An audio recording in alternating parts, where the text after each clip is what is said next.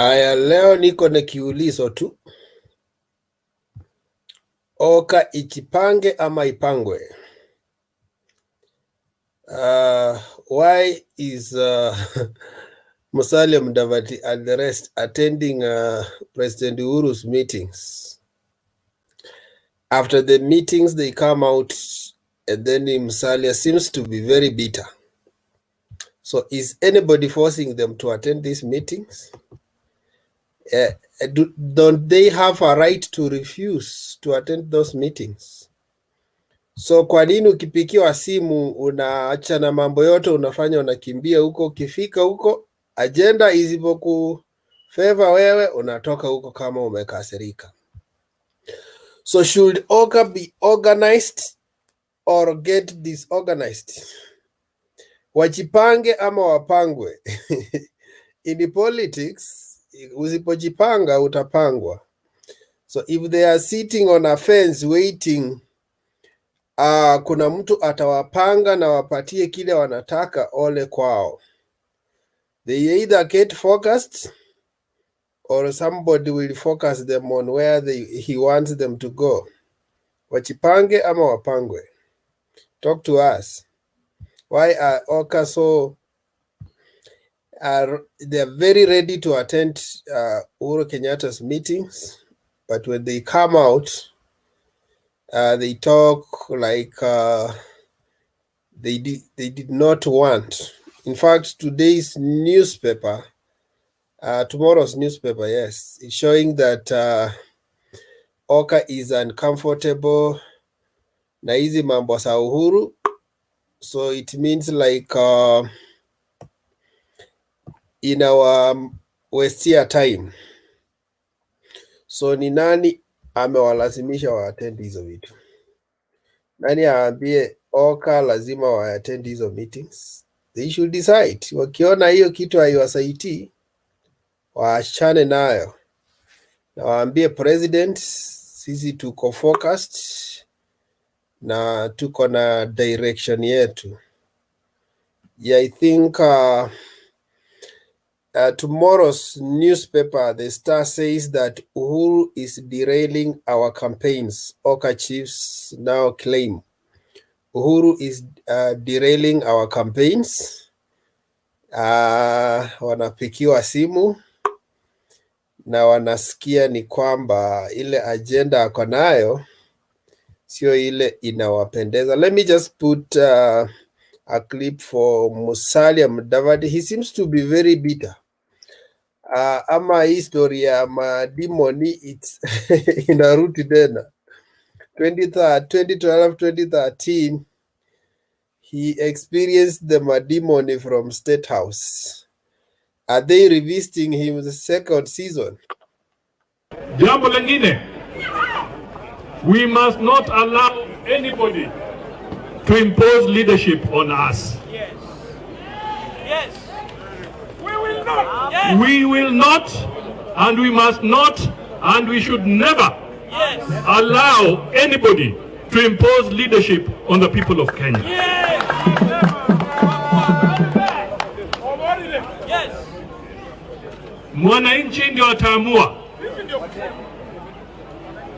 So this message must go out clearly, kwamba mambo ya watu kushurutishwa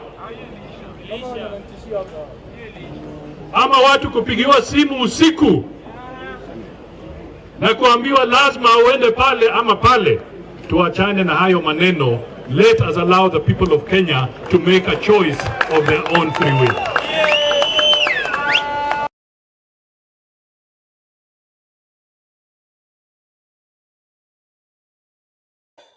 While what Musalia Mudavadi is saying makes a lot of sense, it beats the logic. You know, it would have been, you know, like the other meeting that President called, Gideon Moi did not call. For them, they went.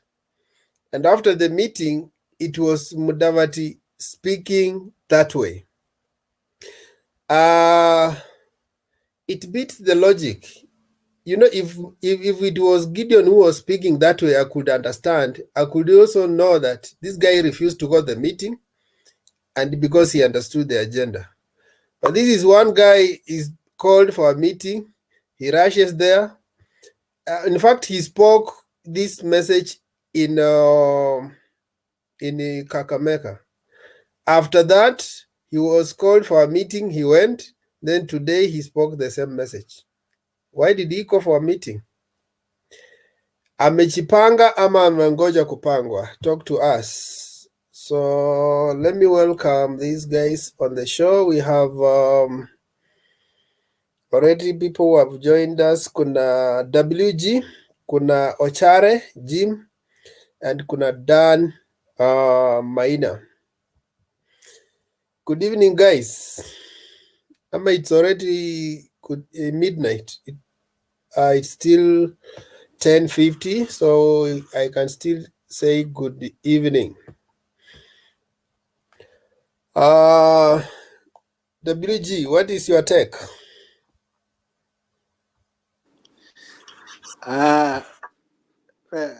According to me, I'm seeing the Oka guys are just wasting our time. There are people who know their capacity is below par. Can you hear me? You're loud and clear. Proceed. Huh? Good. There are people who are just wasting our time. They know they are below par. And if you lack capacity to be a presidential candidate, and you feel you have genuine ideas that can transform this country, what is so wrong with you joining hands in the group where all hope are bestowed? You see, to me, their insistence of running is just so selfish, especially Mudavadi. And you see, with time, Mudavadi's sale by date is expiring. Very soon, he is not going to be even having that clout to present his case, or will not be worth enough even to sit on the same table with this the presidential serious presidential contenders. Number two, I feel very soon, once Mudavadi insists, the next move will be that the Oka principles, the way they call themselves, will be handled individually, one by one. And so in such a case, we will find someone like Mudavadi remaining alone, just like the way he did previously in the last election, where he got 300,000 votes. And once he goes that way, even in Western itself, he will not garner votes enough. He will not beat either William Ruto or Raila Odinga in Western. So I think they are just wasting time, and the time is now. If they have interest of this country at heart, because the kind of jokes they are playing can easily put this country in wrong hands, in a wrong person's hand. So we are still calling upon them to sit down and think, so that they can make the right decision and save this country from sliding into a wrong person's hand. Thank you, Wekesa. Yeah, before you sign out, there is a message there on the screen. Why Kalonzo won't be Raila's running mate? There's I think the text down there says that the push for Raila to have a Mount Kenya running mate leaves Kalonzo in a very awkward situation. It almost leaves him with no role. So is this also spelling maybe the stalemate of Oka such that they are not sure?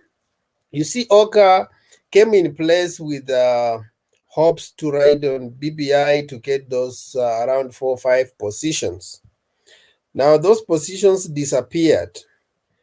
And right now, as Raila ODM has entered into a merger with Jubilee, Jubilee expects to have a say, maybe to have a running mate from Mount Kenya.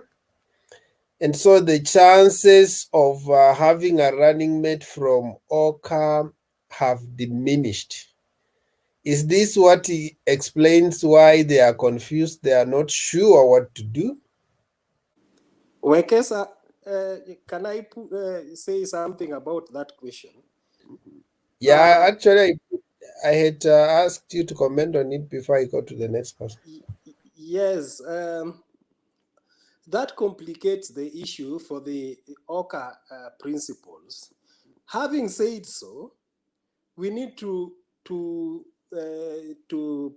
see that being a running mate, to me, adds nothing much, especially on a future presidential, presidential race for any of them, because you can sit outside, just like Raila wasn't a running mate last time, but he stands a chance. He comes with a clout. So already someone like Kalonzo has already achieved that status of a deputy president previously. So that one already is in his bag. What Kalonzo is looking for is the presidency, of which it is quite unlikely in 2022. If I were him, I would humble myself and side with Jacom so that in 2027, he may stand a better chance to come from any position he would be. It doesn't mean that now as a deputy president, now it's obvious that you will clinch that seat from that position. You can see how it is also, playing on Ruto.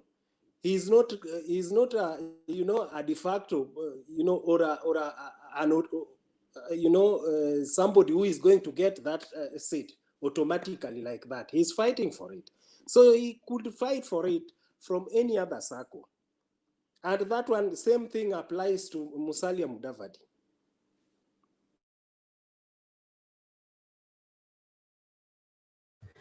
Let's have Ochare. Ochare, how are you? Jim Ochare. Yes, I'm good. How about everyone? Everybody's Okay, fine. in my view, thank you very much. Let me give my 2-cent view on this. The Oka team, the only thing that they are doing, they are trying to delay the onset of the real political process. They know very well that whether they decide to go to this pool to the election, if they decided to go to the election direct, they stand no chance of winning without the backing of either Raila Odinga or William Ruto. So basically what they are doing is to delay the process, see where they can fit. And that is why you see Honorable Mudavadi today will be trash talking coalition talks or being kushurutishwa. The next time they are called for the same kushurutishwa meeting, he goes. In other words, for me, I will take him like someone without a stand.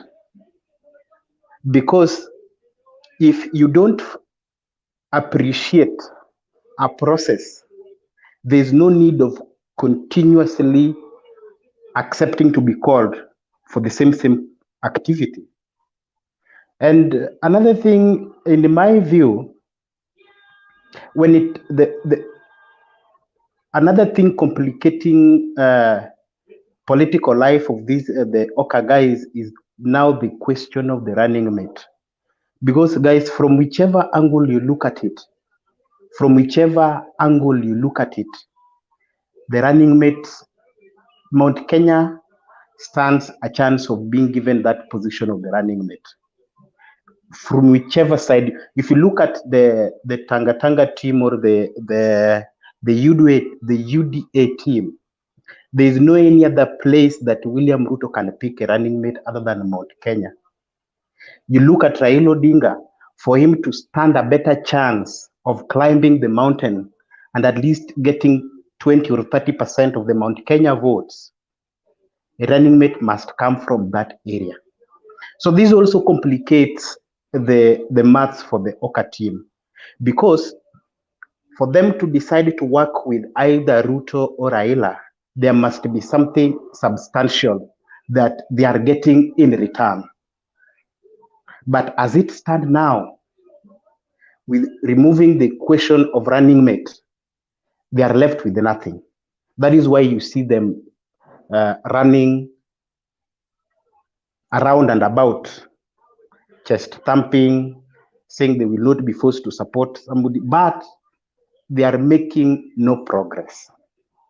So the earlier they decide that they are going, whoever decides, or Mudavadi, the earlier he decides that, you know what, this Oka team, the team is the process, the earlier he decides to go alone, the better for him. Maybe that is when people can take him serious. But as things stand now, ni kujipanga, lazima tu wapangwe ndio, because we also want to win. I think that is it.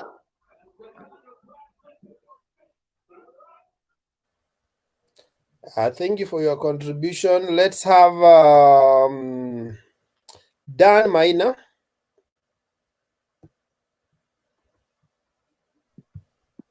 Dan Maina, are you okay? Yes.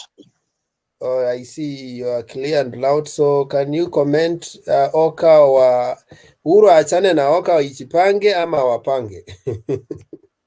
Okay, to start from the beginning, I think the first statement that was put across where the Oka became disorganized is during when the BBI process did not pass. Because to them it had favored them very well because they would have shared the power. Now there being no any BBI, I tend to look at the comment by saying phase. Can you please speak up? We can't hear you. Can you hear me now? Yeah, that is better. Okay, what I'm saying is this, according to the time now that there is no BBI, the Oka team has no otherwise. There are two choices either. What I can see the Oka presidential candidate waiting upon is on looking where Raila will onslaught to. In one position, by having it in our minds, is Raila will run for the president. Now, let us look at this. You can never trust, in the Oka team, you can never put your whole trust onto this man, the Kanu chair, that is Gideon Moi.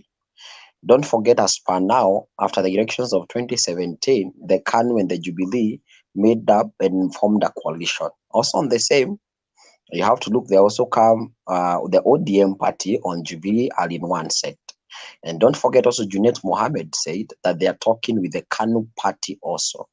So therefore, meaning Kanu cannot be entrusted so much on the Oka, this Oka forum.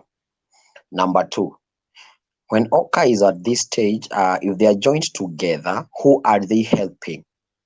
If the Oka team gives a presidential candidate, the person they might be helping is none other than William Ruto. What do I mean by this?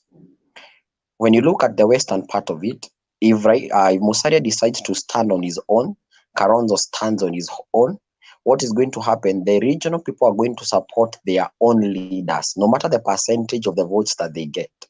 And they being not on the same side with Raila, don't count the Ruto's votes as that they will increase by a larger margin or a lesser margin when the Oka presidential candidates stand on their own. So if Musalia stands, he takes some votes. If Kalonzo stands, he takes some votes. They are greatly going to affect the presidency of the candidature of Raila Amolo Odinga. So when you are talking about Musalia is saying they will not allowed to be organized by Uhuru Kenyatta. Uhuru Kenyatta, our president, also knows and sees it very clearly, not unless one person is God. And what, according to my own mind, I can say Uhuru Kenyatta emphasizing unto them, they make a candidate or they come into support of Raila Omoro Odinga. Please note it very well. For me, what I can say is Ruto does not mind being an opposition leader. That is a fact I have come to realize. Ruto does not mind being an opposition leader. And the only way they are going to defeat their enemies is for them, the Oka and Raila, to be as one party or one team. But if they go separately, the Oka team is going to shed some votes for the Raila Omoro Odinga. So for me, for Oka has no bearing as per now. They are waiting upon the call of Raila Odinga when he announces his presidential his candidature maybe in December, as he has said, and also they are looking upon where is Uhuru Kenyatta going to support. They're also looking at that. They're looking at the support of Uhuru Kenyatta. He is going to endorse who? Is it going to be Raila? Is it going to be the 5 Oka candidates? They are also looking at that. So, literally to say, Oka is being organized. They don't have a bearing on themselves. Thank you. Okay, you have raised important issues, but let me ask you. If you say Oka, you seem to be looking at it from one way perspective, where you're saying Oka will eat into Raila's votes. Yeah. You haven't even seen the end of Oka, whether at the end of the Oka, it will be Gideon Moi, the presidential candidate. It is Kalonzo. You know, those are the real factors that determine. If Gideon becomes a presidential candidate, the chances is he can still both eat Raila and Ruto's votes. If Gideon is a candidate, also those people who fear on Mount Kenya voting for Raila and they don't want Ruto can vote for Gideon. So I haven't seen that analysis. You have just looked at it from a block way that you are assuming that whichever way Oka, whichever person Oka picks as a presidential candidate, the other regions will be comfortable. I will be looking keenly at the Kamba nation supporting Gideon, and Kalonzo is there. I would love to see that scenario. I would love to see that scenario where the Luhya nation are supporting Oka and Musalia Mudavadi is not the presidential candidate. So I think you would have done that in-depth analysis, because most of all these guys are there. Kalonzo is expecting that he will be the flag bearer of Oka. Mudavadi the same.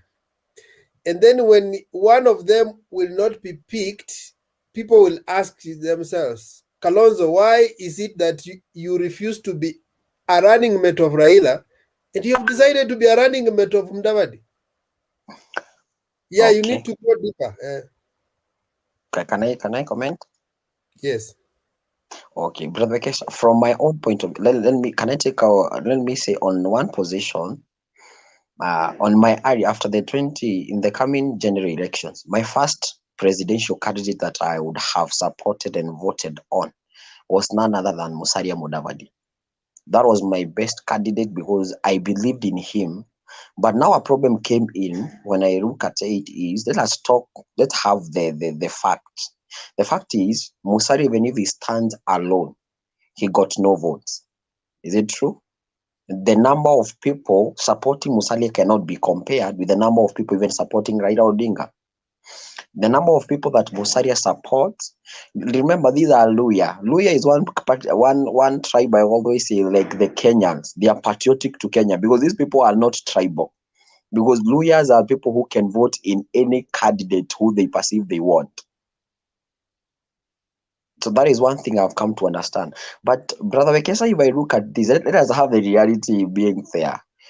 Do you think in a good onset is Musalia and Kalonzo or any other, even if they come together, let's have the mind of saying they select Gideon Moi to be the presidential candidate. Remember, Malala said and talked to them and said, if you support any other candidate, what we are going to do, we are going to shift our grounds. For me, I can say Malala is still a mole. As per now, Malala is a mole in this Oka team. because when he look at how he talks and what he prescribes about the future to come of the elections, he knows where it is headed to. These people have not yet decided, and that's why I'm saying the key person who is going to make these people become organized is none other than Uhuru Kenyatta. Now, when you talk about votes, there are some people who will follow or vote to people. You see, when you talk about civilization and the people back at home or the background who are not as civilized as we may talk, what is going to happen? Some people vote because someone comes from their tribe, and we cannot change that, or someone comes from the region. That is one thing that I have come to understand. So even if you try to change them, they will vote for someone because this person comes from our region. If Moi becomes the presidential candidate for the Oka team, what's going to happen to the Rift Valley block of the where Ruto now comes in? For me, as I speak at that position, it's for me, they don't carry it. For me, it's not even an ideal that I don't see it coming. From my personal perspective, I can see Gideon Moi being given the ticket to be the presidential candidate of Oka. So, in my own point of view, it will either be Musalia Mudavadi or Kalonzo Musyoka. Also, bear in mind, as one of our friends have said earlier, all presidential candidates, they are going to seek the deputy from the Mount Kenya region. So if Kalonzo stands on his own, he has to look for a deputy from Mount Kenya. If Musalia stands, he has to look for a deputy in Mount Kenya. If Gideon stands, he has to look for a deputy in Mount Kenya. If any Oka still remain as intact as they are, they have to look for someone in Mount Kenya. And if that has to be so, what is left for Musalia Mudavadi? What is left for the other candidates in this team? It is not going to bear fruit. And what I'm looking at, it is going to be disorganized. So my measurement is this. My statement is at this. If any of them, even if the Oka still stands, for me, Rift Valley will not highly be affected by Gideon even being a presidential candidate on the votes of William Samoei Ruto. Let's talk about, these are nylons. Kalenjins are still people who have, when they decide it's this way, they follow that way. That is my stand still, sir. Okay, although that is debatable, because remember when Kibaki was running with Uhuru, one got more votes, but both of them got votes from their region. So when people realize that you are our man and you are running, they will give you a home support. Okay, let's have Generali. Angie first, Angie then Generali. Angie, how are you? I'm good, my brother. How is you? Me is good. Hii kijana yako apangwe ama apangwe? Ako very bitter. Huyu kijana wangu najua bado hana msimamo, hajatangaza msimamo vizuri. Najua kama umetangaza msimamo, ukiambia msichana umutaki ama mwanaume umutaki, huwezi shindilia kuitwa ukienda kwake ukikula mayai, unless atakupanga. Amesema amutaki, lakini fea ikitumwa anakula. Ndio hiyo sasa, si ndio nakwambia. Kijana wako hajui kujipanga, hajui kutangaza msimamo. Akiona fare kwa M-Pesa na airtime anaanza kutext, hi, I will be coming. Angela, wewe unaweza reverse fare? Mi siwezi reverse fare, na mi situmiwangi fare. Mi nikikupenda nakuja na yangu. Okay, anyway, it was on a light note, proceed. So mi naona huyu kijana yangu bado anayumbayumba, itabidi apangwe na anyamaze. Juu sasa hana msimamo. Unajua akitangaza msimamo aseme mimi sitaki kukuja na sikuji. Tutaelewa ni nini anataka. Tutaelewa raundi hii ameamua. Lakini kama anaitwa na anaenda, alafu anasema hataki, kuna mahali anatuchanganya, kuna mahali anatuchezea, anatuambia sasa hapo tujipange 2022. Juu You are done? I'm not done. Mi nasema Umemaliza? hivi, Eh. bado naongea kiasi. Mi nasema hivi, it seems that ukifanya kitu na hasira, you understand? Ukifanya kitu na hasira, sometimes unakosa mwelekeo. So on my opinion, mi naona kama huyu kijana wangu ako na kasira fulani, anataka kujifanya anaaibisha mtu, analipisha kisasi, yani something like that. But sasa juu ni hasira kamemfanya afanye hivyo, ndo sababu bado anayumba. Lakini kama angekaa chini tu Wekesa allow us to ask kijana yake ni yupi kati ya watu watano?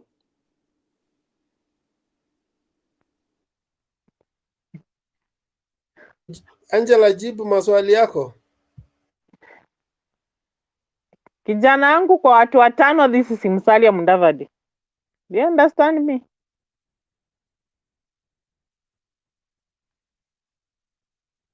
And Moses Wetangula. Those are my boys I'm talking to about. So, Okay. it seems that they had not planned on well ni nini wanataka kufanya.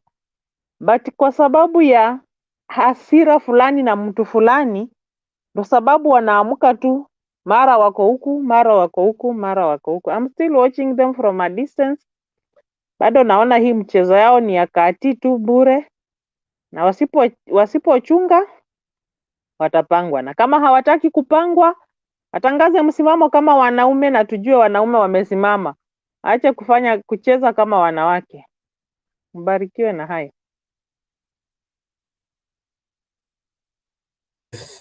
Kuna swali ama we proceed to generali? Generali, are you there? Naweza uliza swali kwa Angela? Nimeuliza kama kuna swali, kama iko uliza.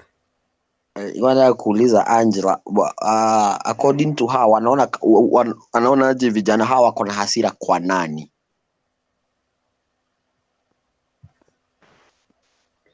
Naona ni kama wako na hasira na Raila. Asante.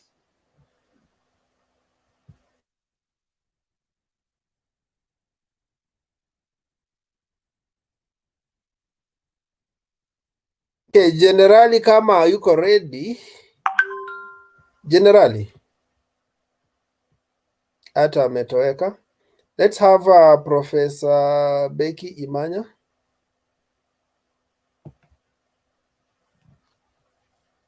Professor, unmute, then you tell us why is Uhuru organizing or disorganizing Oka, and then why are they attending meetings and coming out bitter? Why don't they just sign out and say hatutaki meetings za Uhuru? We can mind our own business and propel Oka to victory. Okay, I greet you all.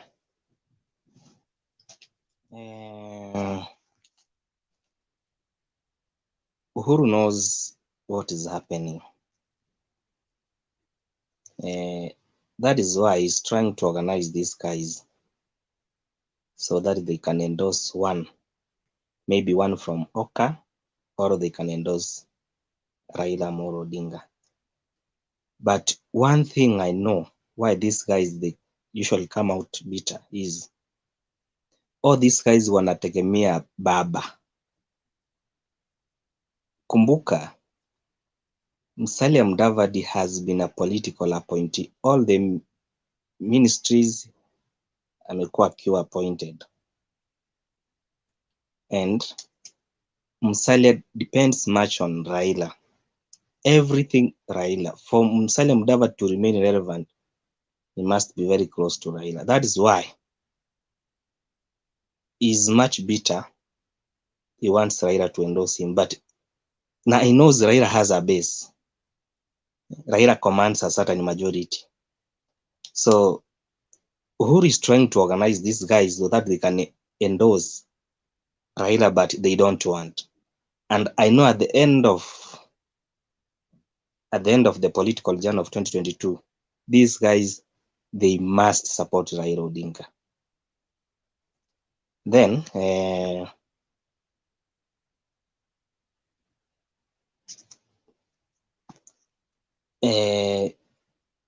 elections in Kenya, they are being voted in tribal way. And I think somebody like Wetangula, I don't know why Wetangula doesn't command anything, but is among the principals. So Wetangula is trying to mess up with the Luya unity. Kila mtu akijitokeza anasema mimi ndio the Luya kingpin.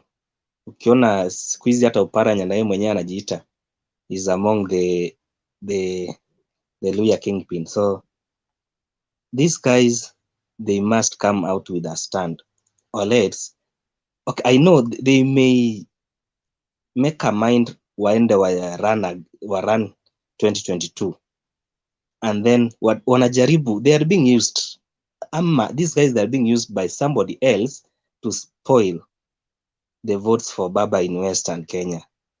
But what I know, kama umesikia maneno ya Malala every time is politically confused.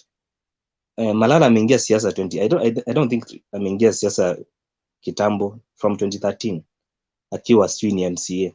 Hajaelewa siasa ya Kenya vile inaenda. Na ukiangalia the whole of our to Okoa, bado they believe that still Baba has the say for them to be politically correct. Na ukiangalia wote ni kama political snails, hawana base, hawana followers. And then for them to, I don't know what is the nini inaendelea Kenya, for you kuonekana uko strong lazima mention General Raila. Ukiangalia even hao watu watangatanga, every time wakisimama hakuna mtu anakaa chini man as mentioning the word Raila. Hata Okoa wakiwa kwa meeting Raila. Sasa you wonder why, what if Raila is not there? What will be their agenda selling to people?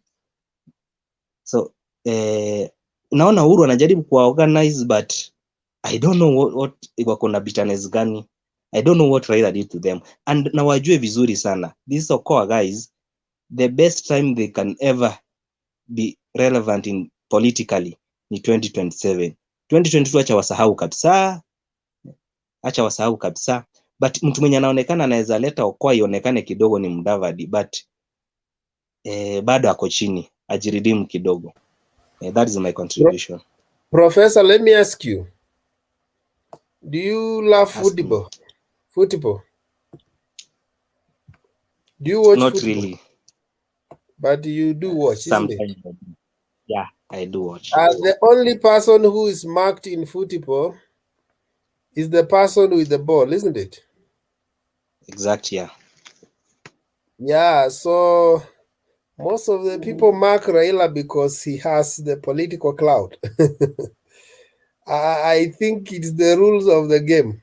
Hata ukienda kwa business, ukianzisha pesa transaction unasema M-Pesa ya Airtel, badala ya kusema Airtel money, because it's already in the market, and that it's easier for people to understand. So I think it's the guy who has the clout, so people try to remove some clout on him by, I think it's the rules of the politics. Okay. And that's why you see when William Ruto also began his game early, the people who are coming late, everybody must talk about William Ruto first. Someone was asking a question. Hello. Good evening, guys. I was just waiting for my turn so that I'm able to. Yeah, you are the next. You are the next. Okay. Can I proceed? Yeah, if there's no question, proceed. Wow, thank you. Good evening, my friends. My name is Atamba, or they call me Kenyan Malema. I am one of the key people around Oka, and I'm from Before you speak to Oka, why do they call you Kenyan Malema? I have a stand closer to the Malema in South Africa. So the stand I have is the Kenyan stand. But I subscribe my allegiance and leadership skill and leadership direction from Malema of South Africa. So can you now give us a sign, Yeah, so I Mama, will, give us a sign. yeah, Mama will give Mama Mama will will give us a give us sign. a There are people who are sign. mourning. Yes, there are people who are mourning more than the Oka. There are people who are UDA here, and they are mourning as if they are Oka. I will speak two things, my brother, my host brother. Thank you for giving me an opportunity to be in your show this evening. I will say, number one, from the western part of the country. Number one, the Luhya nation are already tired by carrying Raila Odinga, who cannot win an election. The Luhya nation have decided to revamp themselves, and they have decided to have their own out to the ballot. But for us to have our own, we have to work with the people. That's why we have come with a group called Oka. You need to know, it is Musalia who created what we call NASA. Created it, gave a pass to Raila, he could not score. When we were with Raila Odinga, we have supported Raila Odinga as Mulembe Nation in a big way, in a very serious way, voting Omundu Humundu, supporting Raila without wavering. We were with him in 2007. We were with Raila in 2013. We have been Raila in 2017. Our people and some Kenyans are already tired with carrying Raila Odinga because Raila Odinga has proved to us he cannot win an election. Now, I will say something so that you can be able to get me right, so that you understand where the Luhya people are coming from. No, before you go there, you are making very serious Atamba, I have a question. I also have a question. for him. Wait first. Yes. When you say that Raila Odinga has proved to you that he cannot win an election, and you're speaking as a Luhya, and we know very well that none of the Luyas has been president. So has there any Luhya who has ever won a presidential seat? So No. that is one. Yes. Okay. Two, when NASA was formed, I remember Mudavadi and Raila met in US. They not even meet in Kenya. They met in US and deliberated on that issue. After that is when Mudavadi came and released the name. So don't tell us that Mudavadi formed NASA and gave it to Raila. We have the history. So proceed. Thank you. I will say this. I have a question there is no. also. Oh, go ahead, so that I can answer all of them together. Yeah, if you are saying that Raila Odinga has never won an election, when they were both in NASA, both Mudavadi and Raila, and 2017, it was they went to court, and the court ruled that Uhuru Kenyatta had not won that election. So does it mean that Raila lost according to Musalia and his group, which includes Very good. you? I'll answer. Very good. I will answer that question very well. Number one, there is no Luhya that has stood for election and won an election. And I will say, Luhya nation has stood with Raila Odinga tooth and nail. From every time Raila Odinga wants to be elected, all the way from 2007 when we joined Raila Odinga, all the way to 2013 and all the way to 2017. We have been supporting Raila Odinga 99%. And I want you to get me right. When Luhya support Raila Odinga 99%, they are supporting him more than 1 million votes. That is already Omundu Humundu, fully family, full house. When Raila is being supported 99% in Homa Bay, they are only supporting him at 320,000 votes or less. So it means what? Raila does not even have votes in Nyanza. He has votes with his friends. So I will ask a very simple question and you don't answer because I want to proceed in my discussion. Where will Raila win an election when his friends, who gives him more than 90%, more than 1 million plus 2 million, more than 2 or 3 million votes, how will he win an election when his friends Now, are not with him? you are asking wrong questions, guys, because even if Raila controls Busia, Mudavadi has no vote in Busia. So how can Mudavadi give Raila a vote in Busia? How did Mudavadi give Raila votes, and then it is Raila who went and removed him home after he was trounced by Akaranga? He failed the election. Raila went and picked him and made him, returned him on his feet. He had already gone home. So how are you? What are you telling us, my friend? Let me say this. Before you ask, I want to. I have a question to Atamba.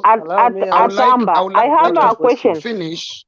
If you say that you lawyers you have stood with Raila and Raila is not winning election, first of all, just go and unite all lawyers and carry them in one basket, because That's you why haven't gone to the ground and unite all the lawyers. Lawyers are now divided. So when they are divided, then why do you say that they normally vote for Raila 99%? Let me. I wish I will finish And my submission and then my next question is, if Oka team is very strong enough, juzi kumekuwa na by election Ukambani, and unfortunately chama cha Wiper inakuwa the third, inaongozwa na vyama vingine. Mbona? Okay, okay, I will answer 2 questions and then I will allow you to allow me to finish in 2 minutes so that you can ask questions when I've already done my submission. Give me one question so that we can answer before I proceed. Okay. Atamba, I think you lack questions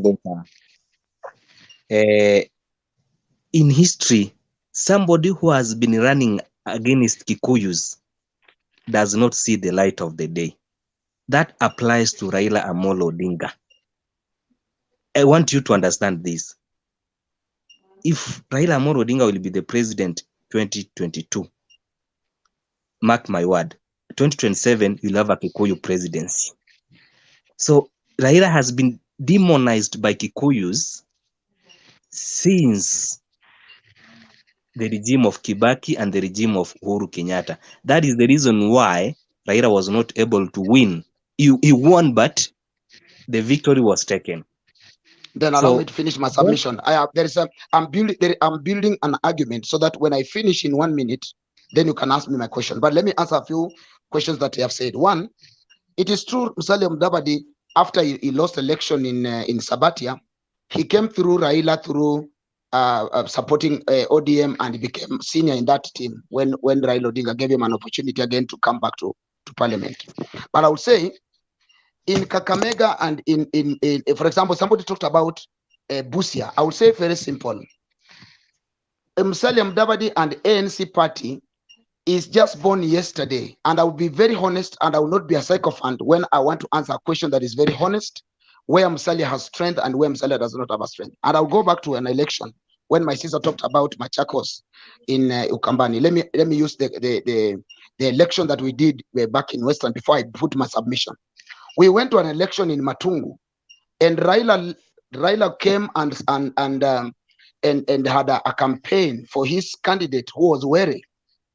You need to remember, we took that seat back because it was ANC, but we did not take it lying down because Raila had removed all his arsenals, including all his governors, and he lost an election. We took an election. We went to Kabuchai, where UDA had a candidate, and Musalia did not put in a candidate of ANC. We put in a candidate of Fort Kenya. Raila Odinga, I was on the ground and I was campaigning for our candidate. William Ruto could not win that election. He lost that election by having 4,000 people, both in Matungu and both in the other side. I will say very simple and very honest opinion now. So kindly. Yeah, but you know, we don't allow you to give us false information. It was 6,000. So if you are on the ground, get the figures right. As we are not in the ground, but we have the figures. Kindly. Yeah, okay, understood. So what I'm telling you, if you go to Matungu, Musalia cannot say he has a ground. He cannot say he has locked Matungu. I will say if Musalia goes to Matungu and Raila Odinga, chances are very high the seat can go either way. Because of what? The support Raila Odinga had before in Western Kenya is going down.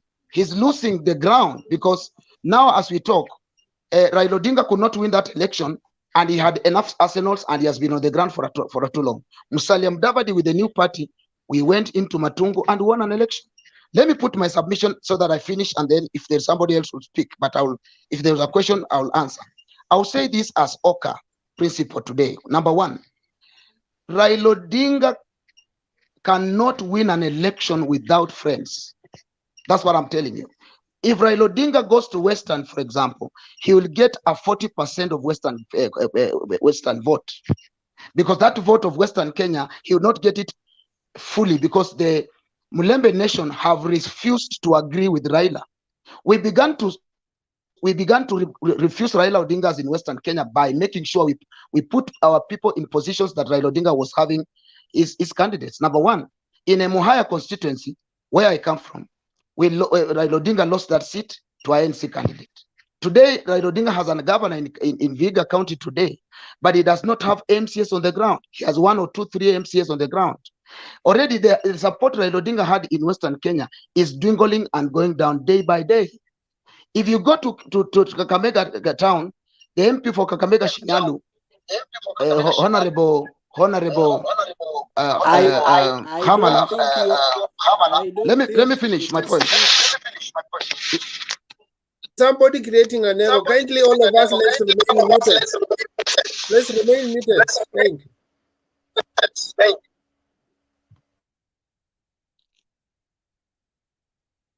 Yes.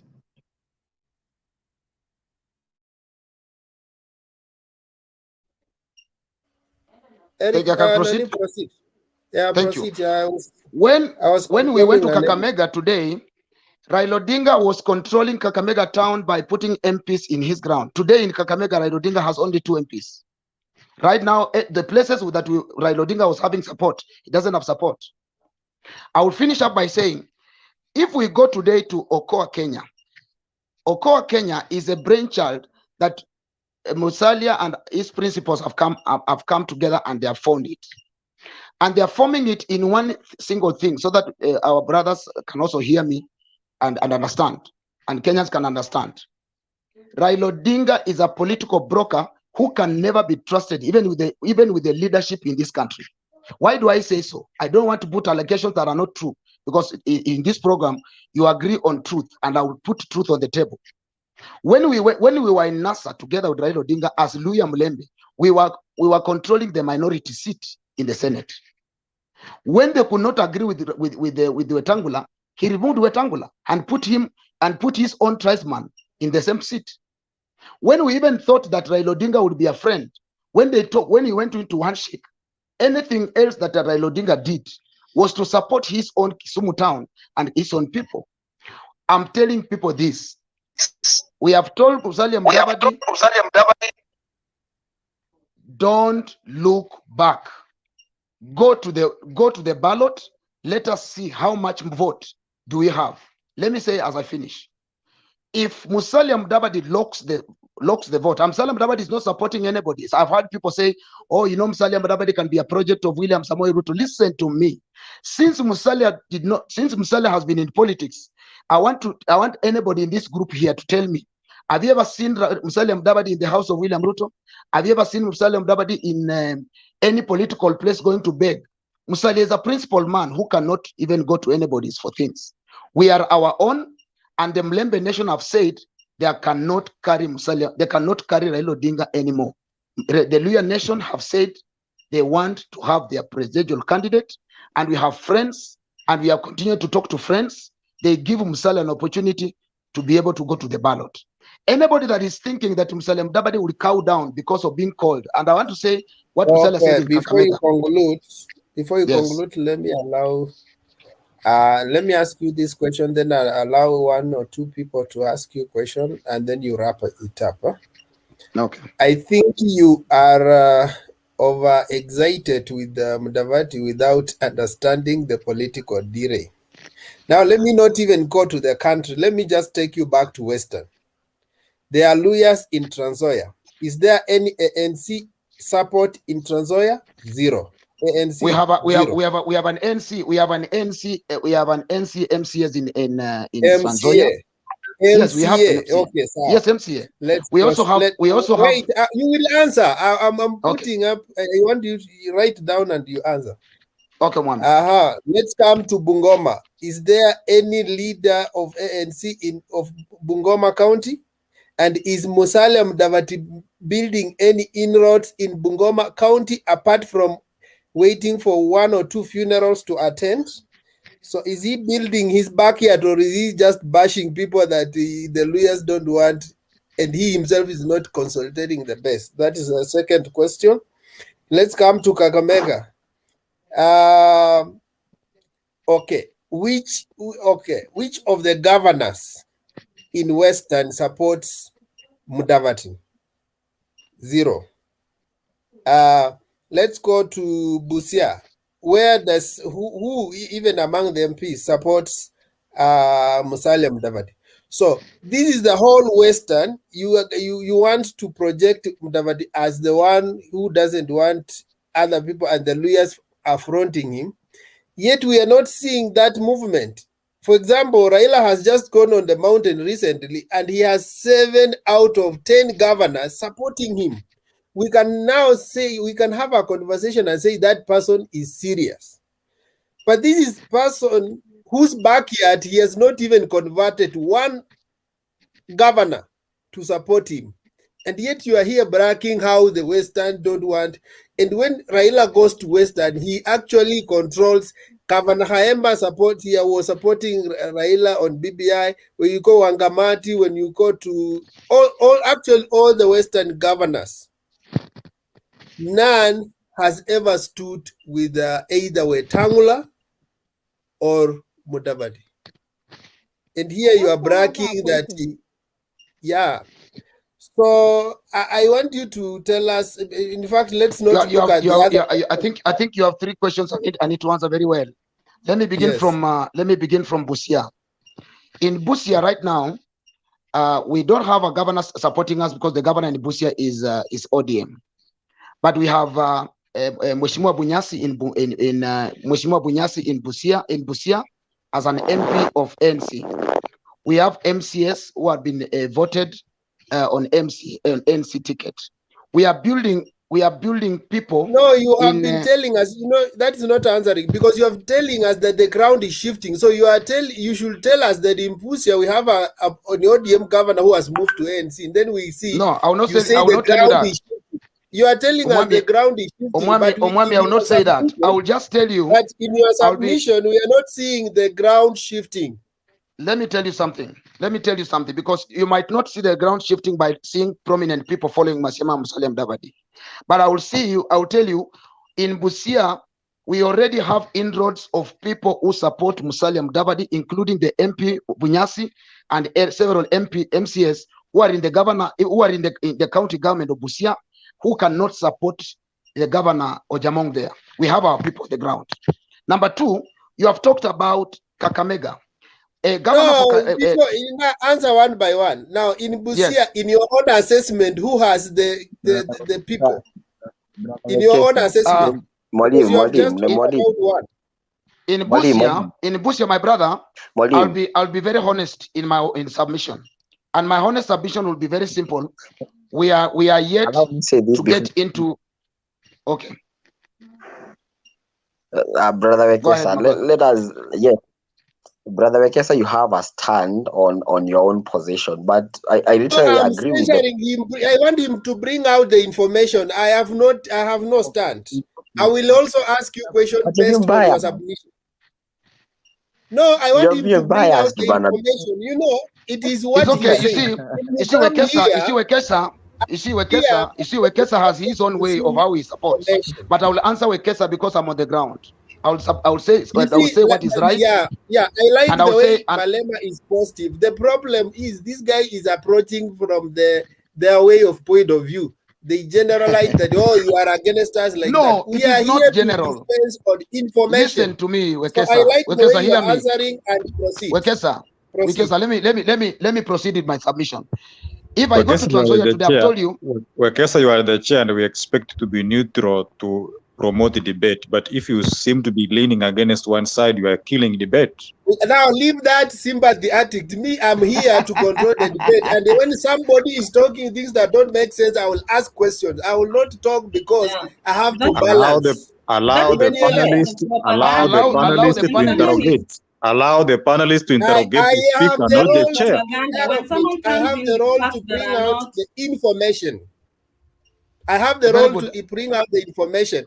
And you will not come here to teach me how to do it. You will not come here to teach me how to moderate here. Understood. I have been doing that. Understood. Okay, sir. Let me finish up. And where I'm not going right, you can also help me and give me a way to finish. Let me finish up by answering your two questions. I'll say, actually in Busia, Raila Odinga has a bigger percentage of support because you need to know also Busia. Majority of the people that comes around Busia, they speak the language of the prime minister. So majority of the people around there will not be supporting Musalia Mudavadi fully. But we are already in Busia. We already have candidates. We already have MPs who have been elected on our ticket of ANC as our supporters, including the MCS. Number two, if we go to Kakamega, I've told you we have locked Kakamega. I can tell you today, I have locked Kakamega. Let me finish. Not propaganda. MP of Shinyalu is ANC. MP of Butere is ANC. MP of Matungu is ANC. MP of Butere, and when you are going to the side where Oparanya come from, in fact, where Oparanya come from, his MP is ANC.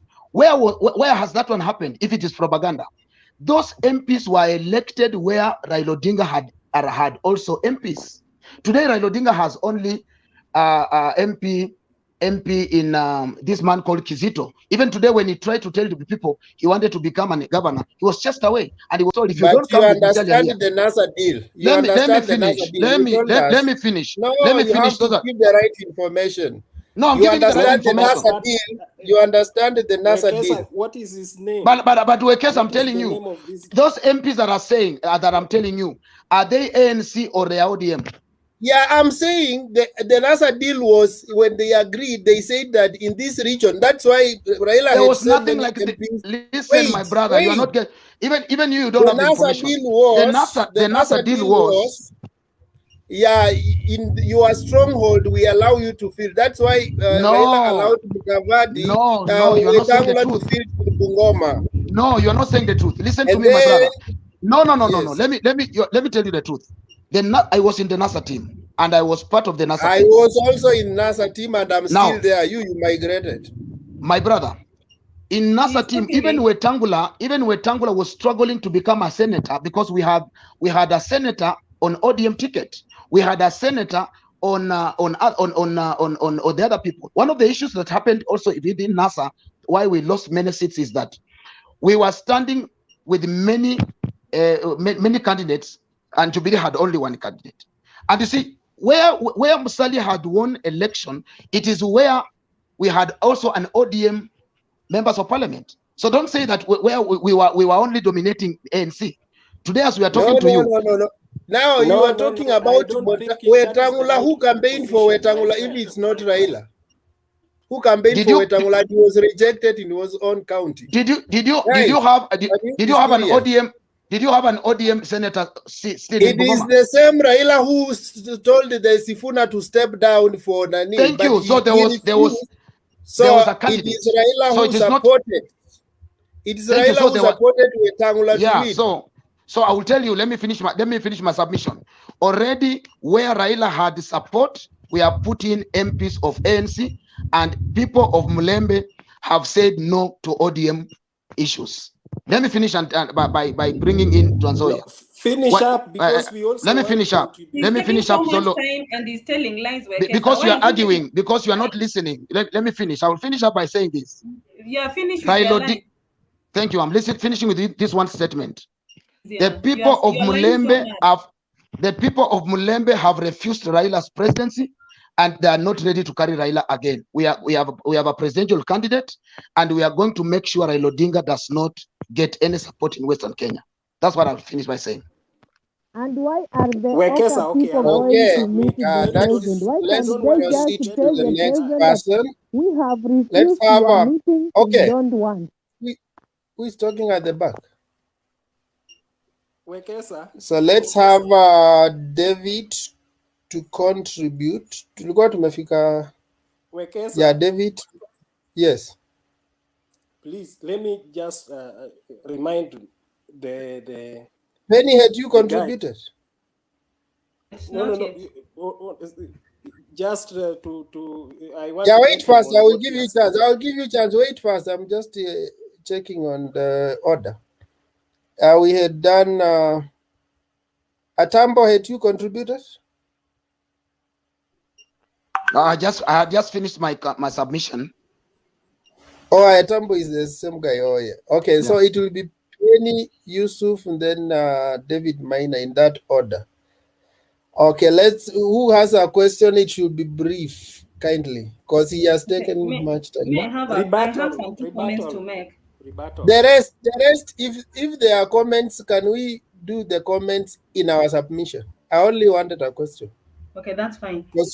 Yeah, you are coming. You will do the comment, then you submit. Rebuttal. Yeah, rebuttal shortly. Yeah, shortly. Let me remind Mr. Atamba, who I feel is the mouthpiece of Malala. He's saying that in Mulembe Nation, Raila is not. They've made sure Raila is not going to be the presidential candidate. But I think you are speaking as an individual. Wekesa here is a lawyer, and my sister who contributed the other last time is also a lawyer. They all come from Western, and I don't. You think, cannot lack one mad person from a market. You cannot lack one mad person from a market. So they are free to support whatever they support. If there is any mad person, is you. So let us not even go there. Because number one, let me. We even have Obado who is who is not supporting Raila. We even have other Luos who don't support Raila in Kisumu. Listen. So when they don't support Raila, they don't become mad. You are not going. Excuse me, Raila and Mudavadi found Raila when the Western votes were voting for him. Voters were voting for him, even before he came to run as a president. And number two, you cannot say that Raila cannot win, some of those regions without his friends. Yes, his friends. But do we only have Musalia Mudavadi and Moses Wetangula as Raila's friends in Western? And do you want to tell me that all the Western voters can only line up against behind Wetangula and Mudavadi? I don't think so. We have influential Western leaders like Oparanya. You may not believe it, but they have clout. Oparanya who cannot deliver an ODM seat, and Oparanya who cannot deliver an ODM ticket to Raila, and they have Oparanya who cannot lock Kakamega County for Raila. In terms of votes and finances, and they can reach the grassroots. Those are the my brother. Oparanya is a used cartridge. So Oparanya cannot help with Raila Odinga. Your attitude. Thank God that your attitude towards Raila is only read by you and Malala and the likes of those who want to ride on the back of Musalia Mudavadi, whereby you are going to leave Musalia Mudavadi hanging somewhere, yet someone like Malala we shall have won the governorship riding on Musalia's back, but Musalia is going to be left aside as a loser. So we know your schemes. So and now the other thing is, let me put it to you that Musalia Mudavadi will not even reach 500,000 votes in Western. My brother, you don't have information about Musalia, because you don't know what we are doing concerning Musalia. Musalia is a repackaged person, a new brand that all lawyers are riding upon. Don't say that, because my brother. Atambo has had his enough share of the air. Atambo, your time is. Let's proceed. Penny, Atambo, there are also other people who want to contribute in this debate. But they cannot ask things that I can answer. If I don't be able to answer, I will answer them, because I'm here because no, of you are not the only person who comes from Western. Other people can answer. So let's have Penny, then Yusuf, in that order. Okay. Don't assume that you are speaking for Western. There are majority people who come from Western here. So allow everybody to have their own opinion. But the majority, the majority already. I'm saying allow everybody to have their own opinion. Atambo, you had your time. It's my time, please. Proceed. You can wait for the second round of the presentation. Yeah, thank you so much. Yeah, our today's topic is Uhuru organizing or disorganizing Oka. Okay, in my opinion, I think Uhuru, being the president, has tried his best to have audience with the Oka people, with the Oka guys, and they seem not to be acting promptly, and they are not acting promptly to do what they need to do. Might mean that time is running out, and there's a likelihood of this Oka either disintegrating, and there was a question that was being asked why Musalia keeps going to meet the president, and then he comes out anakula fair, and then he comes complaining that he's being called at night and stuff like that, being forced to support someone. So I think the motivation behind him going to State House to meet the president, he's still hopeful that he might be given an endorsement on a silver platter, and he's still not, he doesn't have a following that deserves an endorsement. So I think people should cut their coat according to their size. He's a good politician. He has had those appointments. He also has his credentials. But frankly speaking, truth be told, he still does not have a following or a clout that would deserve him to be endorsed. So I think we are all different. We are all gifted differently, and he hasn't reached that level, and he should just accept humbly. The other thing is that when the Oka failed to unite or even back Raila, which is not a must anyway, because it's a give and take, willing buyer, willing seller. So in an event that they are not willing to support Raila, because a lot of them seem to have a lot of bitterness, which we don't know where it is coming from. They seem to harbor a lot of grudge and a lot of bitterness with the Raila. They are not telling us why. But the reason is Raila is not honest. Don't buy the book. Don't go around. Raila is not a honest brother. Excuse me. You're asking a question that we need to answer. You are so unruly. Can you please give me my time? I didn't interfere with the presentation, my friend, and especially Malala. You are so unruly. Excuse me. Yeah, so there are mostly two candidates who seem so bitter, and especially Mudavadi and Kalonzo.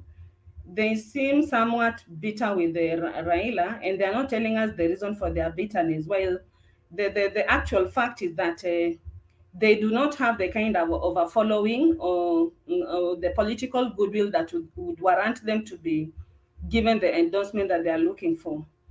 So what I see, with time, Oka will disintegrate, and going by Malala's gesture, I think Mudavadi is more inclined to UDA, and that we can see in the way Malala is carrying out his politics.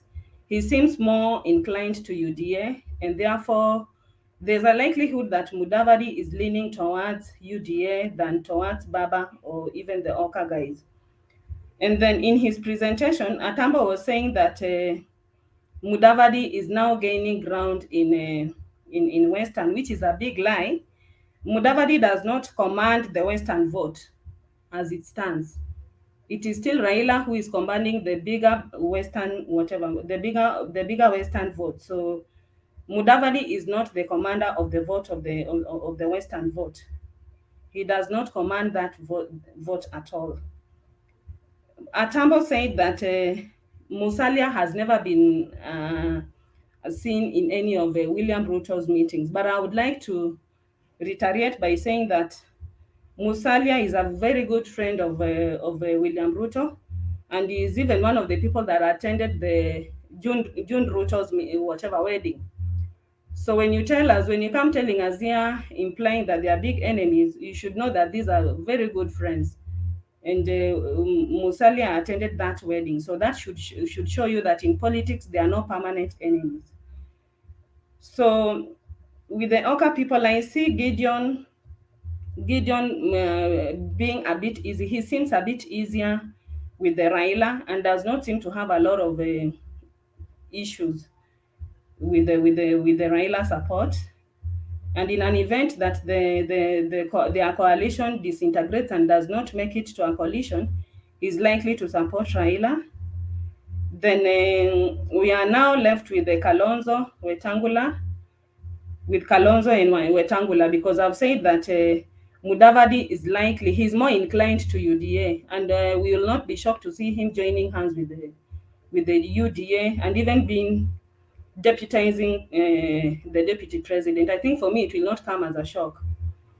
So what I don't know is the kind of cards that Kalonzo and Wetangula are gonna present, but in my observation or analysis, I think Wetangula also seems more inclined to the UDA guys. So for Kalonzo, he's a bit hostile to the DP, and the DP was even insinuating the previous day that Kalonzo could actually think of joining UDA instead of supporting Raila. So it's still not very it's not very clear. It's still not very clear the side that Kalonzo and Wetangula would take. But I think for Wetangula, he seems more inclined to UDA, and he would not be shocked. So what we don't know is about Kalonzo. Yeah, so if these people do not do the right thing So that they need, let me ask you a question. Should yeah. Uhuru leave them alone so that wajipange ama aendelee kuwapanga?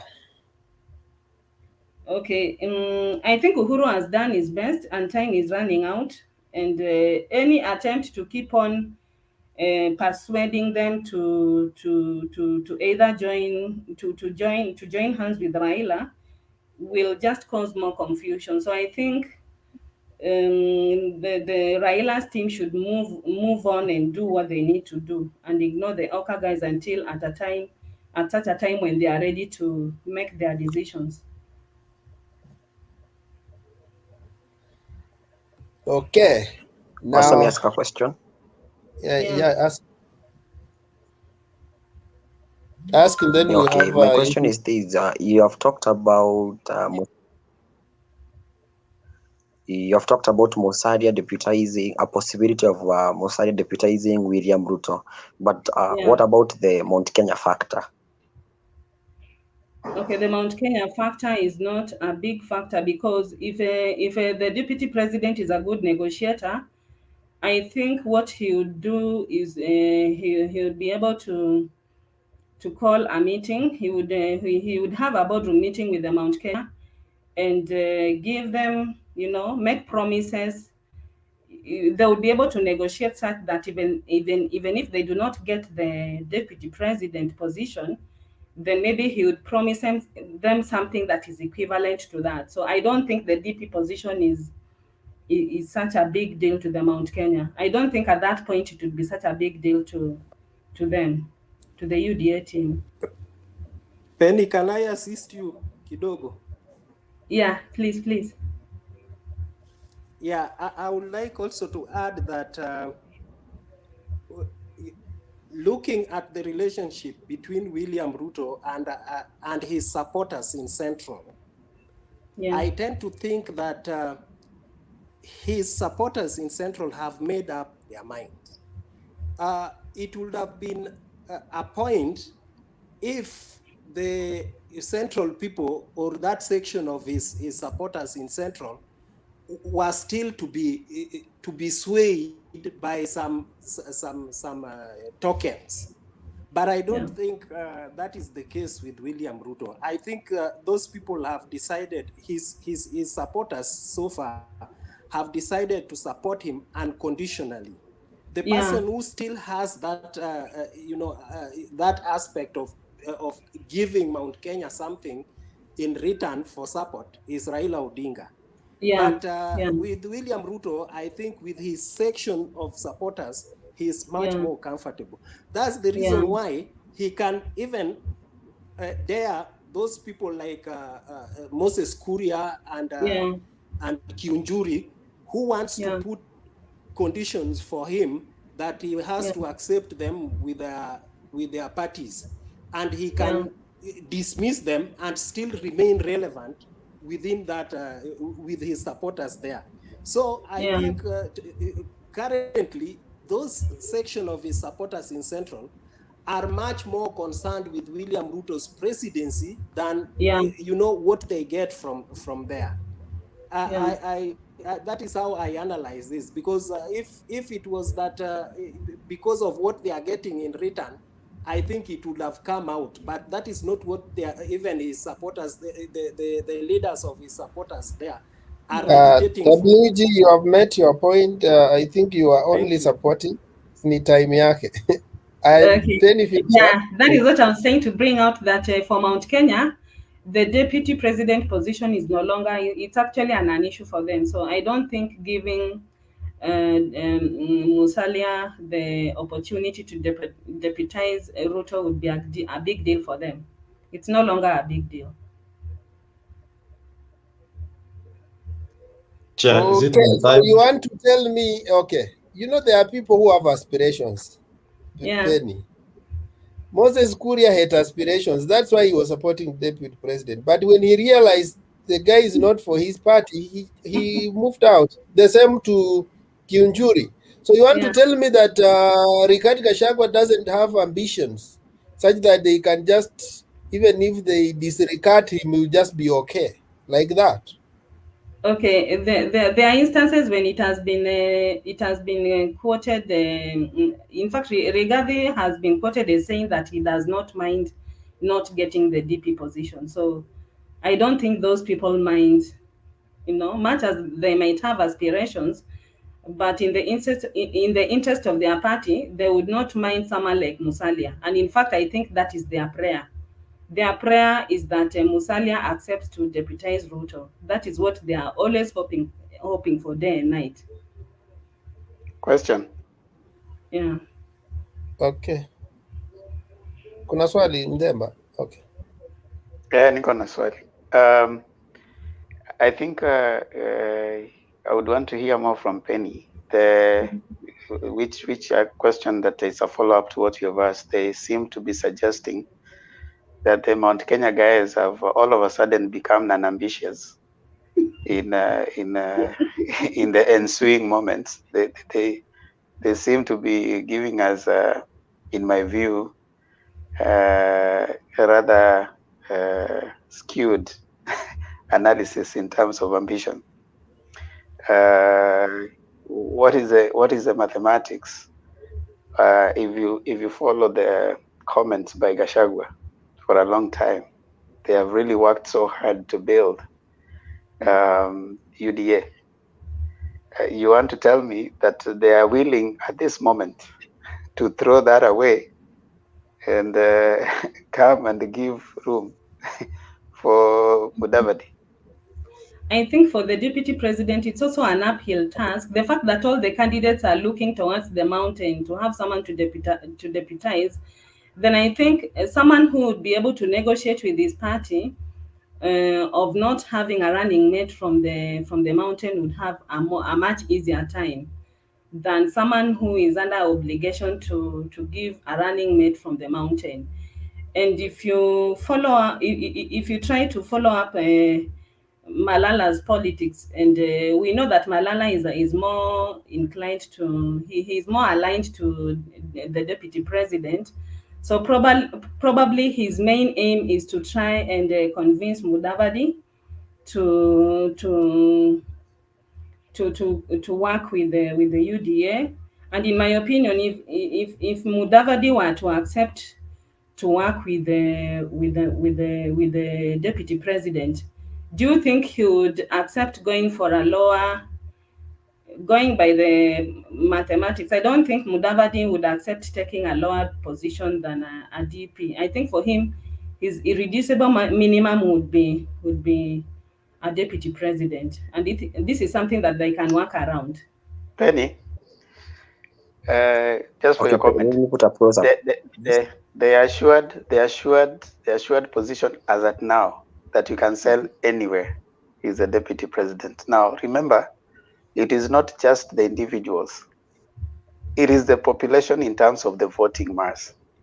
Yeah. So any negotiation that you're going to make, you're not making with an individual in mind. You're making with the voting and the population that you want to get. Yeah. The moment you cannot have anything you can sell to Mount Kenya, you might tell them that, oh, we have these positions that are going to come. It will not sell. But it's okay. I mean, I appreciate your analysis. Themba, appreciate one thing. What I can say is, can we have as the Mount Kenya region? Yes. Who is saying? Who is talking? Let me say something about Dan Minor. Okay, shortly, please. Then we have. So this is what I'm saying. According to what. Yeah, proceed. Then we have. According George. to what Penny is saying, I will look at in this. Yeah. I will look. You're not clear. I will look at in this dimension. We as the Mount Kenya region. I don't know what's happening. What I'm saying is this. Yeah. According to the Mount Kenya, there is a likelihood of a formation of a party, one party for Mount Kenya. And this party is going to help block. There are some supporters of William Ruto, like I am a supporter of UDA. But according to how we see things going, there is likelihood of coming up of one party for Mount Kenya. Why is this going to be? How is this going to be used? Such that it is going to block all the other political parties from accessing Mount Kenya. Meaning, even if they don't get the docket of the deputy president, when they are engaged into the parliament, any policy that is brought about in the parliament, they will seek for the support of the Mount Kenya. What Mount Kenya this time round we have come to understand is we can't get it. We can't get the presidency anywhere. We can't get that high rank anywhere. Even though Akina Moses Kuria bring up by saying that there are conditions of you give us the seat of a deputy president, that is not an assurance that something is going to be done to us, like how it is happening as per now between Uhuru Kenyatta and William Ruto. So according to us, for me as a Mount Kenya person, I say there is a party that is going to form in such that there is what Penny was saying, that there is a possibility of even William Ruto being deputized by Musalia Mudavadi. For us, what we need as per now, because you're not in the top seat, is you do work for us. That's why even Moses Kuria saying he's not going to vie for any political seat. He's not even going for his Gatondo. He is going to bring the Mount Kenya together. That's why I'm saying there is a foregoing of one political party for the whole of Mount Kenya to block Ruto, to block Raila from having entry to Mount Kenya. That is what I can comment and say. Okay, thank you. What? Okay. Is it a party or a coalition? I would, Wekesa, I think we would encourage him to dwell in that more, because it's confusing us. So yeah, I was just talking to a few of my friends. You don't understand. Is he speaking for a political party for UDA or a political party for the region? You know, I've interacted with a few of my friends, and they were actually saying that for them the DP position is an issue to them. They're actually after what the government. But let me ask you, Penny. Yeah. These are the people who were at 85% when they were beginning. Right now they have around 57%. So hii mambo ya kutuambia is already assured of Mount Kenya votes. My friend, Mount Kenya is a very fluid political place to play with. And if you don't have anything tangible, I can tell you for free. Because the other side, you see the other side, they are pushing for that BBI agenda, and also they will also talk about they have to get that position of the running mate. So you cannot allow I can comment. you cannot allow your competitor to have a more competitive advantage. One, they have a BBI agenda that they refused to back, and it's still being battled. So if they can also lose, the DP can also lose the position of running mate and say Mount Kenya, I can just have the vote without. My friend, it's a biggest gamble. Okay. Okay, I can say this, Bwana Wekesa, as I support Penny. I am a supporter of William Ruto, but even though I am a supporter of UDA, there is a focus of the development of the Mount Kenya factor. Let us be real. Here we talk about numbers. The reason, and that's why I started this conversation by saying, the best presidential candidate I would seek for Kenya is someone by the name Musalia Mudavadi. But the problem with Musalia Mudavadi is he got no numbers. Let us say the facts. That's why you heard me say, if Musalia Mudavadi vies and he vies alone and Kalonzo vies alone, what they're going to do, they're going to deduct votes for the William Samoei Ruto. And also I said, William Samoei Ruto does not mind being an opposition leader in Kenya. That is one factor that we are not looking at. He doesn't mind being the opposition leader in Kenya. But now, as the Kenya But people, that's just your personal opinion. He began campaigning 2017. Was he campaigning to be an opposition leader, my friend? And then Let me maybe finish. What is I your would like to opinion? add one more comment. You know, for the deputy president, he wouldn't mind. You know, if he took Musalia to be his running mate, I think Western would be able to look at it like they are next to whatever to leadership. So maybe out of that, the deputy president can manage to consolidate his votes in the Western region. So it might actually work for him by taking Musalia to deputizing. Wekesa, things have changed in Mount Kenya. It's now not about position, it's about Mount Kenya development as we speak today. Yeah. It's for Mount Kenya now as we speak today, it's not about position or anything. Now we are looking of who is going to help us. Who is going to help our Mount Kenya place? Where are we safe? The question is, where are we Depends on safe? what you are talking. Did you see Raila when he went to Mount Kenya East? Nini? In fact, the Njurinjeke was they made a declaration, and among the declarations they said, our son must be. So that is still Mount Kenya.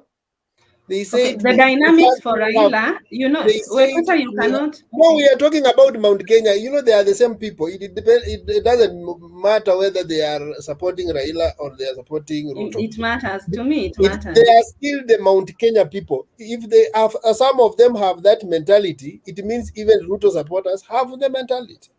They are Mount Kenya. Why do you think that The other those thing, supporting Wekesa, Ruto, they don't need a running mate, but those supporting Raila need a running mate? I And they are think still Mount Kenya. Why do you think? For Raila choosing a running mate from Mount Kenya would be of No, I'm paramount not talking importance. about the candidates. I'm talking about the supporters who By the way, said that just a moment. Just their a argument moment. was, yes, just before you comment, because I want to highlight and then you can comment. They say that Mount Kenya East has been marginalized in this Wekesa, Mount there's Kenya echo. bill. Let me see who is People there's have somebody who's unmuted. on. There's somebody who's on now. Okay, it's done. Huh? So the Mount Kenya East are saying they have been marginalized in this Mount Kenya deal. So they would appreciate if they have that position. So Mount Kenya is not speaking one language for now. I don't know why this guy is telling us that they are speaking of us the same language. Okay, Jex. exactly. Can I comment that one, Wekesa, please? Kindly 1 second. If Jex have the same, and then you Hapana, can people add. are complaining to make their submission. Please give others chance. See, that's We'll why I'm saying, continue later. Jex. Okay, let's do this. These are the things you can add in your own submission. Let's have George Ogol, then Robert. The rest you will add that. You know, the same questions might pop up. So let's proceed. George. All right. Okay. Thank you. Thank you for giving me the opportunity to add. The question was: is Uhuru organizing or is disorganizing Oka? I thought you said According I was to the way next. I look at it, Oka disorganized themselves so bad to a point where they left Raila thinking that it was a green on the other side, but they found themselves that the room is full. They cannot come back. They went to Ruto's side and they found the room is full as well, so they have to stand. What do I mean? I don't think if Ruto will look at Kalonzo or Mudavadi and give them a DP place, what is he gonna do with the people like Rigathi Gachagua and all that? They've been struggling for years and years to build UDA that now they cannot. I don't think if he'll be able to put them in, which leave them to the only way that now they have to try and give that brave face that they want to join and form a formidable force, which is Oka. But if you look at them, all the three of them, all the four principles, they're very, very lazy, slow people who cannot really command and go out there and campaign.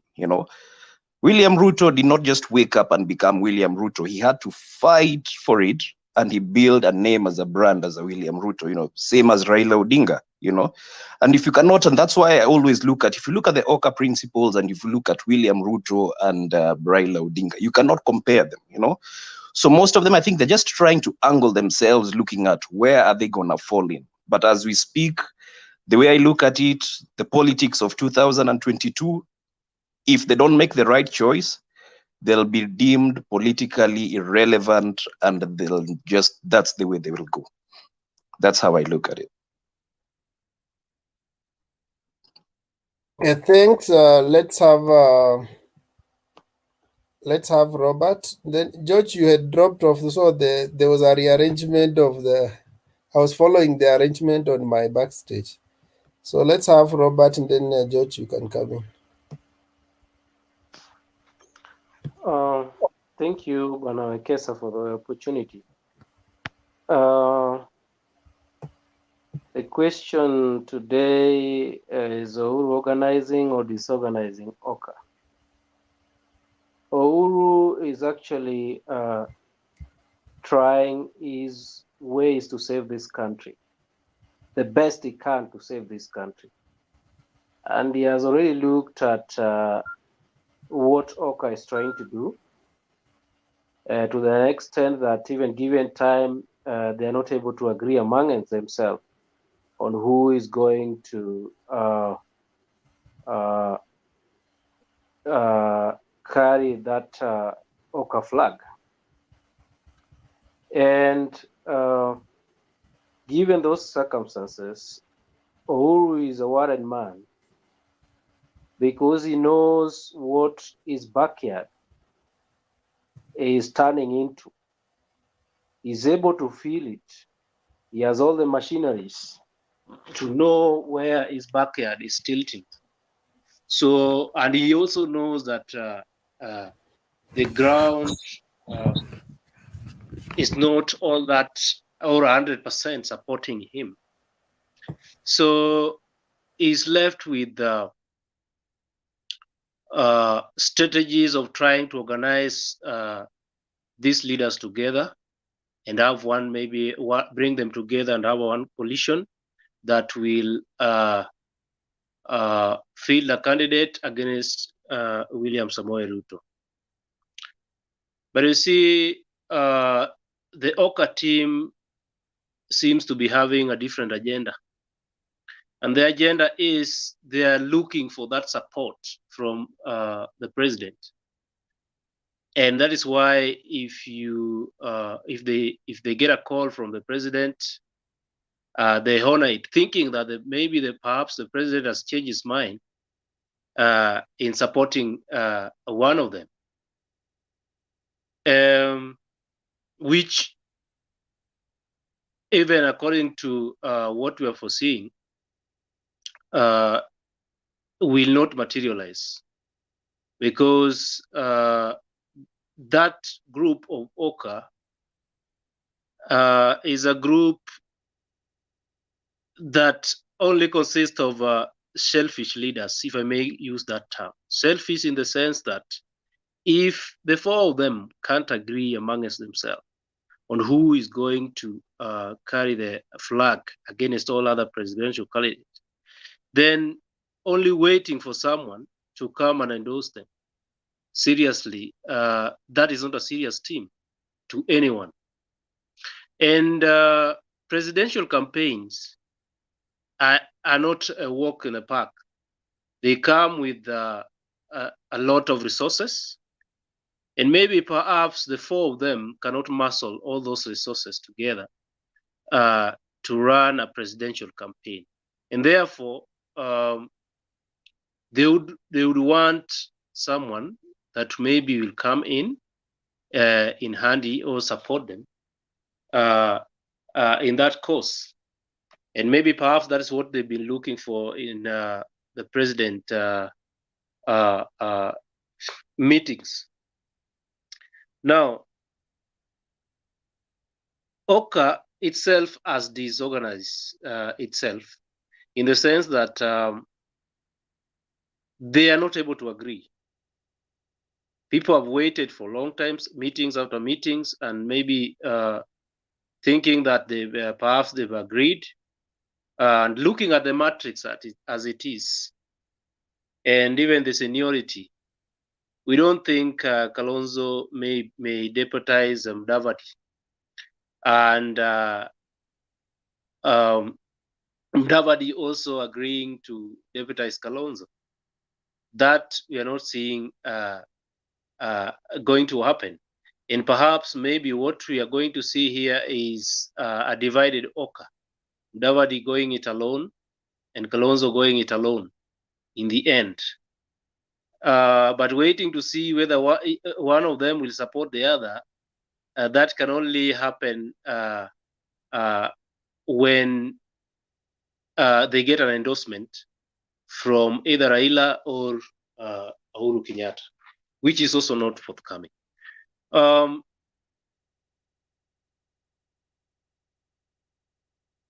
Uhuru Kenyatta is a worried man.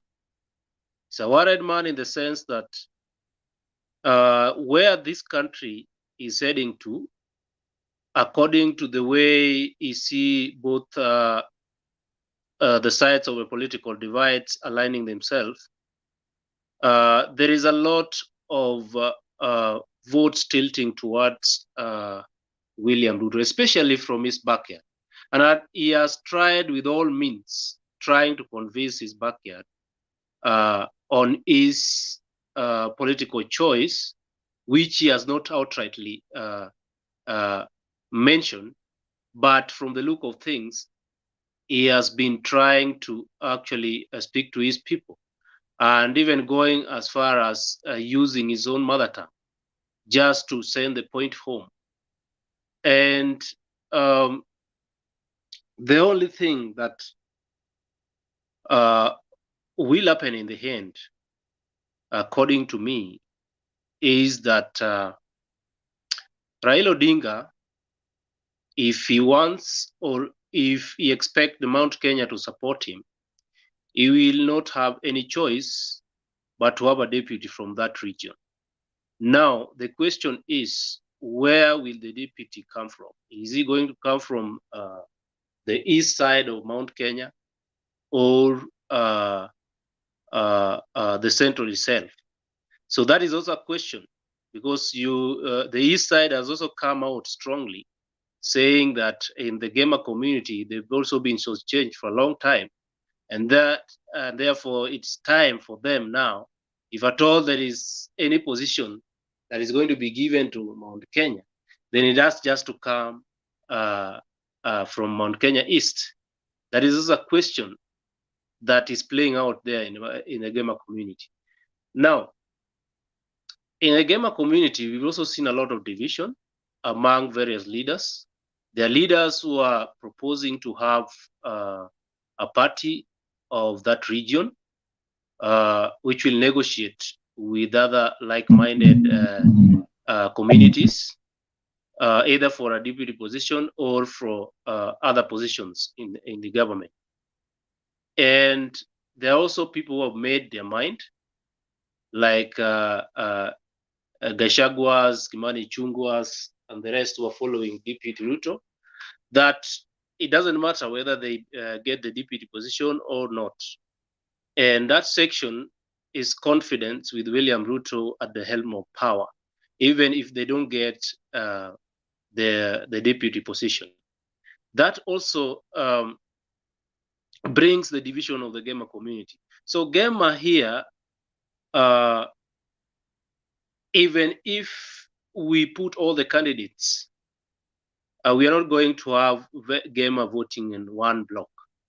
We're going to have a section of people voting for William Ruto, a section of people voting for Mudavadi, and we are also going to have people who will not vote at all. There will be no Turaku and all these kind of slogans that we've had in Mount Kenya when they have their candidate vying for the presidency. So that is very likely to play out. And my conclusion in this matter is that Uhuru Kenyatta is a worried man. In his bid to trying to organize Oka and the rest of the team, is a worried man. And Oka team, based on the scenarios that they've had previously with especially Raila Odinga, they are very reluctant in going that route. And therefore, it's very likely that they will maintain their position to the ballot box. And that brings Raila Odinga's matrix and mathematics in some of those regions that he has been getting overwhelming support, bringing in a bit of, it will involve a lot of strategy for him to regain his support in those areas.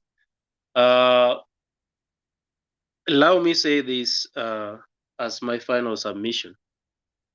Before you conclude, Robert, let me ask Yes. you, why do you think Uhuru is a worried man?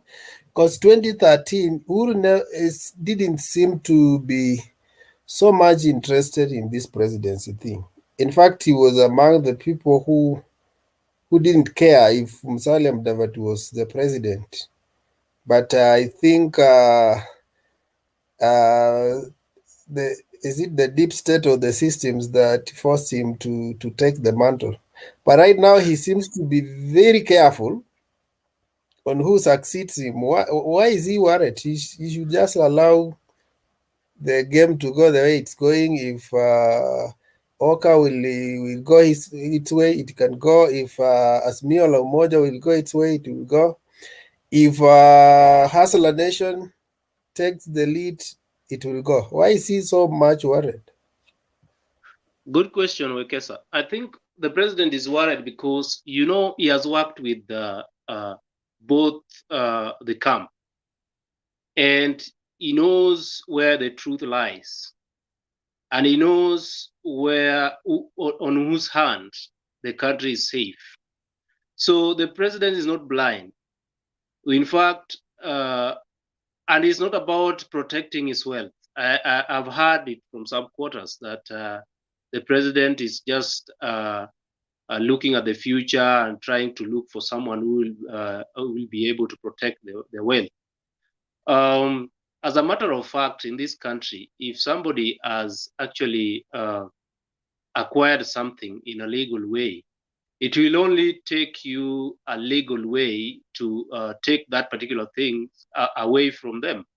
So it is not about the wealth that they muscle, it's not about the family businesses, but is looking forward to leave this country in a more safer hand than what he has experienced with the two camps.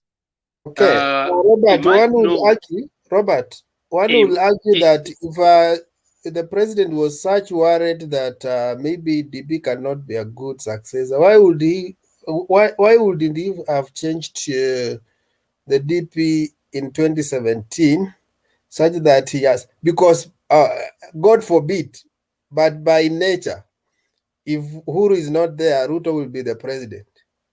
So why was he worried that he's having a deputy who, by chance, if he's not there, the deputy can be a president, so that he would have picked a different running mate 2017, of whom he is comfortable that even if he's not there, he can be the next person. So why did he have to?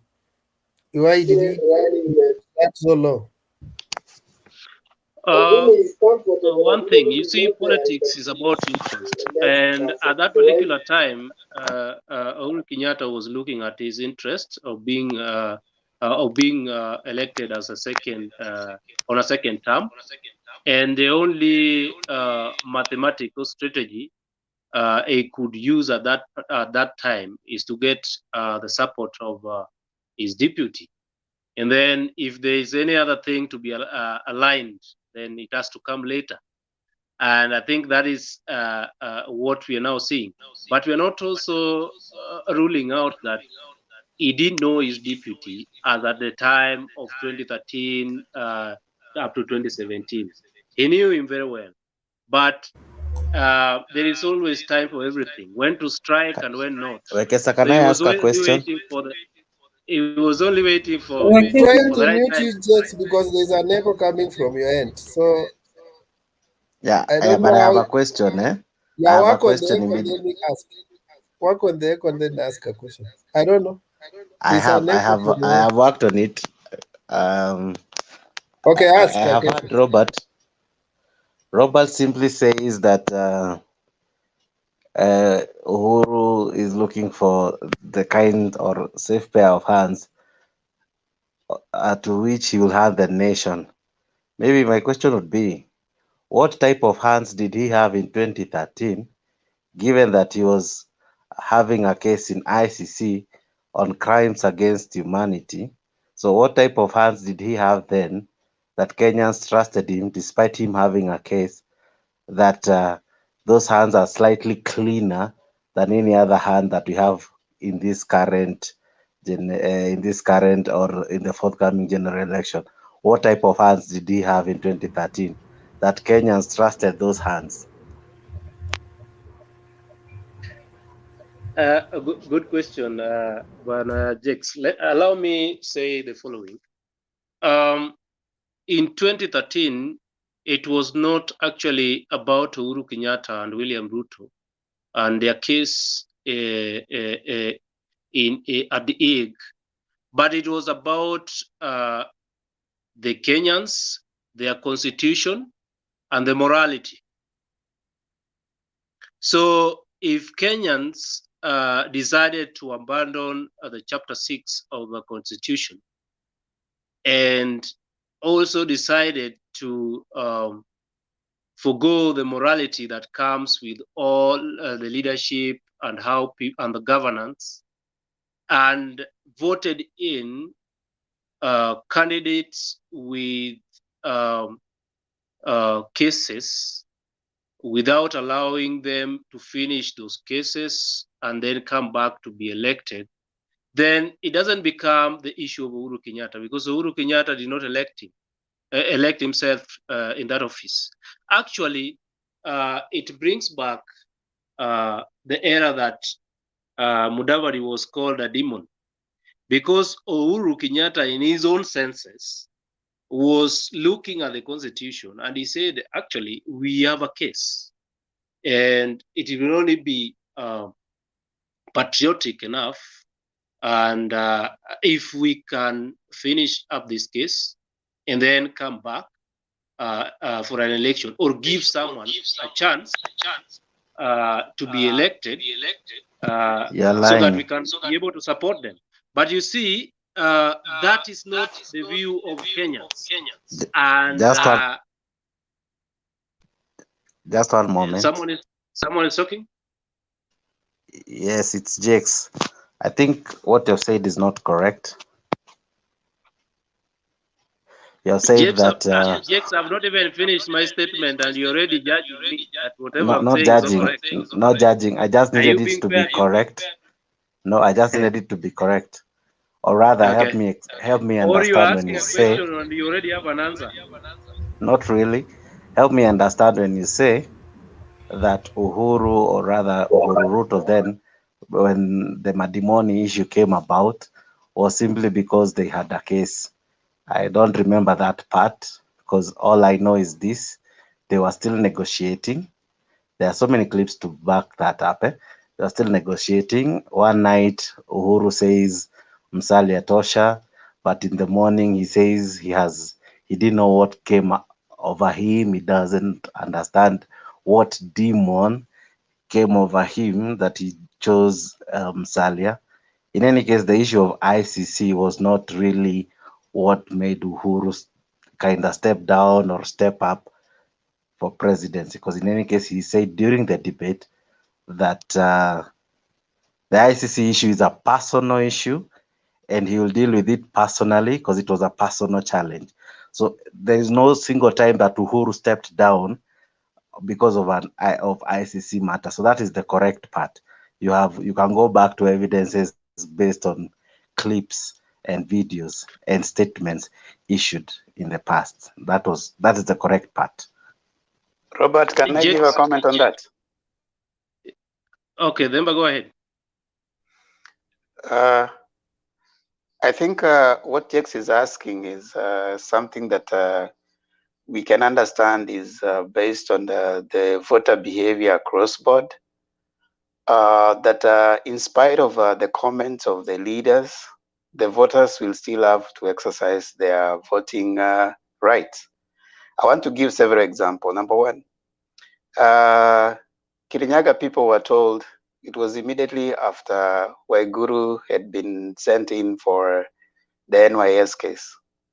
And they were advised that Waiguru is a thief, and if they elect her, there's a chance that the same will be implemented. Yeah. Remember, maybe as you comment on that, you can wrap up with your submission. The next person is Jex. I'm coming back. You can do your submission, then you give Jex.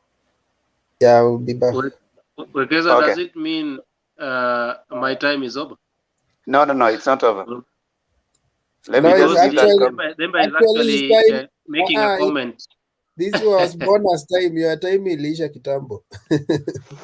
Okay, so as I was saying, the Kirinyaga people were advised against voting for Waiguru, but even then, they went ahead and voted her in.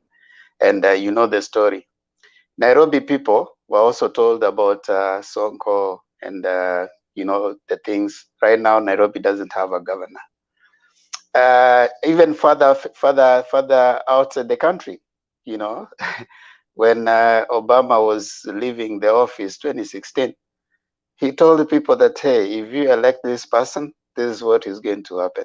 But still they voted for Trump. So we cannot,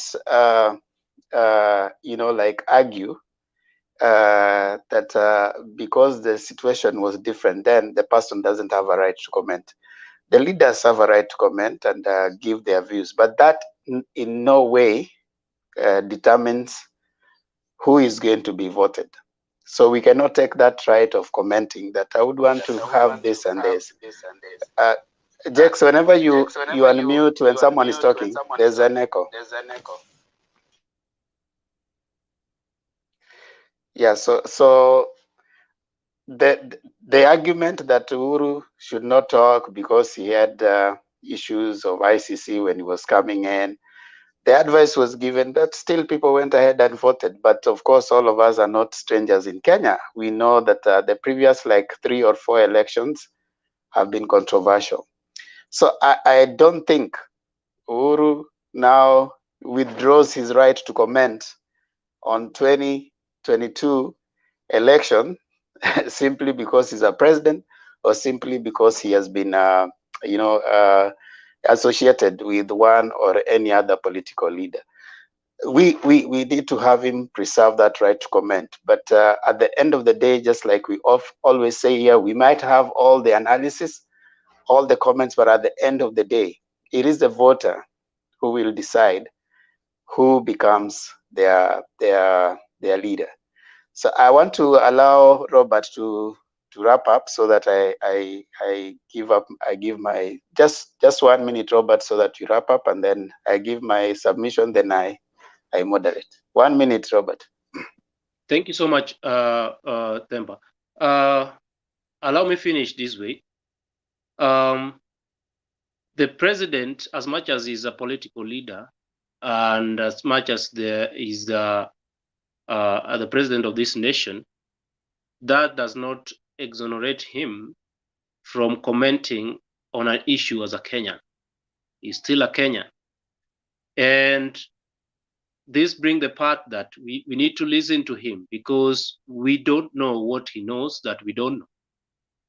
Because as the leader of this country, he has got much information about this country that might not be at our disposal. So whenever he speaks out, we need to listen to him. Whether you support him, whether you don't support him, you need to listen to what he's saying and make your point out of what he tells you. And I'm not saying that he might be right or he may be wrong, because he's also a human being.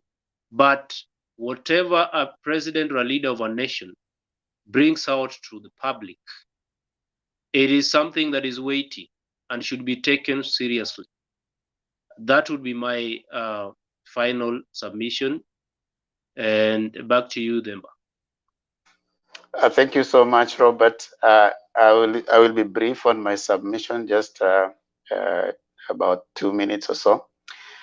On the Oka thing, I think, is Uhuru organizing or disorganizing them? I think the interest of Uhuru is that there would be a legacy that he wants to create. I'm just thinking, so it's just for the sake of analysis.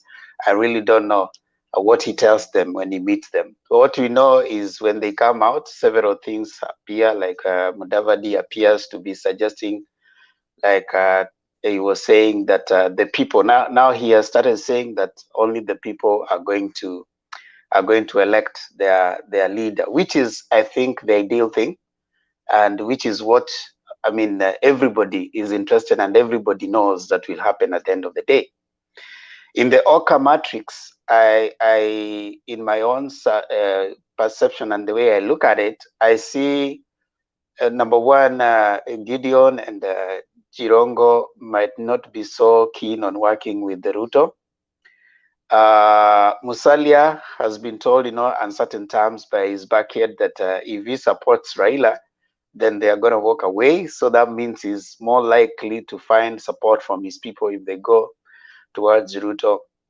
The Kalonzo is Ishish, is somewhere in between, in my view, so as Wetangula. So in the event that Oka crumbles, most likely, like someone said, Mudavadi is likely to join Ruto for whatever position that is going to be given. Because I don't think Ruto is keen on negotiating with anyone, especially on position of deputy president. He has said in no uncertain terms that UDA is already organized and is already done. And most of his people have suggested to that extent. So I don't think he's willing to have any other negotiation with other people. The other people will be coming in, will be joining in just to support, not necessarily to negotiate with him on any other position. So that is my thought as of now. Best case scenario that I would want to see, I would want to see a situation where, okay, guys, just move on straight to the ballot, like they are deciding. Ruto moves on to the ballot, and then, of course, Raila moves on to the ballot. Then whatever happens, I mean, if, like we are saying, calculations and matrix work, let the best team that's going to come out, even if we don't get a 50+1 in the first round, let us have a rerun. And maybe that time they will have already proved whether they are popular or not. Right now, Raila is saying that ODM being the strong party, and of course having several governors across board, they are strong. Right now, also, we have Ruto is saying he has 150 MPs on his side and stuff. So everybody is claiming strength. So if we would have, there's never a period of election that all of them have been tested to know their strength.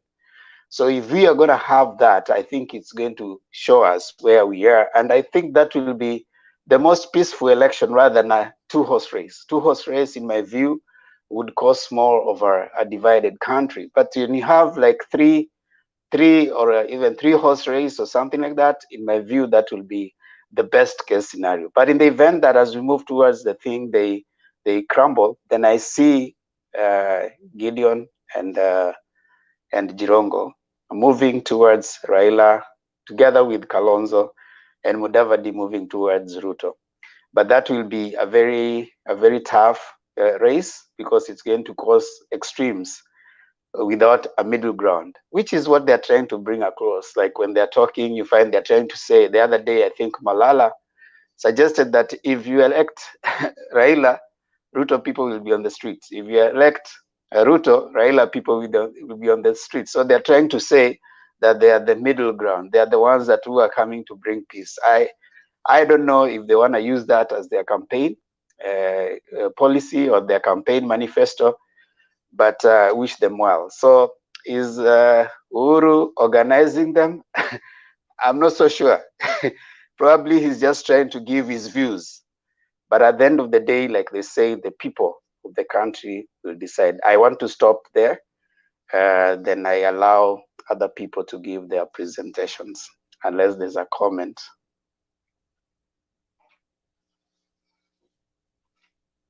Okay, no question, no comment, that's okay. So I want to bring in Jex. Jex, please. 3 minutes, Jex. We are many. So we want to reduce Okay, I'll make it brief. Yeah, just make it 3 minutes. Hold on. I'll cut you off as soon as 3 minutes is over. Okay. Can I now be the last one? What are you saying? I'm willing to be bypassed then. Okay, fine. Then you can mute. The next person was Inawezekana. Inawezekana, 3 minutes.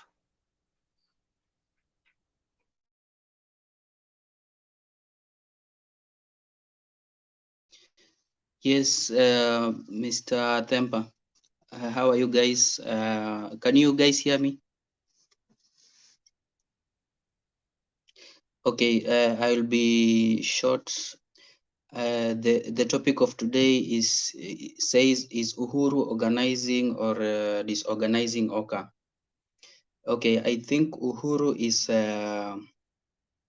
is trying to is disorganizing Oka, because these guys, I think it was their brainchild. They decided to come together, even though each and every one of them, they had their own interests. They, as we have seen from the past few months, they wanted to, each and everyone, they wanted to be president. So they chose, they wanted to like share their ideas and see who they will support. Each and every one of them will support. But what has come out is that these guys, it feels like they are spies from the two major sides. One from Uhuru Raila, and the other side from Ruto. The side of Ruto is Mudavadi. I think Mudavadi and his people, they are spying in Oka to give information to Ruto, and also on the other side, Gideon Moi. I think he's a spy to the ODM and Jubilee, to the Jubilee guys. I think the president wants to talk to them because it is part of his what do we say, after he has finished his term, is part of his thing that he will say he did this after he finishes. I'm forgetting that word. The president, I think the president should continue talking to these guys to at least try to put them together so You that wanted to they. say legacy? Yeah. Thank you, legacy. That word disappeared. it's part of his legacy plan for the president. He wants to put them together so that in the end they can finish the race together. But as it stands out, these guys have already decided, and they are all going to the ballot. I think they are just wasting time having meetings and meetings. But what I believe is that each and every one, at least three of them or at least two of them will go to the ballot. That is Musalia Mudavadi and Gideon Moi and Kalonzo Musyoka. I believe they will be on the ballot in this first race. And what I can see is that after first round, because this election is going to have 2 rounds. After first round, I think Mudavadi will go to Ruto's side. That is what I believe. Mudavadi will go to Ruto's side. After the meetings, the one they had in Coast, Mudavadi was bitter with Raila, and Raila was also bitter with Mudavadi. So I don't think these two guys are going to work together. And Malala has shown some signs that he's going to support Mr. Ruto. But again, I will say that Mudavadi does not have any political base in Western Province. Even if he goes to Ruto's side, I don't think he has any political base in Western Province. Like in Busia, you can see the way Ruto's motorcade was, what they did to him. It was unfortunate, but that was a big statement that the people of Busia showed. So even if Mudavadi goes to Ruto's side, I don't think that one will. Yes. Yeah, time. Okay, I'm finishing up. I wanted to put my last point in that the Mount Kenya people, there was this guy from Central who was on this panel like 30 minutes ago. He was saying that now the conversation that they are having is what the candidate is going to bring to them.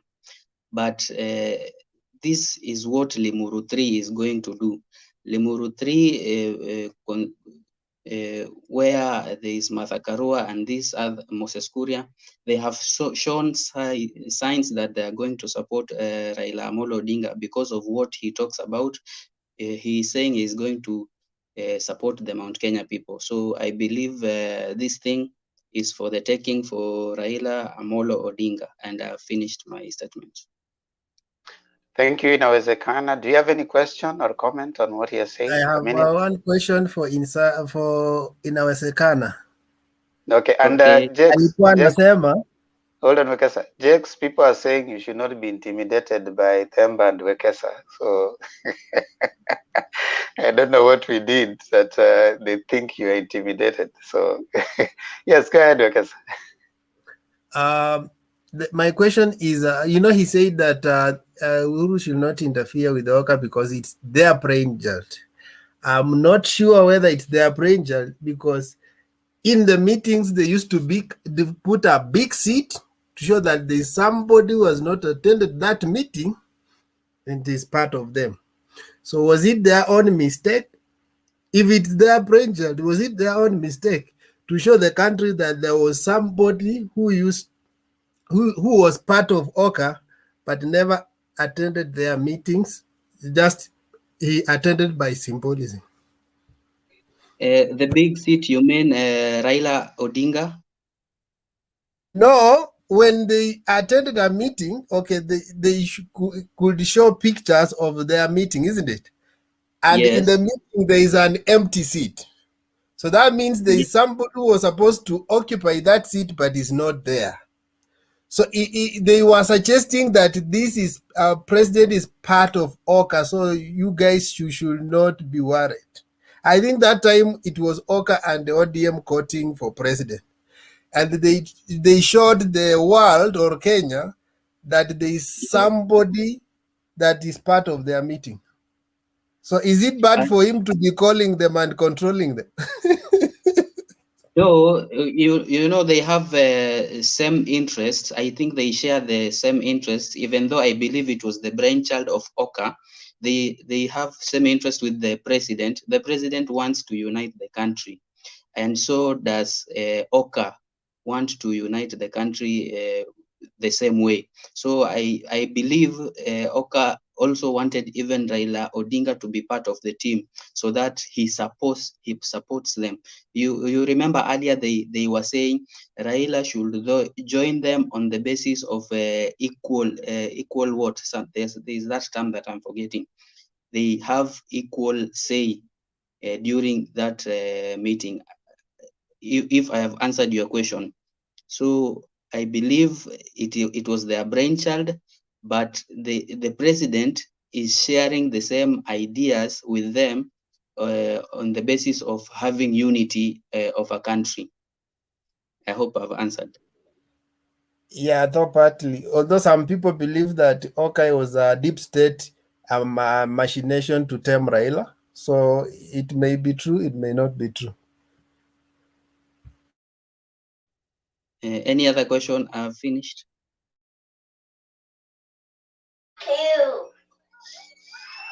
Okay, thank you, Inawezekana. Thank you, Ekesa, for that. Now I want to go to Ndeto. Ndeto, 3 minutes. Okay, thank you so much, and good evening and good morning, all of you. So it has been some time, and I'm really grateful to be in this platform. Even those who are following us through the messages and such, I've seen some guys also welcoming me. There is Wilson, there is Dirango. I'm happy to see that I'm also representing a good number of people. So on what the topic of today is, I think the Uhuru factor is there to dismantle a lot of things about Raila Odinga. The reason being, every day Uhuru is giving some statements. In a way, he is giving UDA a topic to discuss. For instance, what he said the other day in Kiambu, I've seen the whole of this weekend, UDA brigade have been attacking the president and also criticizing what he said. Because I do not imagine like Uhuru Kenyatta is presiding over a government that is full of corruption. He is the one who should even influence the relevant bodies to go direct and bring those people whom he imagine or he think they are thieves into account.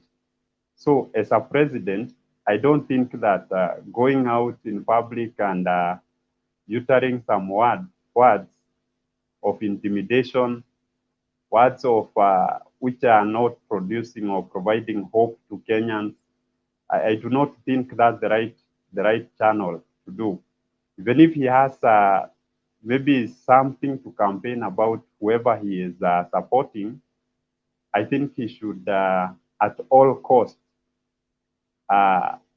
refuse or maybe avoid taking that direction. One thing I will maybe derive about the Oka thing. These people are, in a way, they are strategized to be where they are. You remember in the previous past, these are the people who have been supporting Baba. And if maybe this time round, they divide the energy or they fail to support Baba, they opt for William Samoei Ruto. In a way, what Baba has been telling Kenyans, that he has block votes in some like Western region, in Nyanza, in Ukambani. I think it will be so unfortunate. You know, the block votes of Laira, he has tried and he has never won elections. So if where he has been gathering votes from is divided, you can really tell who is likely to take the presidency. For Ruto, one thing I've liked with him is the kind of energy he has. Look at the guys following him. They are so energetic, very young people, people who are focused, people who are telling Kenyans the truth. What Kenyans would like to hear is how the status of our economy is. It is not like who is a thief, who is not.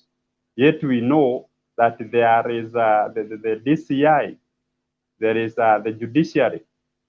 In fact, the injustices, whether political, economic, human rights, whatever it is, if anyone is found culpable, I think they should be held accountable by the relevant bodies. So let no one come out and tell us that he is not going to leave his legacy to a thief. You know, sometimes I wonder if the president knows that whoever he is referring to is a thief, why does he not incite the relevant bodies to detain this person? The other day I saw, just because Anne Waiguru defected Jubilee and joined UDA, that's the time we see critical investigation, and she is even detained. You know, I think this culture of it's a childish politics, because you cannot tell me that when Waiguru was in Jubilee, they did not know that she is corrupt. But now that she has come out, she is now corrupt. That is intimidation. I think there needs to be maturity in our political space, especially party politics. Let everyone feel in a democratic nation. We are not here to be intimidated. We are Kenyan, and we should provide all that we think is better for the common good of our people. There are very many people who do not even know the English we talk, but they would like to know every nitty-gritty that happens in our government. And, you know, if the only way you can go is like to cocoon the statement you like your people to get is to talk through local dialect. Don't think that other Kenyans are such fool. There are very many channels to decode this. So let also the president address the nation. Let us see a president who is there, who is a neutral person. Let him not give us direction. Yes, as I conclude. Yes, Demba. Yes. I appreciate your submission. Would you address yourself to organizing or disorganizing Oka? You have spoken well, and on the issue that we have really talked about in this channel for a long time. Would probably like to change and take the debate higher now, from coming to like dressing down the president. Can you just talk about whether he's organizing or disorganizing Oka?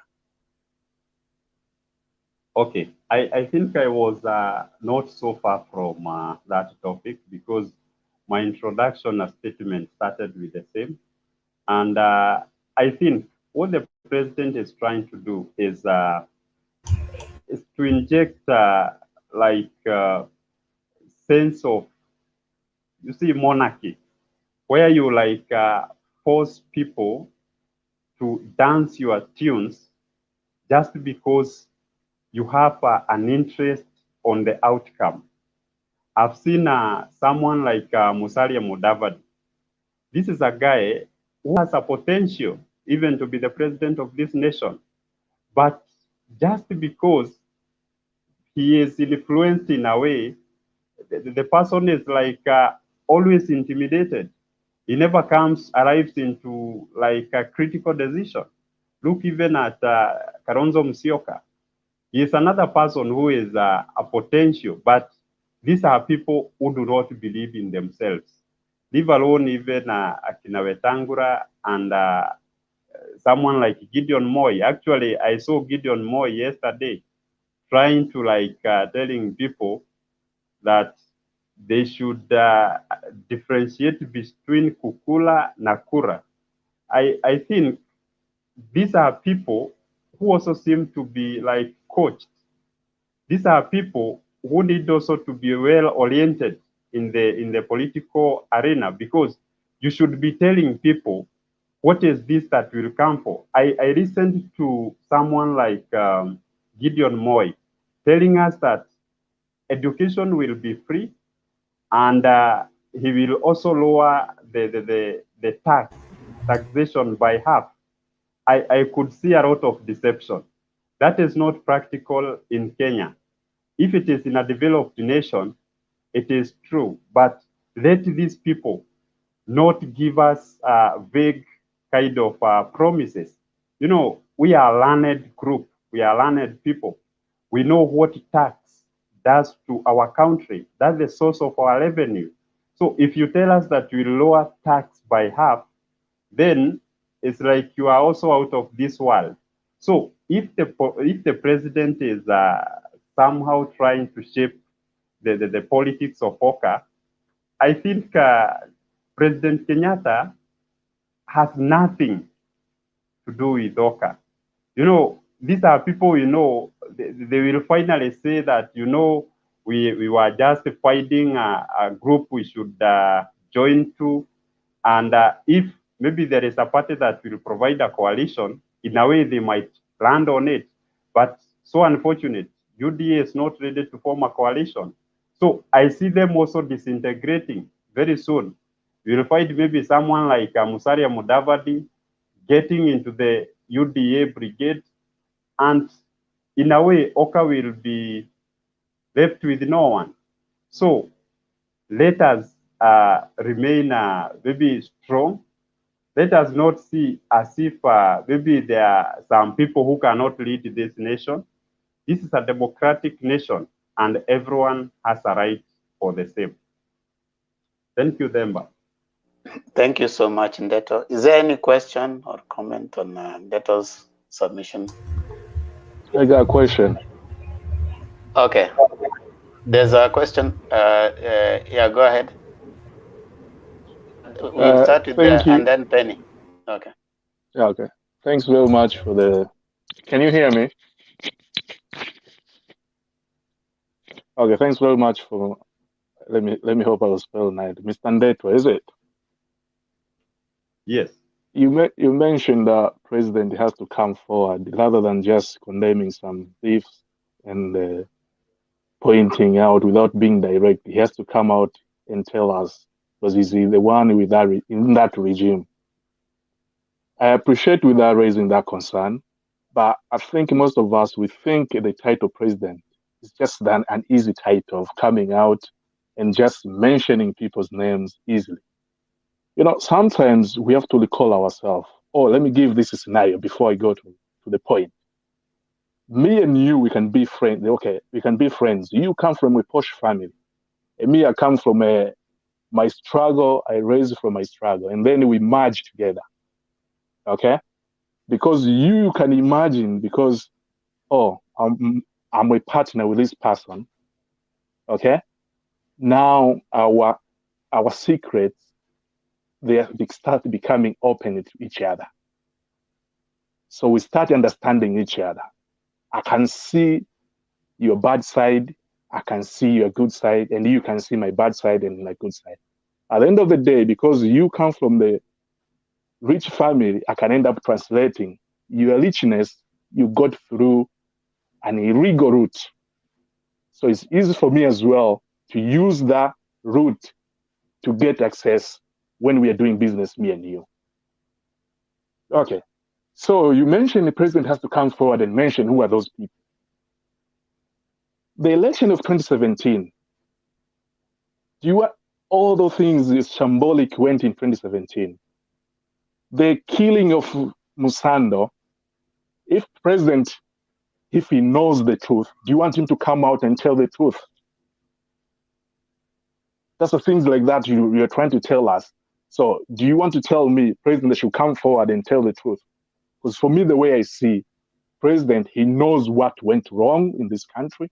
He's trying to stand forward and to make sure this country has to remain united. Though he managed to go with someone as a partner, but there's something wrong. So my question is, do you want to tell us the president has to stand up and tell us, okay, things went wrong when Musando's death, it was 1, 2, 3, 4. I'm not a Kenyan, Okay. but I can tell you, I'm from TZ, but I can tell you, I know what you guys, what is on behind of your heads. Okay. Thank you, 2017. RMJ. Thank you, Okay. RMJ. Yeah. Ndeto, you can note that so that you'll respond to all of them together. Penny, go ahead. Yeah, there's a Ndeto mentioned about Ndeto, Waiguru. hold on, Penny. Ndeto, do you want to mute? Ndeto, mute so that we don't have the Okay. echo here. Ndeto mentioned about Waiguru being intimidated once she declared her whatever. She declared her joining UDA, that she's being demonized, she's being harassed and intimidated.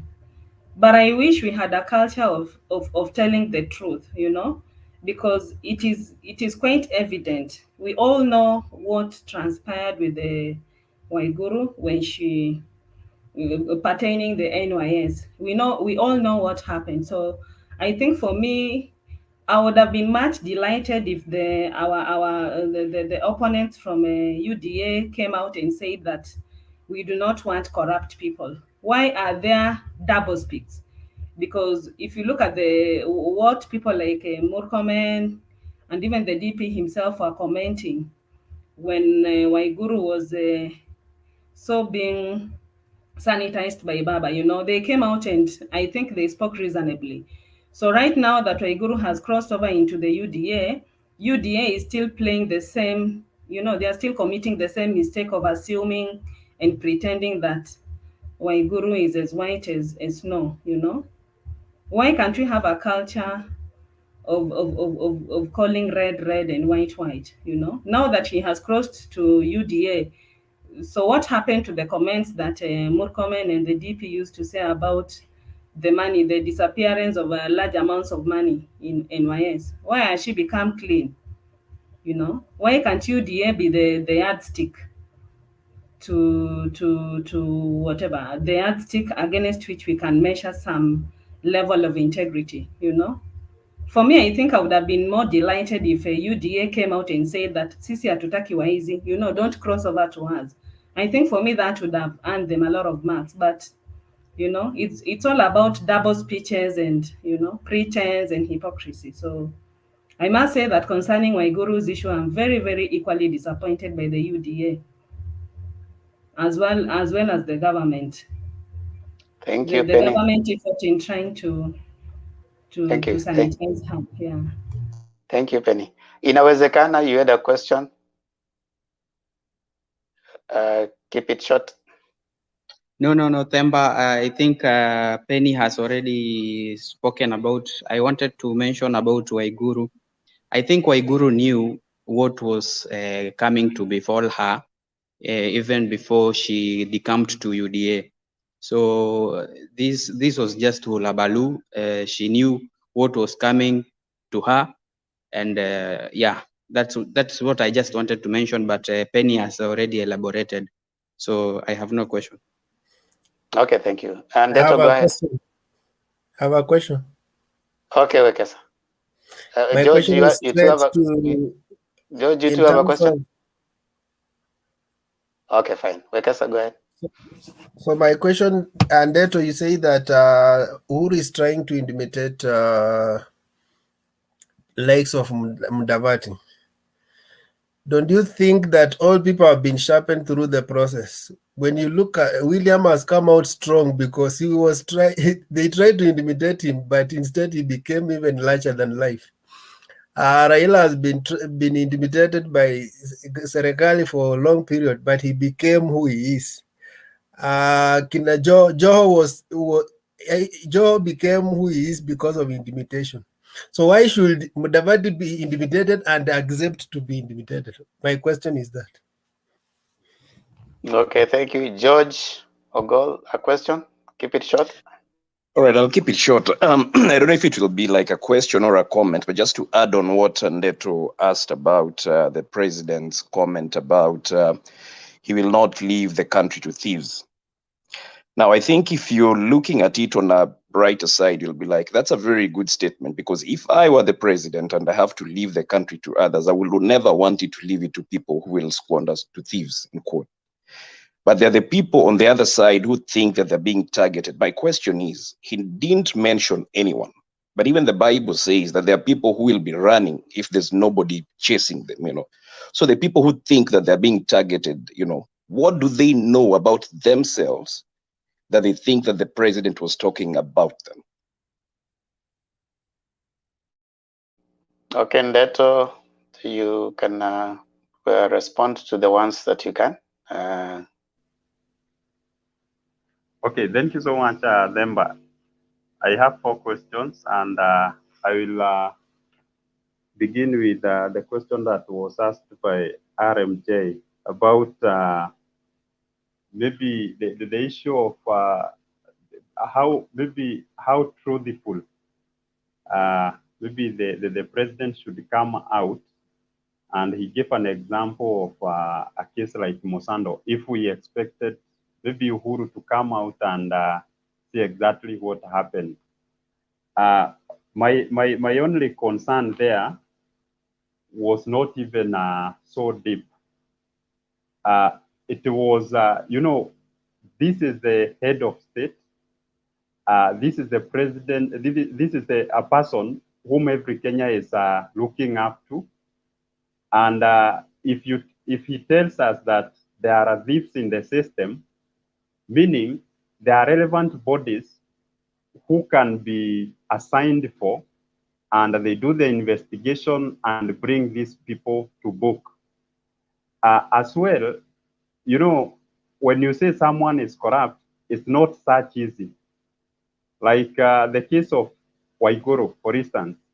The other day, we saw the MCAs of Kirinyaga bringing Waiguru to the court that on cases of accountability, she had failed. But you know what happened? After all, she was defended, and she was brought back to office. And that is the state that did that. Why now that she has come out of Jubilee, that now she is a thief? You know, these are the things that are making me to be curious, just as other Kenyans. It is not that Uhuru might be wrong or what, but if he really know that there are people who are thieves, and he is the president in power, let him utilize that power and tell us who are these people squandering this 2 billion. He tells us that is being lost every day. The other question is about also Governor Waiguru, as it was asked by Penny. You know, Penny, one thing I will tell you is this, that during NYS CADO, we know whom Waiguru was working together with. Yeah, and that is what I was saying that, let me interrupt you, Kidogo. What I'm saying is that whatever happened concerning Waiguru, that was a wrong move. Whether it was the deep state, whether it was Raila or whoever, that was wrong. So what I expected is that the UDA team should have also come out clearly and said, this is someone who was implicated in theft, so we do not want to associate with such a person. In turn, UDA is now sanitizing her the same way the deep state and Raila and whoever, you know, 2 wrongs don't make a right. Why couldn't the UDA team make a difference by stating that Waiguru is this and this, and we do not wish to associate ourselves with such a personality? And that I was not supporting the fact. I was not supporting what her whatever. I was not supporting her defense by the state and all that. What I'm just failing to understand is that why are you even complaining when she's being prosecuted and it is in the public domain that she's a thief? You know, why can't we say? Why can't we call the spade a spade? Okay, Penny. Let Ndeto. You know, Penny, let me help you understand that I got a very good memory. And the time you ask me a question, I really understand that question in depth. on a lighter note, because you have just repeated what you explained. So my point was that we have seen Waiguru in the first Jubilee government, where she was a minister. Then we have also seen Waiguru as a governor. And Waiguru was on the side of Jubilee. And also she was working together closely with President Uhuru Kenyatta. And she has been caught in a number of allegations, like the NYS scandal, also the issue of when she was a governor, in a way her accountability was put into question. But all this time, we saw Waiguru being defended. Then I'm just asking, as a very neutral person, because now it's like the courts proved Waiguru not guilty, because by just leaving that case of when she was a governor and also when she was in the NYS, it's like she was rendered clean. So at this time, why is it that it is we Kenyans who are bothered to say that Waiguru is a thief, and yet she was passed through the judicial system and they rendered her clean? She is not she does not have any case to answer.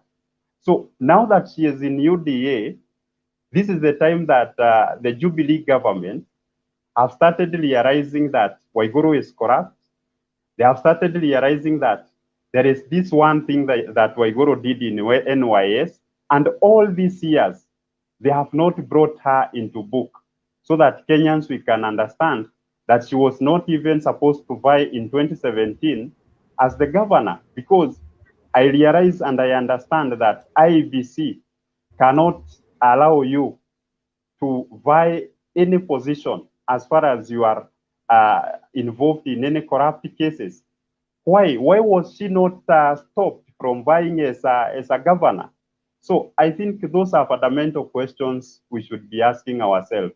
Not that it is too late, she is already in UDA, and this is the time we are saying UDA is allowing only corrupt people. I think that's very, very wrong and misleading. On the third question about, Wekesa has just asked a question, why I think Mudavadi is intimidated. For one, you know that Western region has been Baba's place. And, you know, the other day when there was a by-election about the Bonchari, the Bonchari constituency, we saw the person who led was an ODM person and had 80,000 plus votes. Jubilee was following with 7,000 plus votes, and also UDA with 5,000 plus votes. That means that place you cannot say it is anyone's stronghold. It's like a swing vote. And now there are two horses. You know, they told Musalia, it's either you join UDA or we leave you. So in a way you can tell which direction these people want Musalia even to go. But look, who is Uhuru's choice president? You know, that's where the forces now are trying like to bring some friction.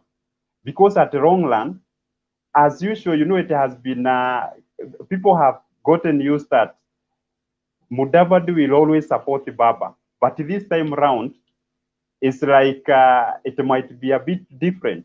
So, and that's why we see, did you get my question? As if there are some. Yes, Wekesa. My question was very simple. Wekesa. Is he? Yes. It's okay. Let him just. I think we will come back. Leto has been on the floor for a while, so let him just finalize his prosecution. Maybe they'll go to the last question and Leto you respond so that we move on to someone else. Okay. So the last question is, maybe when President said that he will not leave his legacy to a thief, he never mentioned anyone. But I think we have seen whom the president is supporting, who is Baba. We have seen the kind of politics he has been playing around. He has been talking about this wherever he goes. And, you know, we have also seen the followers, even guys from Mount Kenya, even akina guys like Kanini, guys like Commander. We have seen the followers whom they have been referring to as a thief. So if the president comes out and mentions something like that, we know who he is directing to. And let me tell you this, you know, as a president, at the moment, if he has a legacy for sure to defend, you know, the other day I listened to Dede Nyoro and Maore at Citizen JKL, and I could see through figures how Uhuru's government has really deflated the economy of this nation through borrowing, and out of this borrowing, it is coming with empty success because a lot of money is ending up in the pockets of maybe these political leaders or other holes. So we need to understand if there is surely a legacy to compare between Kibaki's and Uhuru government. What is this we can compare? Kibaki left our country when we had a very small loan, which was, I think, 1.8 trillion. Right now, we are talking about 11.8 trillion, meaning Kibaki developed or brought development in this nation using maybe local borrowing and also local investment against Uhuru, who has borrowed so much to try and bring the roads he is talking about, and that where is the investment part of the Uhuru government, so that we know after this money has come from here, and this is the far we have gone. So he may be claiming that he has a legacy, but I'm also waiting to see maybe the next president, he or she will inherit this government with a loan backlog of how much. That's another area he is supposed to tell us. So thank you so much for your questions. Thank you, Deto. Thank you, Deto. So your final part, I find it contradictory based on UDA's presidential candidate submission at Mashujaa Day. He went ahead and said that when they come to power, they will protect the legacy of the president. So there's a legacy that, also the UDA president has articulated some of the achievements that he's riding on right now as he campaigns. He's running away from the failures, but he's articulating the achievements. But having said that, I think the president has a constitutional right to express his views on what he thinks the country should be. Just like even someone who has been caught stealing has a constitutional right to express their views. So the Constitution allows them that. So as they are practicing that, we need also to not to like it when the Constitution is working for us, but like it when it is not working for someone else. In the same vein, I think we should balance it out. I want to bring in David. David, 3 minutes. Thank you, Chair, for the chance. I want straight away to divulge into the topic and give my opinion as follows, that Uhuru, in my opinion, that is President Uhuru, I'm sorry, is trying to organize Oka, because it said wapangwe wajipange. Why? In my opinion, the president is panicking, and he knows very well that unless he gets a reasonable block of votes to support his preferred candidate, Raila Odinga, he may not really have his choice taken by Kenyans. On the other hand, I want to say that when Oka is when Oka, I'm sorry, is organizing themselves, this one is sending shockwaves to both the two main contenders, the two horses, making them to go to the drawing board. One, as UDA, we are really salivating for that. We are salivating in that if we can have that Western bloc intact and seduce it as a bloc, it's a plus to us. But we cannot just say 100% it is ours. On the other hand, on contrary to that opinion, ODM will be going to the drawing board knowing their bigger share has been hived off. Because as many panelists have indicated before, ODM or Baba, so to say, has enjoyed a huge following from Western part. And an organization that seemed to be having a different opinion is something worthy to send ODM to the drawing board and to a panicking mode, and actually to remind them to end their honeymoon, because the 10 million plus has been said several times. That is the huge chunk of Western. In as much as we may say Western is not united, but a big vote for Baba has been from Western. Thirdly, I want to say that ODM is also supposed to panic, because sometimes these political leaders, you may not read their minds. Suppose Uhuru realizes that the backyard is protesting, and it protests in the sense that they may not prefer his choice. You know, the Western guys would have had an opportunity to say, okay, we have supported Raila for some time. We have been with him, just like some people said earlier, about an hour and a half ago. So now that the other party is not accepting our idea, we can as well join UDA. So as UDA, we are really salivating. That's what I'm saying. Also wants to know that Musari has been a political student for Raila Amolo Odinga. And for a long time, you have ever seen that when you come to political discussions, you are asked, what do you have on the table? So Musalia could be wishing to consolidate Western with the blessing of the president. So in some extent, in as much as we may wish him away, he's trying to see that suppose we consolidate Western and the things don't work out. Because as we stand now, the race is between Raila and Ruto. That one, in my opinion, is kind of case closed. So it's either you join them or you perish.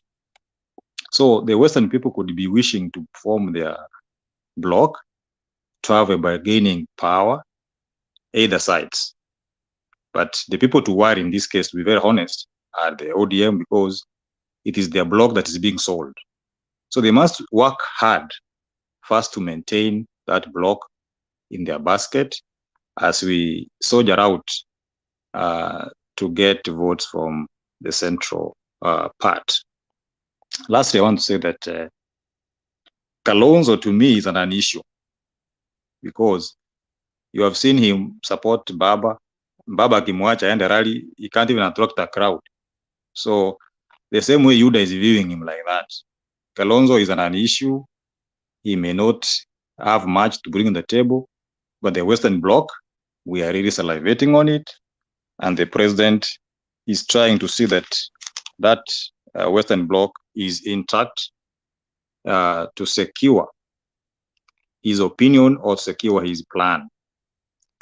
But some schools of thought say that Raila was brought on board by President Uhuru, not because he preferred him or he liked him, but as you are aware, Raila is one of the man who used to say, okay, this one has gone wrong, this one has gone wrong. For Uhuru to be comfortable or rule comfortable, he wanted to tame Raila, but you know, he opened a Pandora's box and is now not able to manage it. He has lost the block from Ruto, and now he can't say, okay, I've given in. No, he has to stand and organize. Okay.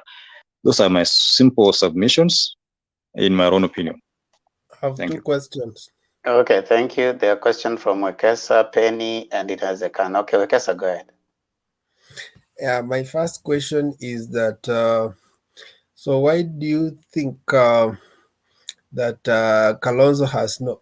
Okay, in fact, the argument is that the only person in Oka who has a base, a political base, is Kalonzo. Kalonzo commands the Kamba votes, but Mudavadi has never commanded Luya votes and has never even shown interest that he wants to galvanize them. So how dare do you say that Kalonzo is an issue? That is one. Then the second one, you've talked about this Uhuru. Uhuru did not intend to make Raila a presidential candidate. He was just. Don't you think it has been a lie that they have been selling to UDA and they bought it? While Uhuru, actually, when they met with Raila, they saw the end from the beginning, and they have been working on their script up to now. But they chose what to tell their opponent, and they bought the lie. And right now they have realized that these people, they thought Raila anachezwa, bado hajachezwa, because the whole script in the other 2018, it has played up to now. Okay, David, I think you'll write that down, and then you'll have an opportunity to respond. Okay, Penny.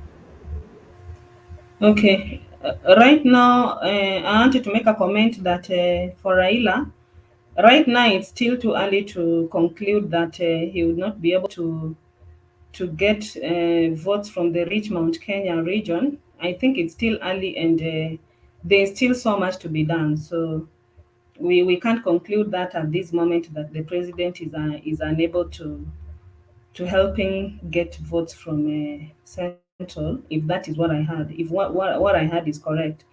And then also in politics, all votes count. And that is why you can see that the president is very keen. Much as Mudavadi might not command a lot of votes in comparison to Kalonzo, but you can't write off these guys. You know, either of them would be a plus to whichever side. So you can't you can't afford to be rather arrogant to them and dismiss them. They still count.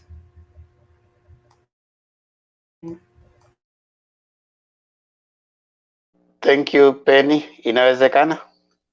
Yeah, I would like to comment.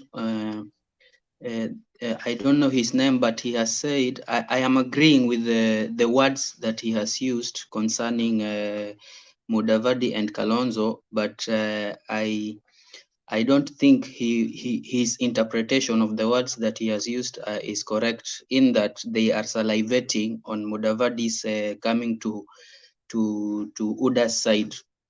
Concerning, like the way Wekesa has said, I think this is the script that that the president and Raila they had made the script earlier, and it is coming into form. They have not gone in any way wrong. I believe Mudavadi will not bring anything to the table. We will not add anything to UDA side, because Raila has a very good command of the Western province votes. About Kalonzo Musyoka, I believe and I know that Kalonzo has a good command of Kamba votes, but also we can see, even if Kalonzo does not join Raila, but I believe he will join Raila, I believe the other leaders from Ukambani, they will also bring in the votes for Raila. So what I was just saying is that you have used, I agree with the words that you have used, but your interpretation was not on point. I'm sorry to say that. Okay, thank you. Go ahead, David, and respond to the ones you can. Oh yeah, let me respond the ones I can. The first one was the Kalonzo issue. You know, over time you have seen Kalonzo support Raila, but when he gives him chance to go on his own, that one is an open secret. He doesn't do much. Even in his Laris, internet does not lie. And even the way he's being treated by this other side, They know that Kalonzo's vote is only in Ukambani, and that is it, and not 100%, so to say. But the Western Bloc is bigger, and Kalonzo has been on his own for some time, that he has the Kamba on his own, but the Western region has been with the Baba 100%. That's what my interpretation. So when we are eating into your ground, you have a reason to worry. Just like you are number one, and someone number two is gaining points as you do exams, you start worrying. In number one, I'm worried because this person can bypass me. David, I think you are we wrong. are saying, sorry? Western has never been 100% on anybody's side, let me finish, including the days of Moi. Even when Moi never campaigned in Western, the minimum Moi could get was 12,000 votes, even when he has not stepped there to campaign. So Western has never been on one side. Okay, so why don't you allow me to finish? Because when you interject, you confuse me. But you are lying us. You are using unpalatable terms, which send some of us off. It's okay, David, finish. I'm saying the bigger block of Western, close to 100%, let me make it clear to you, was Baba's votes.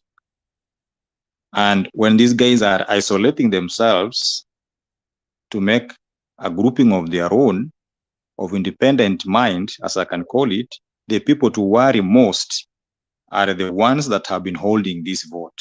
That's what I said from the beginning. And when you are there, it means, therefore, we can negotiate. That's why I use the term salivating. We can negotiate with you as the Yuda people. Now that we have hived it from the ODM, we are weakening ODM in one point. That's what I was looking at it. And remember, this is my personal opinion. But Kalonzo, with his few 15 members of blah, blah, you know them, they can go either way. They have supported Raila, and they can as well support anybody else.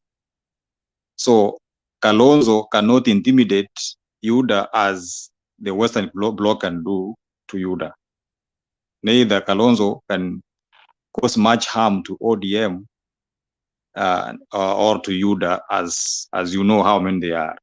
So that is my opinion. Two, you're asking about Rao being included in government as a way of taming him is a lie. It may be a lie or may not be a lie. But I want you to see the way Central people reacted towards the president's choice of things. The president, in my opinion, he must have assumed that if I bring Raila on board, my people will say yes, my people will agree with me and follow me. Let me tame this guy so that we can do what we want to do as government. But not knowing his advent into the house would cause rebellion, which you are also seeing, because you are seeing the Central people going against the president and the candidates of the by-elections in Central against the president's will. You don't need to be told much that those people are protesting. But the question is, Raila had zero support in Central. So by taming him, he has got, and right now he's at 28%. So have you done any harm to him, or you have helped him? If at all I have to use your script of taming. Now he had 0% of support in Central. Right now he has a very big chunk in Central. So what the script of taming in Amsaidian? I think you are not understanding me. You are already jumped into protesting before understanding me. It's not a process. I'm asking you to saying the school of Kesa learn to listen. That's you are killing debate from where I'm standing. I'm saying the initial point of the president was to tame Raila because he was complaining about his government concerning the things they're going about, the corruption, the runaway borrowing. You are aware of that. Now the president having brought him on board with the mind. Depending on the outcome, it was a flat lie from UDA. Now you see it doesn't work. It doesn't sell. That he's the moderator. Can you protect I'm not the moderator. Moderator is Ndema. Okay. Let David finish. David, I'm saying There is a school of thought that Raila was to be tamed so that he cannot continue criticizing the government on the runaway corruption, on the runaway borrowing, and the mismanagement. But when he was brought on board, it turned against the president. His own house rebelled. His own deputy rebelled. Against his wish, now he wants to die with that. So that's why he's trying to organize Oka. That's where I'm coming from, Wekesa. So don't send me out And of my I'm saying it's not making sense. So You know, it can be It's okay, Wekesa. It doesn't It's make okay. sense. Wekesa and Penny, can you guys allow David to finish? So If It's the okay. timing can make It's Raila okay, Ghana Penny. 15%. Penny. having not worked. Penny, it's okay. Thank you, You guys Themba. allow David to finish. David. Thank you, Themba, for protecting me. Now Raila is in the house. Plan A didn't work.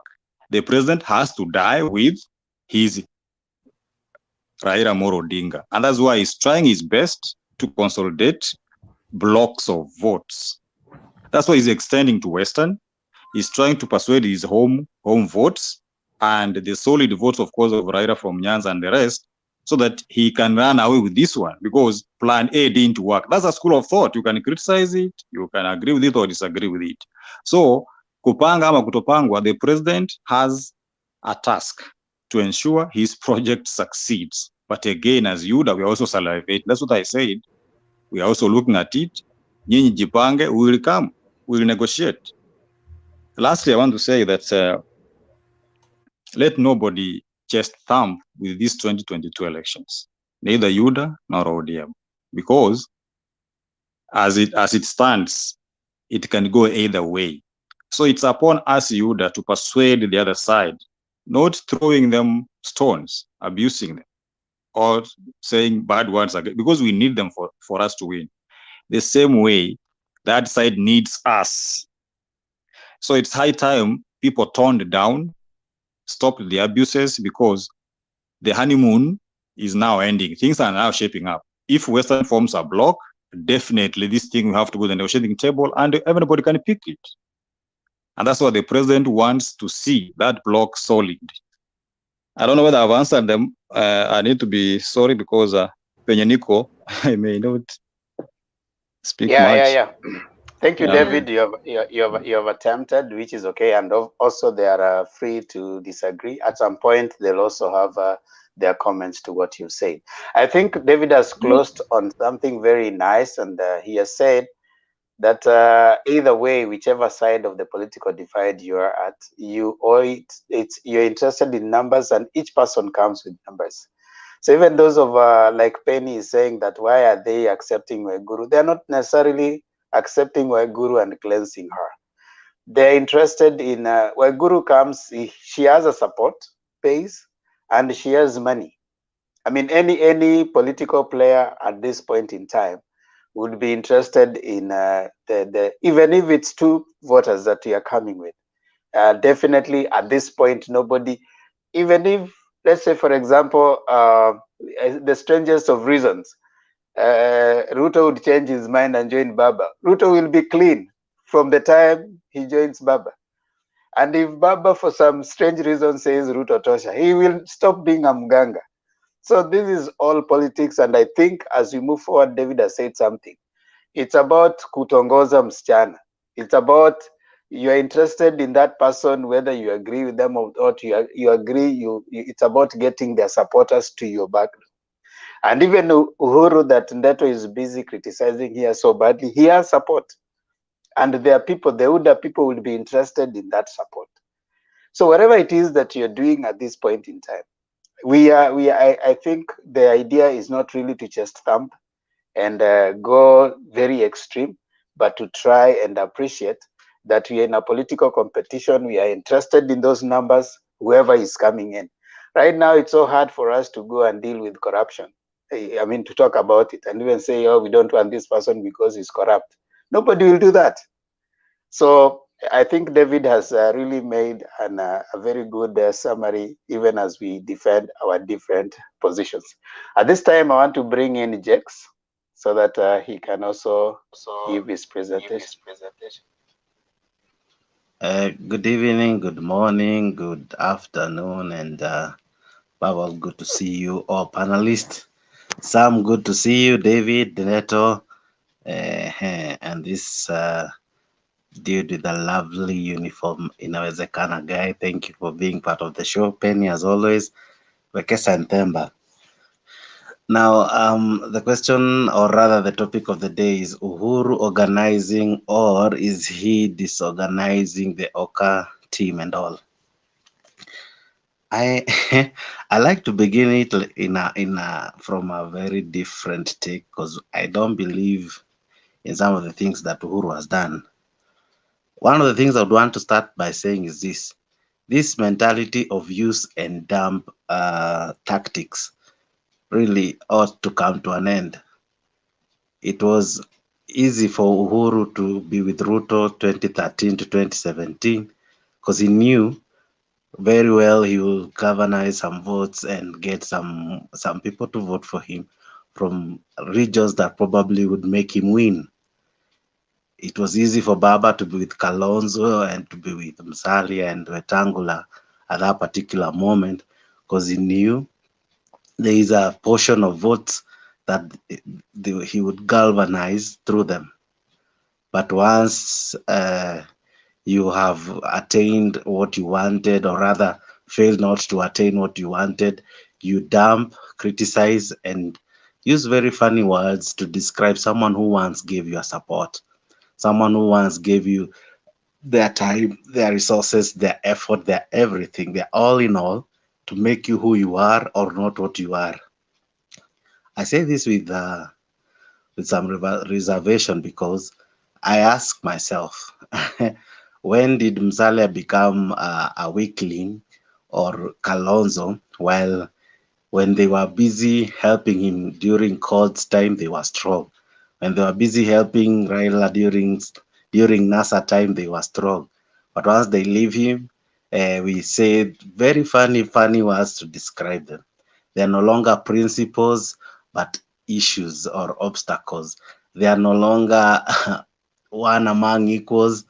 They are now described with words not palatable to some of us. Why? Simply because we have people who have this kasumba of use and dump. Now, I think the Kenyan voter should be wise enough and read in between the line that we should not be used only to achieve a certain agenda. And once that person achieves the agenda, not only do they shift from their political party, but they also create enemies from friends who once really gave them their all. So to me, I don't think it is an organization or a disorganization of Oka. This is just a use and dump kind of mentality. I wish Musalia, Kalonzo, Wetangula, because I am not really sure of Gideon Moi. I wish they would really stand their ground. Let them be wise. Let them be wise. They say they have trust issues. Let those issues be sorted out first before them choosing to support or not supporting anyone. We had CORD and we had Kalonzo always complaining that he was promised that the next time we go for a general election, it will be you on the ballot with the support of A and B. But unfortunately, that has never happened. Same to Musalia, and they are now lamenting that after investing the many years to him, he went against what he said. Remember correctly, the other day he said he was contemplating on on Matiang'i's presidency. Matiang'i, who has never campaigned for Raila. Matiang'i, who has never stood with Raila at any particular moment. He forgot about these three other principals who gave their heart and sweat to support him. But once he was through clearing the crocodiles, as he normally says in River Canaan, or is it a river or a sea, whatever it is, or Jordan for that matter. He now says he's looking at other possible people to support. So to me, this use and dump mentality is what is wrong with our politics. Uhuru has weakened our politics to the level that the one arm of government, the legislature, that is the Senate and of course Parliament, has failed to play its critical role of oversight. It is from 2017 to date that we have seen a Parliament that can quickly pass some laws that favors Uhuru, or they are in alignment to Raila and Uhuru, but issues pertaining mwananchi at times they are slow, or if the issues are not really as grievous, they at times don't even show up in Parliament. But if it is to impeach someone who is associated to Ruto, we will see a full house. If it is to send someone packing simply because they have a different allegiance to handshake, we will see a full house. But we have not seen them coming out strong and defend us in these times of COVID. We have not seen them come out strong and defend us when money was stolen through KEMSA. We have not seen the oversight role. I miss the opposition that brought out so many scandals. I miss the opposition that kept the government on toes. Nowadays, we have a yes parliament that only dances to what the two principles direct them to do. We have people who say we support the government. We have an opposition that is almost in bed with the government. Hence, we are even awaiting a coalition of the same. So basically, this is a weakened parliament. This is a parliament of people, or a collection of people who have no moral standing to tell us that they have been actively, or they were diligent in doing the roles we appointed them to do, or we elected them to do, because we know this. The role of an MP is one, to legislate, to oversight, and of course to do so many other development in their constituencies. Now, weakening the opposition by bringing it to government, and now he's now working very hard, now the president, to control his succession. As a private citizen, he is entitled. I take that not from him, because I know he is entitled, he is a voter, he will vote, but let not his desire or wishes be what he pushes down the throat of Kenyans. One, if Kibaki did the same, he would have told us in 2013, I beseech you Kenyans, do not elect someone who has a case in ICC. This someone who had a case that he was charged, and despite having that, Kibaki allowed things to play however they played. He never told us, he never questioned us. He never gave us words to scare us. He never frightened us. He never gave us ambiguous statements for us to ponder upon as though they are backed with evidences. When the president says he will not allow, or he wouldn't wish a thief, that's a good wish. But now my question would be this: does he have clean pair of hands? Can he stand before many and say he is so as clean as he wants to purport to be? He has not even come out to defend himself on the Pandora's paper. He has not come out to defend himself. Now, this is not a person we should say that should advise our nation and tell us that we should not choose A, B, C, D, simply because he himself has a case to answer. The other thing, we ask ourselves, he says we should not choose thieves. The recent thieves that we know of are the KEMSA thieves. Most of them. I don't know why you really want to interrupt me. I was patient. Yeah, you are Most patient, of them. but hold on, Jax. Can you mute?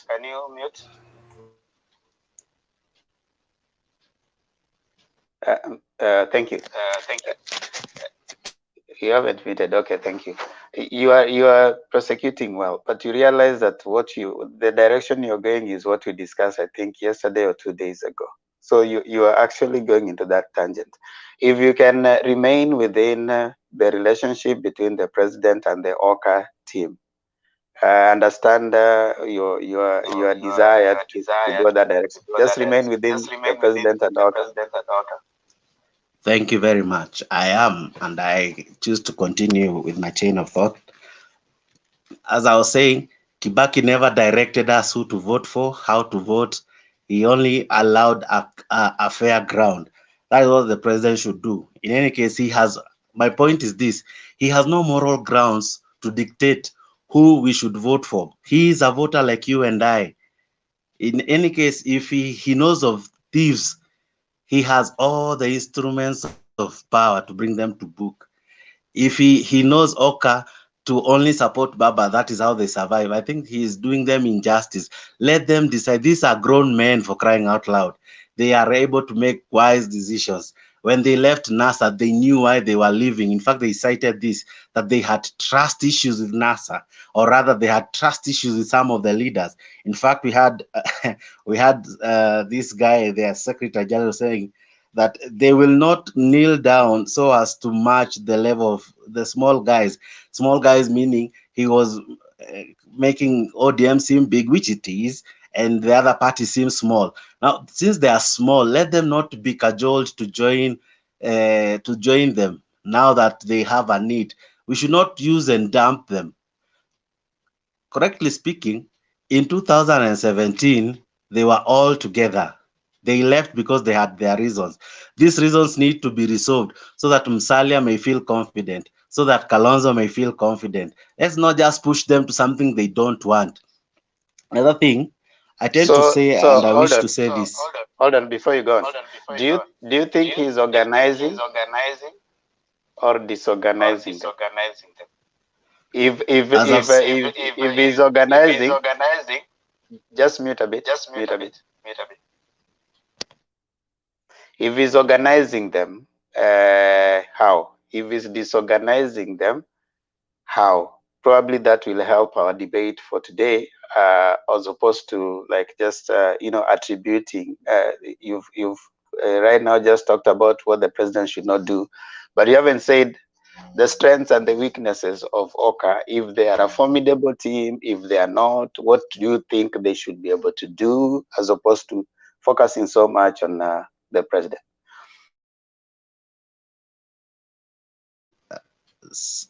I think I'm entitled to my chain of thought. One of the things I think I'll say it like this. The Oka principle, their strength or their weakness should be determined by Kenyans through the ballot. You and I should make them either feel by what you said earlier. You said let them go to the ballot so that the numbers they purport to say can be evident by the results. So to me, their strength or weakness should be determined by the ballot. The other thing, you and I, me as a voter, I should be left to make the decision. I have a vote. I am recognized by IBC as a voter in Kenya. I have a mind that is clear. The voters know who they want. They know when is the election day. They know the candidates that have stood. Why should one candidate have a preference, or rather have a form of kipendeleo of the sort? We should allow each person. These are men. Let them go fight it out. Let them come out. Let them come out. Let them come to us. Let them sell their policies. Let them sell their agendas. Let them sell what they need to say to us, what they intend to do, and by doing so, eventually, the intelligence that we have, we will be able to now decide from the many who have spoken, from the many who have decided to participate in the general election. From them, who do we choose as either a president, a governor, whatever role? Because we are competent enough. Our votes that we carry, we know how to direct our votes to whom and how. There's something I wanted to say, as much as you want me to talk only on the topic. Other people raised an issue with Waiguru, and someone also quoted the Bible. I also intend to quote the Bible and say, "Blessed is the man whose sins have been covered." Now, Waiguru's sins were covered in Capitol Hill. I wish Wekesa would be a gentleman and post photos or even the clip of Waiguru in Capitol Hill where her sins were covered. And if that is not enough, we saw Malala as the chair and many other ODM people helping Waiguru retain her seat, and they proved her innocent. Now, if her case was heard and determined, and she was told she was innocent, to me, her sins were covered, and blessed is the man whose sins are covered. Now that she joins UDA, she comes to us clean, and we celebrate her by joining us when she's clean. So every baggage you're talking about, she left it where she came from. So we know her to be clean. The other thing I wish to say about Waiguru, every vote counts. We are happy she's on our side, because I'm sure there are 2 or 3 people who support her. And as long as they support her, they support our presidential candidate. And to us, that is more than enough. So you can criminalize her, you can bring all you want. But all we know is this: if she was good at, if she was sanitized and her charges were dropped, then she's clean. The other thing I want to caution Kenyans: this coalition that where people go to hide, because Waiguru was hiding there, we didn't hear so much. But now that she's out, we are almost bringing all the entire police force to arrest her. This is what I want to say: we should fear a coalition that hide where criminal wants to hide. They hide because they know no one will raise an alarm. They will only raise an alarm when they come to UDA. So to me, I think I would rather vote for an angel, for a devil I know, than for an angel that I don't know. The angels that have hid themselves in this other coalition, who can shoot in public and all, but because they support the handshake and all, they cannot be prosecuted. To me, that is a danger sign that in future there will be corruption dealings and we will not get to hear about them. There will be serious issues, we will not get to hear about them, simply because they'll be swept under the rug, just like KEMSA was swept under the rug because those who were involved were on the handshake side. So will be the many other criminal issues that will happen in the future. So to me, this is a team that I'll be scared of, and I wish to tell Kenyans that they should fear this other coalition like a plague. Okay, thank you. I know there are questions. So you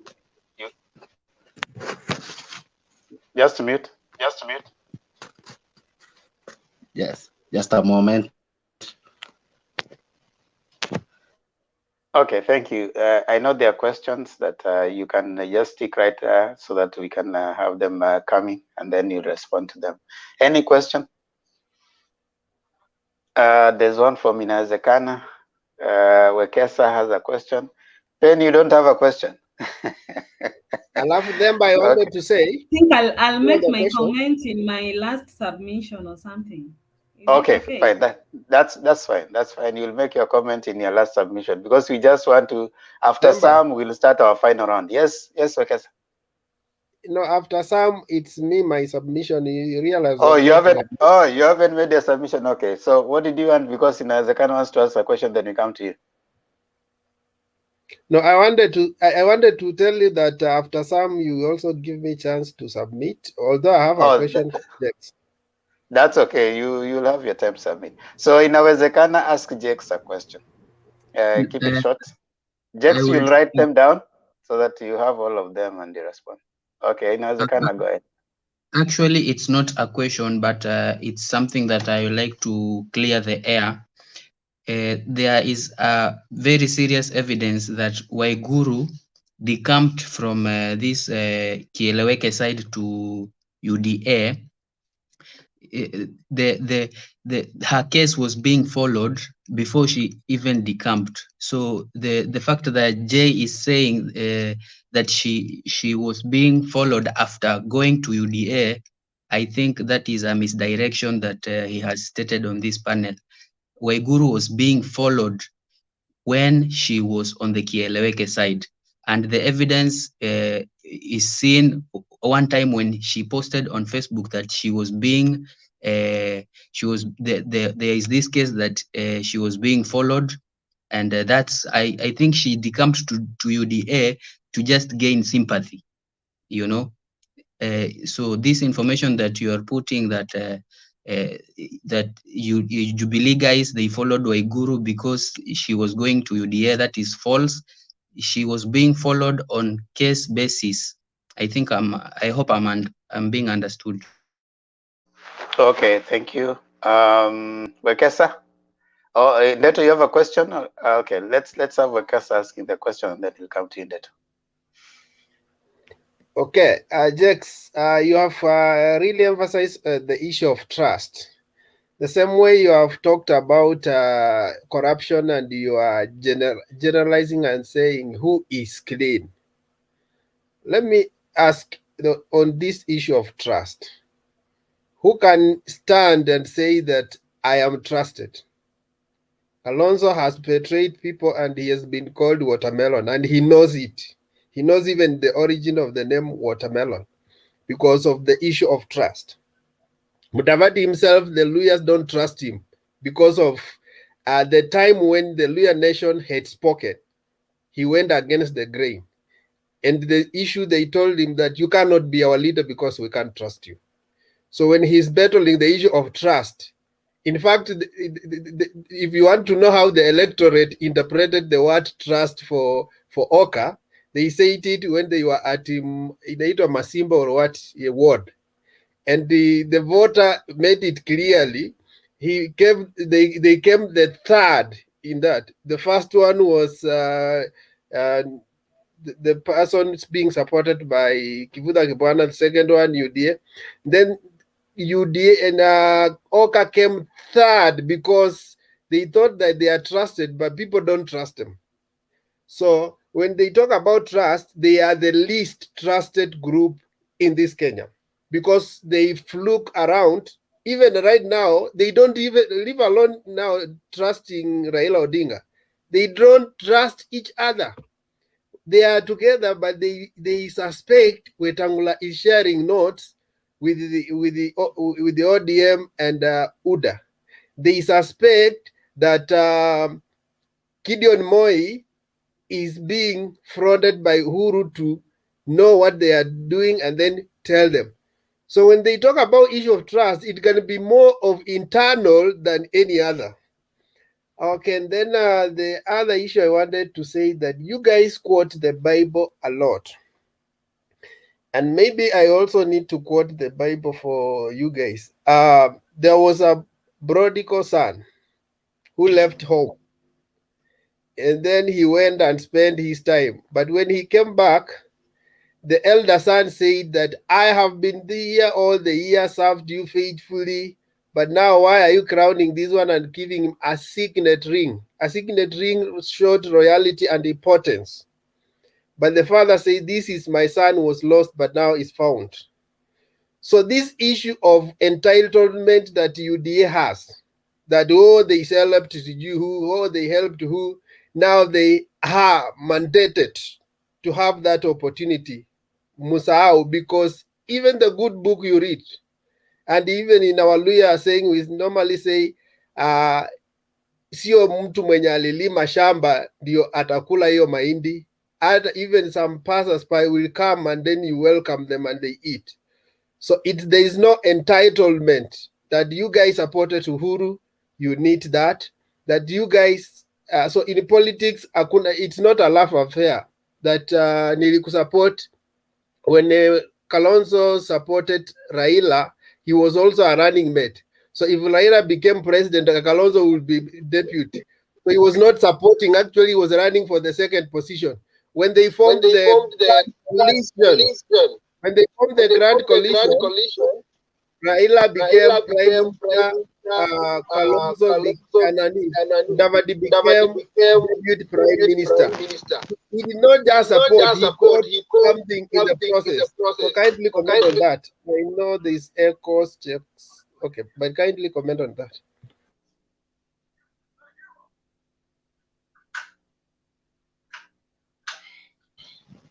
Okay, Jakes, I also had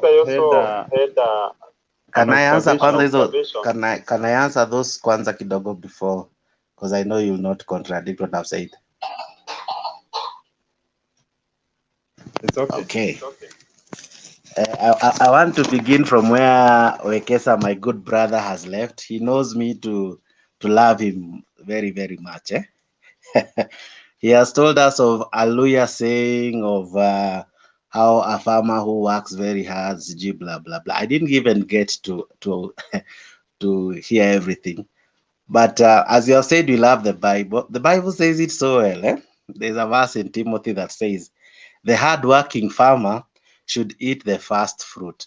Now, let every hardworking farmer, every hardworking politician be the one to eat the first fruit. You have also gone ahead to give us a story in the Bible. Allow me also to give a story in the Bible. There's a story in the Bible that Jesus told of 3 people who had debts.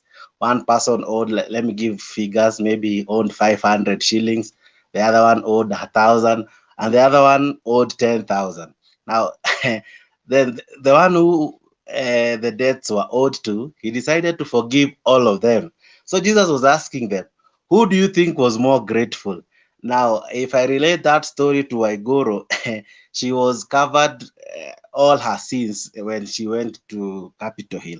So I think she's more grateful, and we should truly celebrate her for having her sins covered. And I think that also answers the inawezekana question. The other thing is, as I finish, because I think I've Serious, tackled all the Jex, questions. Jex, Yes, be sir. serious. I asked a question on Kalonzo and you answer it with Waiguru. Hi. No.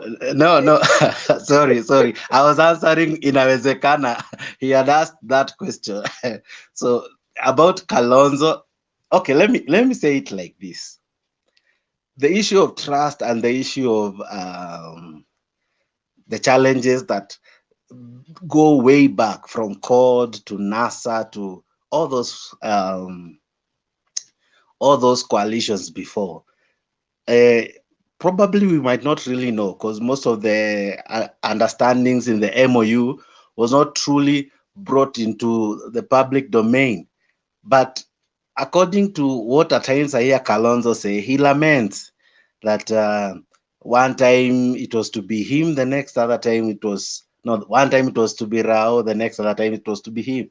So to me, I tend to think the trust issue comes in whereby you agree with someone today, this is what will happen, and then tomorrow the person rekindles his word and does not really stick to the MOU. So to me, trust and what Musalia brings home is, even after 2017 kulikuwa na challenges za kugawa pesa. To me, I also tend to think kuna challenge za do because they felt as though walikuwa swindled as much as they helped build NASA. When it came to that political fund, someone played clever, and hence there is where the challenge was. And I think after that issue was solved, Musalia alitulia. Now the only challenge now that is happening, I think he's not ready to go Uhuru's way.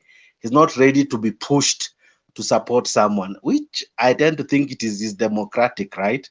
Because by the end of the day, if yeye anafeel ametosha mboga, and if probably he can work very hard to convince someone like Wekesa, who from Western, but hapa kuna tumaini ya kusupport Mudavadi.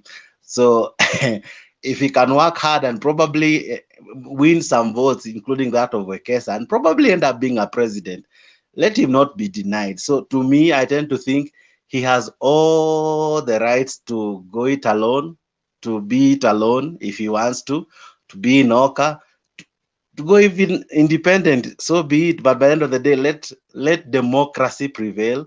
It should not be dictated democracy or directed democracy. Let democracy prevail. Everyone is entitled, and no one should be shown to be a favorite. What if that favorite fails? Okay, thank you, Jax. And wait, Wekesa, let Ndeto make his comment, because I know he'll forget. Ndeto, go ahead. Okay, thank you so much, Zemba. Mine is an observation from what Jax has just delivered. You know, in this country, maybe when someone is found guilty of something, in a way there are various processes that one is passed through. And we have seen this maybe done among a good number of governors. One of them is Waiguru. And you see, the very same people who are at the front line, for instance, someone like Malala. The other day, Malala was accused being a Ruto puppet in Oka. I don't know whether it is true or maybe it was just a rumor monger. So the very same people, we are saying they are almost getting now to UDA. These are the very same people who are used by the Jubilee government to render Waiguru innocent. So then Waiguru has left UDA. Malala has also left UDA. Waiguru has left Jubilee. Malala is now in Oka, so he is not part of the Jubilee government we are talking about. So in a way, Jubilee is losing at all edges. And also one confusion, and where I see the president is also putting some pressure, is the other day we saw Oka team and also the ODM leader being invited by the Mount Kenya Foundation. But, you know, it is so unfair. We did not see these people inviting one William Samoei Ruto. You know, if it was a fair thing, you know, we were also waiting to see them inviting Ruto so that we understand there is no division even at the high position. So I would like you guys, you people from, you supporters from ODM, you tell us why do you think Ruto was never invited by the MKF, and in connection, why do you think the other day Uhuru had also to insist that he will not leave his legacy to a thief? So is there any connection between the two? And if there is, why did he repeat DP or William Samoei Ruto as his deputy in 2017? If he had already discovered that he had done what he had done with Kimwarar and Ero, because that happened way before 2017, why did he still consider him? Don't you think it's like what Jakes has just said? It's a game of dumping, use and dump. So why is he wrong? Because Uhuru has already utilized the opportunity he wanted from William Samoei Ruto. If you answer me those three questions, I will be very much satisfied. Even I can join ODM. Okay, I really don't want us to attempt to answer you because you have the answers. So it will open a debate. So let's have that debate after we have gotten some submission. And just sitting here, I know Penny has some very burning things on your questions, and I know also Wekesa will give you some attempt. But of course, you know, you guys have the answers. You even answered yourself in your submission. So for now, I want to bring in Wekesa to give it. He's been here for a long time, and then I'll bring in Sam. Wekesa, kindly make your submission. Remember, I've got only 2 minutes. Just check on the private chat. Starting Sam. Okay, Sam. Sorry, Sam. Sorry. Okay, go ahead, Sam. All right, thank you very much, Jack. Themba, Wekesa, Penny, inawezekana Ndeto. Yeah, I'll try to be as brief as much as possible as I can. About today's topic, it's all about the Oka guys and what is being played as far as our politics is concerned. To me, I say the person who is on the crossroad as far as all these things are concerned is the president, because I think there's some cards he's trying to place around to see if things are going to work, or setting up a tune in a political line about in his own interest. Just to say that is because when these Oka guys formed up for ditch NASA and formed the Oka party, I saw that was a project by the president, thinking that things will work according to his arithmetic. And now, because things did not work well, or the cards were not placed right as per what he thought it would be right for him, I think now he went back to the drawing table and tried to bring these guys, try to organize. So I think the president has played both roles, has played a role to disorganize, and now is trying to organize them again, because these people, they were together, and when they parted ways, it is really getting hard for him now to start bringing them together, because we saw at some point when Oka had just hit the road. At some point, we could see some ODM principles actually hitting hard to the president at some point. And after that, the president met with Honorable Raila Amolo Odinga, and again now they neutralized the talk, and now the rhythm came back to what it is at the moment. So to say that is to base on that is the president himself is the one actually disorganizing and organizing. And one thing that I want us to know is you can decide something for someone, but you cannot change within a short time. What am I saying that? Because if he's the one who played the part of disorganizing them or telling them to chat a different way, and again you coming back and say now let's retrace it back, these guys are grown up, they're not kids. You cannot like use them like puppet or try this. That's why he's facing that kind of resistance, because in the same mouth you cannot be saying this and at the same time you want us to go this other way. All about is about the interest. Just I one don't know moment, who's Sam. Just one moment. Just one moment. Wekesa, if you can put in the link, someone wants to join. Okay, yeah. So that's why I'm trying to say, and I said one here, and I was bashed very hard that the state of our nation has been captured in a way that things are being moved in a different manner. Why? Because at the moment, Kenyans wait to hear what the president had to say about the issue of Pandora box. But the president kept quiet, but nobody has gone and questioned and asked why. Because the state machineries, everyone has, like, it has been captured. And this one I would say, and I will allude that only the one called Raila Amolo Odinga could play that part very well if at all he was not in the handshake or he's still in the opposition. And that's why you see all these cards are moving that way. So to me, I would say with the Oka guys, I would say let them continue playing. I don't know what the vet was gonna be, because the days are drawing near, and as a matter of urgency that might come towards the end of it, they may end up making a rational decision, which might not either work well with them, or either it will work well with them, because a decision that you want to make last minute, it's either now guesswork. Can I go this one? Let me try this one. So I am very objective about what these guys are trying to do. Like they're trying to buy time, think like what's gonna happen, but it's all about comes down to the president.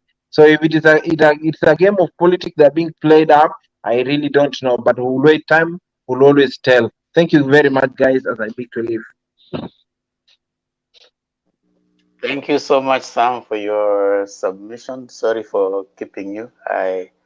I hope we will respond. You will check our responses to your submissions. Now, in politics, everybody is there for interest. This thing of so and so was used, Nani was used. That's a too tired narrative.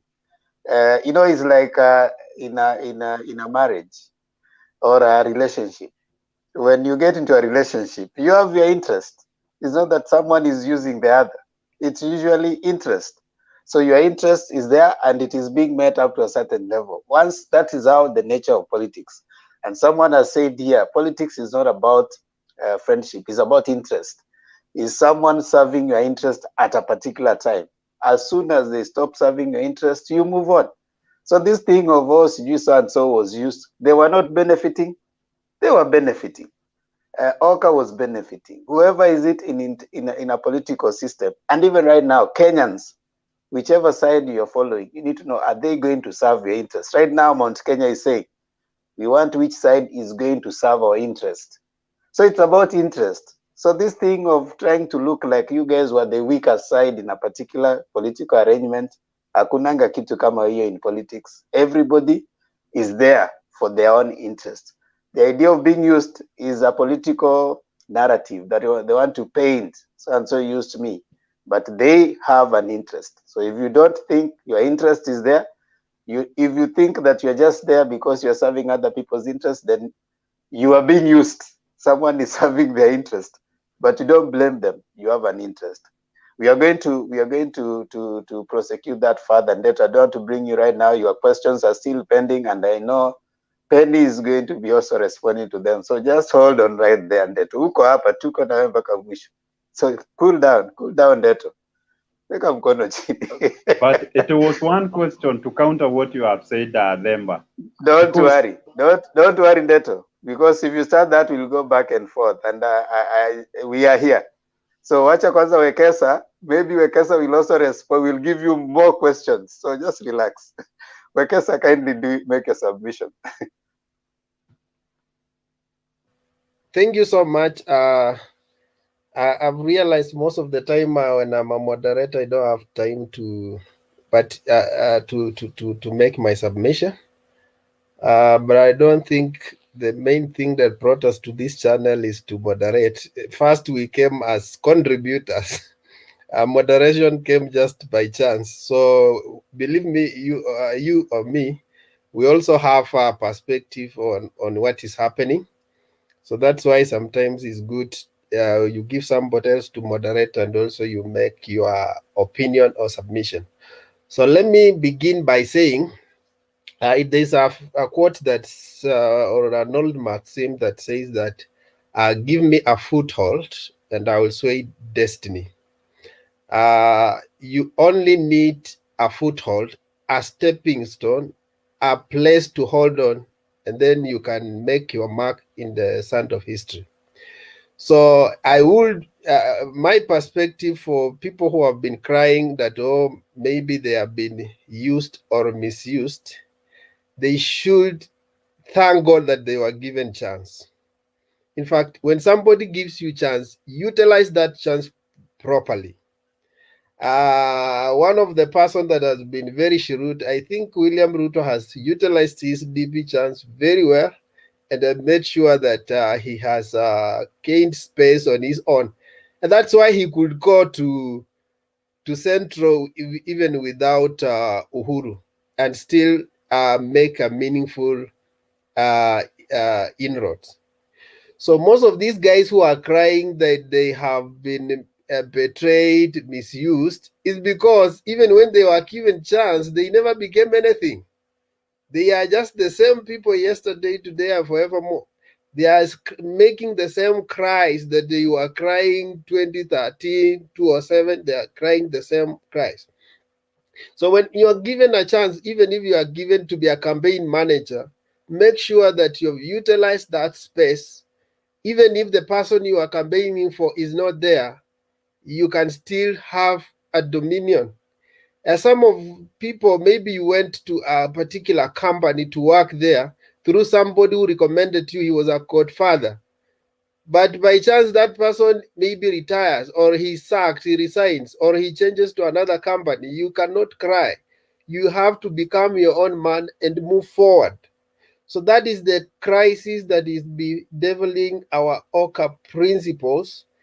And they are being tossed to and fro because while they have had opportunities, they never became anything other than the chance they were given to play. When you're playing a draft or a chess, and you make the same moves, or even you're playing football, if you make the same pattern, chances are you may end up making the same mistakes or getting the same score. So these guys are always finding themselves at the same. When you are playing the draft, kuna zile nyumba unashika, kuna ile nyumba ukipatikana unajua hapa ninakuliwa na hivyo ndio wamepatikana. At this stage when we want to cross to the next level, they still find themselves and crying the same cry because they haven't learned the rules of the game and how to change their game so that they can be better off. So is Uhuru organizing or disorganizing them? My take will be like he is tossing them. Sometimes you toss the coin and you see kama italeta kichwa ama it will bring the head or the tail. So he has been tossing them, and most of them are bringing the tail. You know, every time you are tossed and you cry, you are showing that you are still there. So in politics, when you are tossed and you always bring the tail, they will study and say this one is easily to eliminate, and so they solve by elimination. So you either join us or we crush you in the middle. So going forward, if they don't make decision, I can tell you this one for free. That team will be dismantled. It will be dismantled, and far from it, those who say that Oka is their own brainchild and they are working towards something. Oka from the initial stage, it showed that it was somebody was pulling strings from behind and was creating it for a particular function. So initially, even people thought that it will take the whole handshake team there.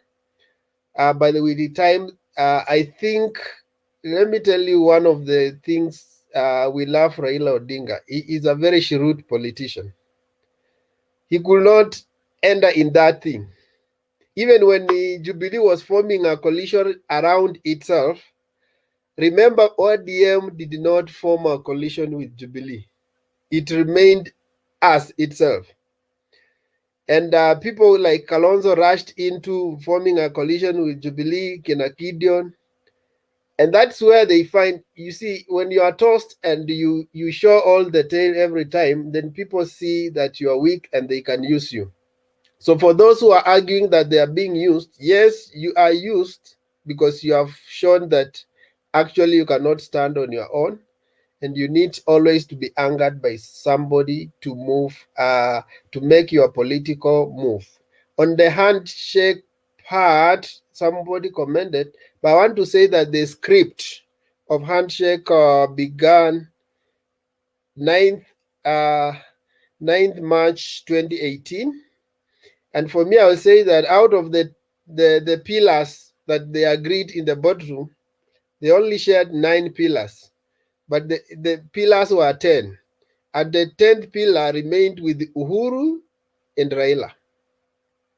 And that is what has been disturbing most of them. They try to swing it left and right to understand. But most of the people will confess and tell you that handshake secret was between Raila and Uhuru, and it's only them who knew where they were going. So these other things people have been playing, oh, Raila anachezwa, oh, hawakuagree, he will not be the presidential, whatever. Yes, they never shared, and they allowed people to speculate. Because if you share, then you allow people to destroy that thing before it sees its birth. So my analysis on Oka is that, one, Oka is being played because, one, it doesn't have financial muscle. So it depends on other people. And some people have argued that when Gideon is not around, these guys can only meet in our hotel and take tea. When he is around is when they can make any rally or show, because he is the financier. And so as much as they want to see Kina Musalia Mudavadi and Kalonzo want to look like they are the seniors in that Oka, but they normally say that the one who has the gold is the one that sets rules. So the rules for Oka are not set by Mudavadi. He can only be bitter, yes, but he cannot set the rules. Neither can Kalonzo set the rules. The people who have the gold are the ones who are setting the rules for Oka, and that's why they can lament about it, but they were called the meeting, they show up. In fact, in that meeting, the meeting that disrupted their rallies as planned from Kakamega, Gideon did not attend, but the rest had to attend. Why? Because they don't call the shots. So how they imagine that they are going to be agree and beep the principles and run up to the end, that baffles me. Will their unity hold? For me, no. Why do I say so? Mudavadi and the Wetangula have been together for almost 4 years. They are speaking about Luhya unity. They never even united. Now, instead of uniting, they increased the problem. Now they are now 3 Luhyas.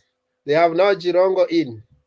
Now even making a Luhya unity become now picking a spokesman become even a problem. And when you look at them, majority of them have, apart from Musalia, who seems to be attacking Raila direct, and whose juniors seems to be leaning to Ruto, the rest are very careful. And so when finally the real time will come, all these guys will go in different directions.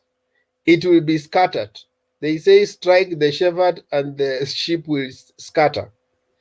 The shepherd there is the one who is calling the shots. At the right time, he will disappear.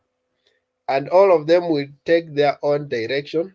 So I've been advising my fellow Ruya from Mululu that he has been at this stage several times. And he has been played, but he never learns. He's just going in the same trap. He might even be strong and go up to the ballot, yes. But he may not improve on his 300,000 votes he got in 2013. So he needs to be very careful. Okay, let me stop there so that other people can contribute, or if there is a question, somebody can ask me. Okay, thank you so much, Wekesa. I know Patriot had joined, but he has said his network is not so good. So, Penny? I'm back. Temba, my network is back. I can the car change, if you don't mind.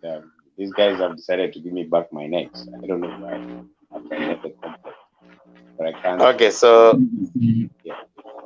Okay, so you can make your submission, and then I will open to. I'll invite.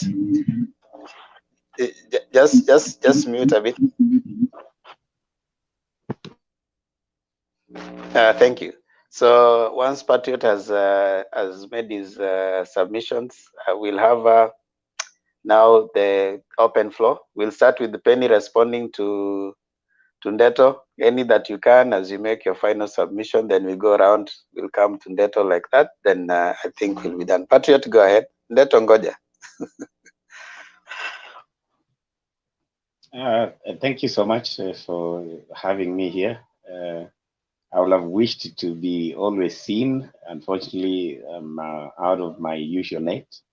I ask for your indulgence. You forgive me for that. So I think we all have the moral obligation to keep on bringing our views on this platform, which has been so educative. I've been very happy since the time I joined it. I just want to remind you that you all remember a few days ago, we brought in the discussion of the possibility of Musalia Mudavadi being a deputy of Ruto. You all remember, I'm sure. And for some of us, I remember what kind of submission Penny brought in. I remember that very vividly, among others. And I think Wekesa also remember the kind of submission you made. But surprisingly, to my expectation, you have brought in a very interesting, explanation as to how you look at Musalia Mudavadi today vis-a-vis what you said then. I only only got a bit sorry, I only got a bit unclear when I listened to Penny.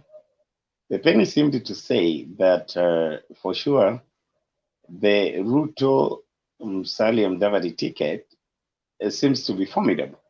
A position she never used to, she didn't get to. I mean, that was not her position then when we were discussing. And I remember Penny was the most rigorous person who really dismantled the possibility of running out of Musalia. I remember Penny, you were so strong. But today, I don't know what kind of research you've done, but I want to agree with you because that was my position then, and it's still today.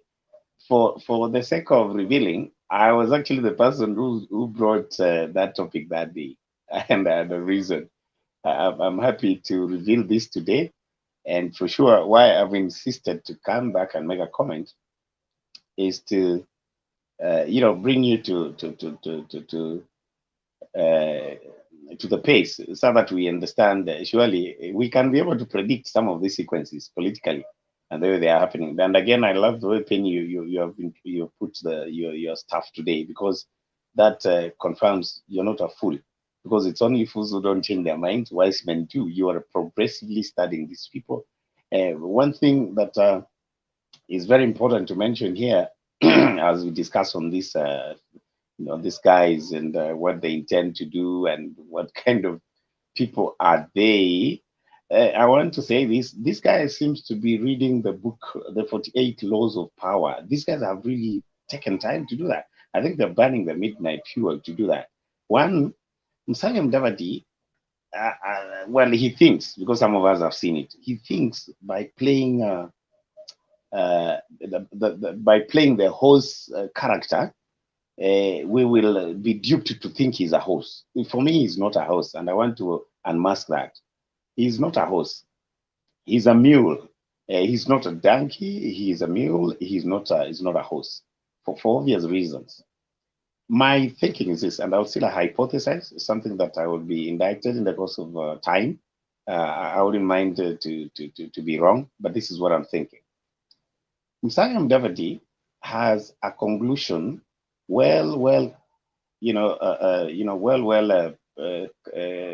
programmed to be the deputy of Ruto. He's going to be his running mate. To me, every day when I look at the character in the man Musalia, I'm seeing a running mate of the DP. The reasons are this, in addition to what you've seen, is that as I'd said that time, the behavior of Musalia, the kind of rudeness, the kind of audacity, the kind of walking style, if you may like, that he has adopted of late, it gives me a feeling that there's something Musalia knows that gives him this confidence, to the extent that today he can actually speak to the president and immediately he's out of that meeting. He speaks the way he speaks. To me, I think he's playing this because he knows he's been assured that the only way to deny Baba the chance of becoming the fifth president of this country, one, is to play the horse card to the last minute when he will be joining the DP. And how they think they will win is this: in my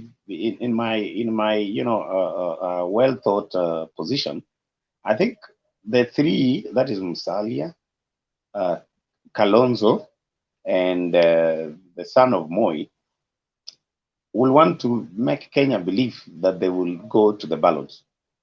But at some point, they will divide into two. Musalia will go to join the DP. That's my hypothesis. And then the two will run on their own.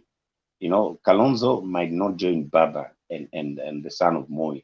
They might form a pair that will run on their own. But Musalia will join the DP as a running mate. So they'll go to the ballot. Musalia as a running mate, Baba on his own, and Kalonzo on his own. What will they have achieved in their thinking? They will have achieved to deny Baba the votes of eastern part of the country. And also, in their own thinking, Western province having a running mate, for Ruto, they will put the forces of Tanga and ANC together to deny Baba votes from Western. And that is a position I think, Penny, you seem to allude to. I agree with you that in their thinking, in their mathematics, if they join hands, Tanga and ANC in Western, they will actually reduce the votes that Baba will have gotten if they combine the two. The rhetoricism, the money, and the Luye factor.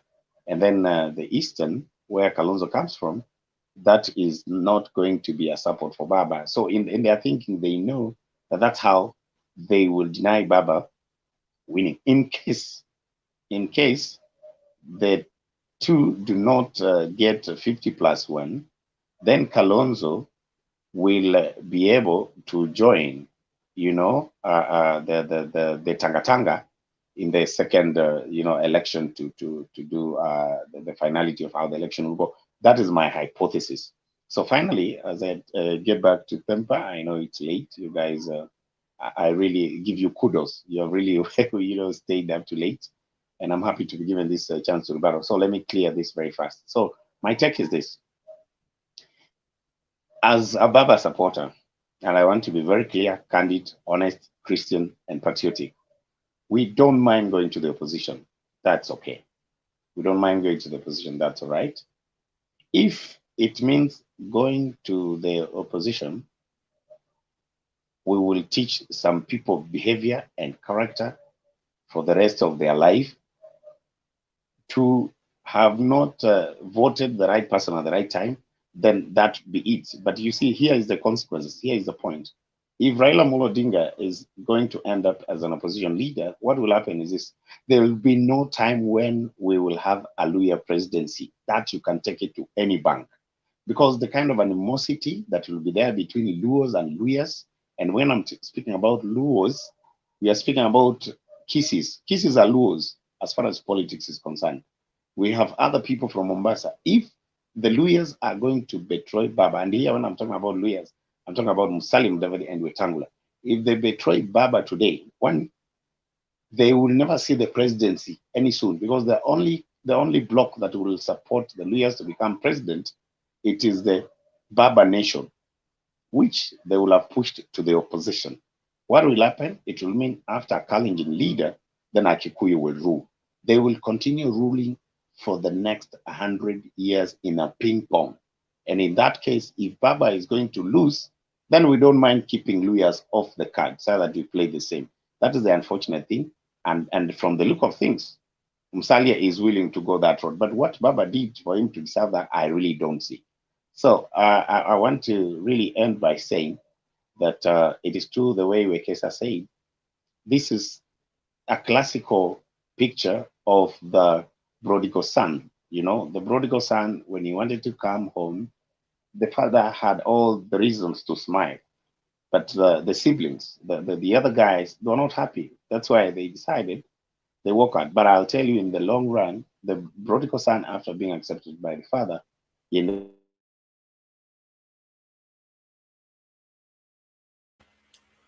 We have lost him, ma'am. I think we have lost him. I think he was coming towards the end of his submission. So, Ndeto, what is it? I thought I wanted to bring Penny so that she can try and also respond to your earlier questions. But it's okay. Go ahead, Ndeto. Okay, let me add one or two questions, because I've also been following the reactions of those people who are following us via the chat, and for sure my questions are burning because they are not addressed. So Patriot has said that if Musalia Mudavadi does not support Baba, it will pose a risk to the Luya community, because they might never get the tools of power, because Baba Nation will never support them. So, but when you look sometimes back, Kikuyu and Kalenjins, they were enemies. So, but due to some political interest, in a way, Ruto was brought on board and he supported a Kikuyu candidate.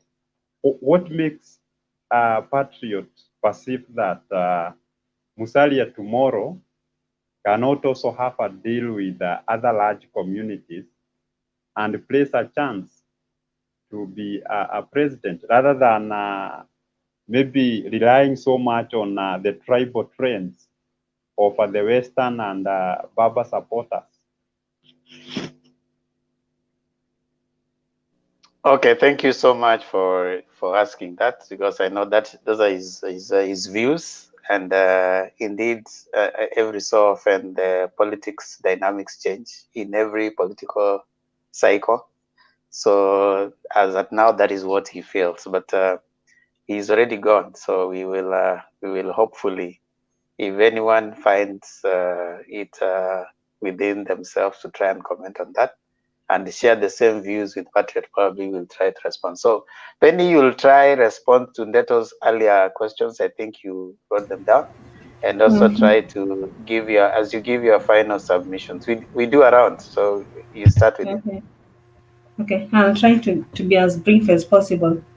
Okay, Ndeto, you had asked to you had asked for an evidence as to whether Malala is a deputy president's whatever mall, or whether he belongs to Oka. Okay, Malala is an ally of Mudavadi, but we also know very well that he has a very good working relationship with the deputy president. And this, I think, was put so well by the former CS for sports, Echesa, when he alleged that he's the one who introduced Malala to the deputy president, who gave him, I think, an amount of money, 5 million. And it's actually the DP who put up for him his house, who built his house. So you can see that Malala from that is a very, very big loyalist to the deputy president. So when we talk of Mudavadi likely joining UDA, then I think this could be possible because of the stand that Malala has taken in regards to the deputy president. He's a very strong ally of deputy president, and I think that is what also pushes his leader Mudavadi towards the DP's direction. So I hope that is satisfactory. Then again, on Mount Kenya Foundation not inviting Ruto for an interview, I don't think that would. I didn't imagine that was a question that would arise, because from the so many campaigns that we have had, you had the way the DP was trashing the Mount Kenya Foundation and saying that they do not need to be interviewed by anybody, and he really talked very negatively about them. So the mere fact that he had a low opinion of them not being fit to interview anyone, I think that alone in itself can explain why these people are not very keen on inviting him, because I think they also invited the Oka guys. But with the kind of negativity and arrogance that was displayed by the DP Ruto, probably they shied off. And he also implied that he was not ready to go and be interviewed by them because of his own reasons, of his own good reasons. Yeah. Penny, do you think there is any relationship between the bottom-up model and the Mount Kenya failing to invite Ruto as a presidential candidate? Because bottom-up is addressing SACCOs and cooperatives, and the MKF are the dealers of the banking in Kenya. Do you think there is any relationship with that? There's a relationship because, Ndeto, you can't tell me that Ruto is going to be a president of the hustlers alone. He's also going to be a president of the Mount Kenya Foundation, and they've also been responsible for employing so many people. So when he begins to sideline the Mount Kenya Foundation, alleging that his interest is in the lower, is in the borders and mamambogas, then it seems like his government is not inclusive. He's threatening the owners of whatever production, So I think it comes out very bad. Penny, yeah. Penny, you see, like introducing these hustlers into SACCOs, which has low interest, other than banking, which we know it has a high rate of interest. Don't you think Ruto is just playing a fair part to favor maybe the majority who are in need? He could be playing a fair part, Yes. Penny, let me try and also make Ndeto understand. You see, Ndeto, you cannot look at a society and its economic movement only on one side. That is what Penny is trying to say. And you have twisted yourself. I don't know why you're looking down.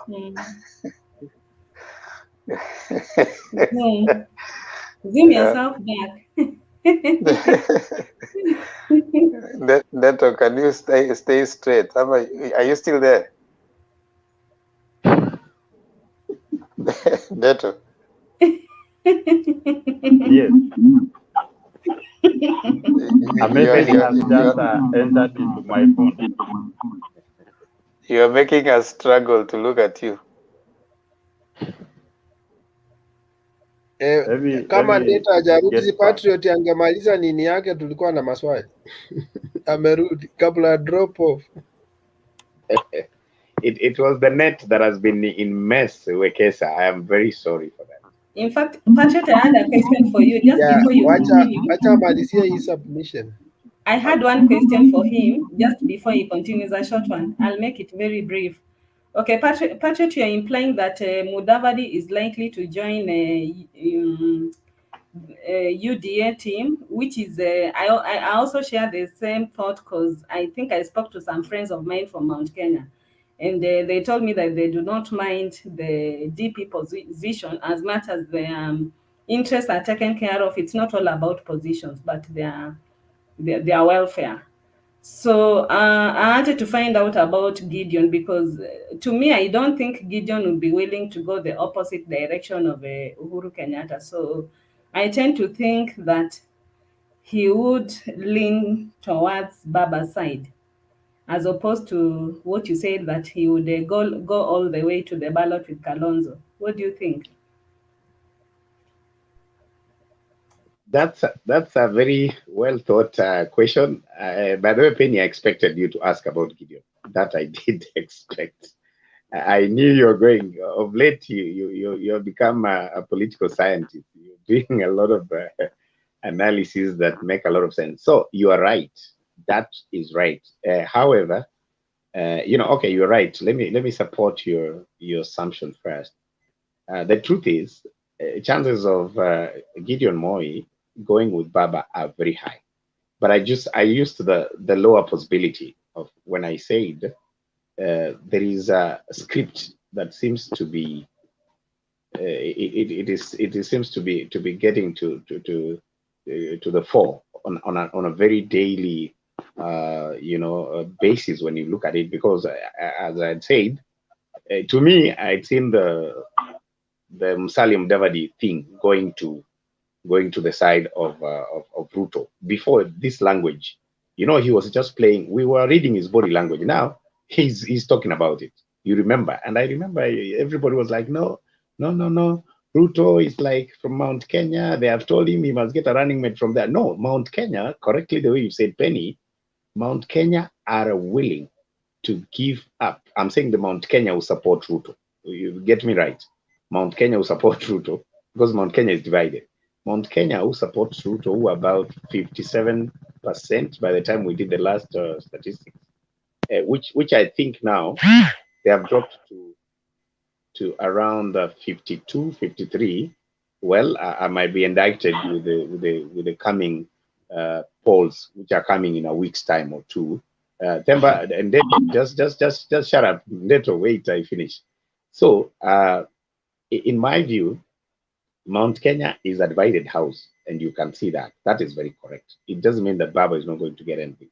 But what I'm trying to say is this, Penny, to your side of question, is that Mount Kenya are willing to have William Ruto. Those who support Ruto are willing to have William Ruto take everything to Sogoe, everything, including their small kiosks, as long as he becomes the president. They are so blinded. Somebody was making a joke. Let me say this. It's on a light note. You Tanga, don't be offended. I just want to put this like it is a story that we got yesterday. Somebody is saying this. Is it that the DP took her daughter to get married to to the Nigerian because he thought that since Baba is a Mganga, he went for better medicine from Nigeria. Because from the look of things, the people who are following Ruto, you can only explain them to be people who are either bewitched, because what is not happening? Guys were like the in-laws of Ruto. I've gone to a serious Muganga in Nigeria, whatever he thought. Anyway, that was a joke that was passed on. So when you look at Mount Kenya, just to be quick, is that they are willing to give the presidency to Ruto without conditions. In a nutshell, that's what it means. So he's left with an option of picking a running mate from anywhere. The reason is this: they are worried of the system. They are worried that the undertones are informing them that the system might do everything for them not to get it. So they have gone out of their way to expand their possibility of winning by discussing on why Mount Kenya should relinquish the running mate to a community that can add into their votes. That's where Musalia Mudavadi comes in, right? But on the issue of the son of Moi, I think it's very clear that he might support Baba. But because he's also become a friend of Watermelon, they might be playing to the behavior. If you remember the election 2007, Kalonzo Musyoka had an agreement with Kibaki before the election, something he kept so secret until when the elections happened. So the pre-election agreement between Kalonzo and Musalia might not come to the reality until the elections are over. So Kalonzo will vie, in my view, on his own. And that is where we have the son of Moi divided between going to Kalonzo as his running mate or going with Baba. That's my hypothesis. My question, Patrick. Yes, sir. There's a time you talked about the bravado that Mudavadi is having. Someone can mute so that there's no echo. Okay. The bravado that Mudavadi is having shows there's something that is cooking. Huh? Maybe I will also flip the question and ask you. Do you think if Uhuru knew exactly that in this game he's going to lose and Ruto will be president, will he have that bravado of actually calling him thief every time? Don't you think also Uhuru knows something that maybe others don't know? That's why he has the audacity to speak the way he speaks. Will not hand over power to this and this. So, because if a president who is leaving power, if he suspects that this thing could go either way, he will play almost neutral, even if he has a preference, but he will not come out strongly. But when you see he comes out strongly against one candidate, does it mean he has an assurance or what? Okay, I think that you can weigh in on that.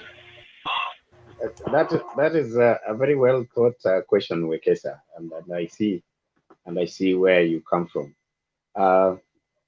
There are merits as to why the president is pushing his wishes the way he's doing, and he's not really coming out directly. And you can see he has chosen to speak in Portuguese. He's speaking in Spanish nowadays. You know what I mean? For those who speak that language to understand. And so he wants Spain to be, a nation that understands what he wants because he knows that country matters. So he doesn't need to speak English. If the Spanish can understand and the others can fail to understand, it is better because the focus will be very clear. But the bottom line is this, Wekesa. It is true that the president knows something, and your guess is as good as mine. But the most important thing that we must highlight here is this: there are conditions and merits as to why the president, side of the story will carry the day. One, he has constantly talked to the Oka, constantly, to the extent, for some of those who know some details, to the extent that he has even appointed people in the reshuffle that happened the other day, which was to appease these guys. You know, he has picked very serious officers that you can quickly pick that these guys, the civil servants, are friends of the Oka. So, in my view, the president is doing as much to see that his ambition and his legacy goes the direction that he wants. But of course, there are a few hurdles. There are hurdles. That is true. And of course, the thing that makes him confident in as far as this is concerned, he believes that it's a matter of time. You know, he will do that. But you see, what is becoming clear here is this: the DP who is privy to the intelligence is improving on his strategies on a very daily basis. That is why a month ago the Musalia Mudavadi card as a running mate would not have made sense to the UDA people. But as things become clear that the president is determined to see that the DP does not become the president, then they quickly went to the drawing board. And I'm sure he must have requested them. He must have either financed them that for sure you are my people, you're my torchbearer in Mount Kenya. Convince the rest and your foot soldiers to relinquish this kind of hard stand they're putting on us, because for us to win, now that the system is so determined and they might do one or two things that then what we will do, we must expand and of course include the army that we don't have today. That's what I'm able to see with Kesa, but it is still a wait and see even from his side. That's why he's having sleepless nights, calling these Yeah, guys. and then Yeah. part two of it, there is also a possibility that okay, Ruto may not take Mudavadi as his running mate, but he may use Mudavadi. So, like what happened in Nini, we learned later. What happened in Kapchai by-election? Ruto had a candidate, but when he realized that the candidate will not win, he sponsored the Fort Kenya candidate. And the Fort Kenya candidate confessed later on. So he might sponsor Mudavadi to run just because he knows that if Mudavadi takes a big chunk of Western votes. No, let me correct you on that, Wekesa, before you go far, so that Yes. we go together. Yes. There is a good reason why Musalia Mudavadi cannot be a project of Ruto on the ballot directly as a candidate. The history, the reason is this, Wekesa, the history that we have, and Baba people, we know what history does to us. History is very important, and we value that in science and everything. The history that we have, if you have Musalia Mudavadi on its own, he will not deliver Western to anything. And that's very clear. The only thing that you will agree with me, the only thing that will bring a different demographic equation as far as Western Bloc is concerned in the national election is when Musalia Mudavadi is made relevant to higher levels, joining the winning team, either perception or hypothetically, which is the two horses, joining the winning team as a running mate. But even Musalia today, Wekesa vies on his own, okay? He will not deliver Western to nowhere because he will be treated as a person who is going nowhere. But if he is coming in as a running mate, then he directly synergizes, contributes to the battalion of the UDA. So when Ruto and Musalia discussed that, in my view, I'm assuming when they discussed that, they agreed that he cannot deliver by blocking Raila himself being a candidate. He can only deliver Western to UDA when he comes in with perception that he's coming in a winning team as a running mate. That's how it gets. So a running mate vis-a-vis running on his own, they picked him as a running mate. Okay. And then, Patriot, I also have a question.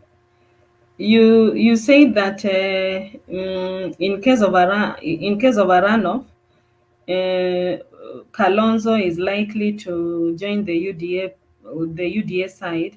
And now what I'm wondering, currently as it stands, Kalonzo cannot accept to deputize Mudavadi, neither can Mudavadi accept to deputize Kalonzo. So I'm wondering, would Kalonzo accept to support UDA to be under Mudavadi? Would he accept to be quite insignificant? Because during the runoff time, things will have shaped up. And I was just wondering whether that would be the right thing for Kalonzo to do. That's clear, Penny. That's clear, Penny. Let me finish on that, and then we let others contribute. So on that one, the answer is this: Baba will not make Kalonzo a running mate. Ruto will not make Kalonzo a running mate. The only chance Oka people have to dismantle the equation of how the politics of this country is concerned is to have the Honorable Musalia Mudavadi coming in as a running mate. That will mess the equation the way we have explained. So what is there for Kalonzo? What is there for Kalonzo is this, Penny. Kalonzo is negotiating for political power just like Mount Kenya. He is negotiating for how many cabinet slots he'll get because he's far too late. Even if he joins Baba today, Baba cannot give him the running mate. The running mate, in my view, I'll tell you hypothetically, and I'm almost sure, the running mate Baba is going to get must come from Mount Kenya, and I propose he's coming from Eastern Mount Kenya because Eastern Mount Kenya is a sure bet.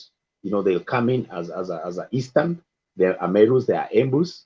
If Baba picks one of their own, in my view, and that's what I'm hearing, the undertones, that if he picks one from there, is assured of dealing with the voter apathy that is currently in Mount Kenya, and be assured of that vote as a block. So when you look at Nakuru, you know, these are the areas where the Kikuyus will come from, will be additional votes that will be added to that. So what am I trying to say?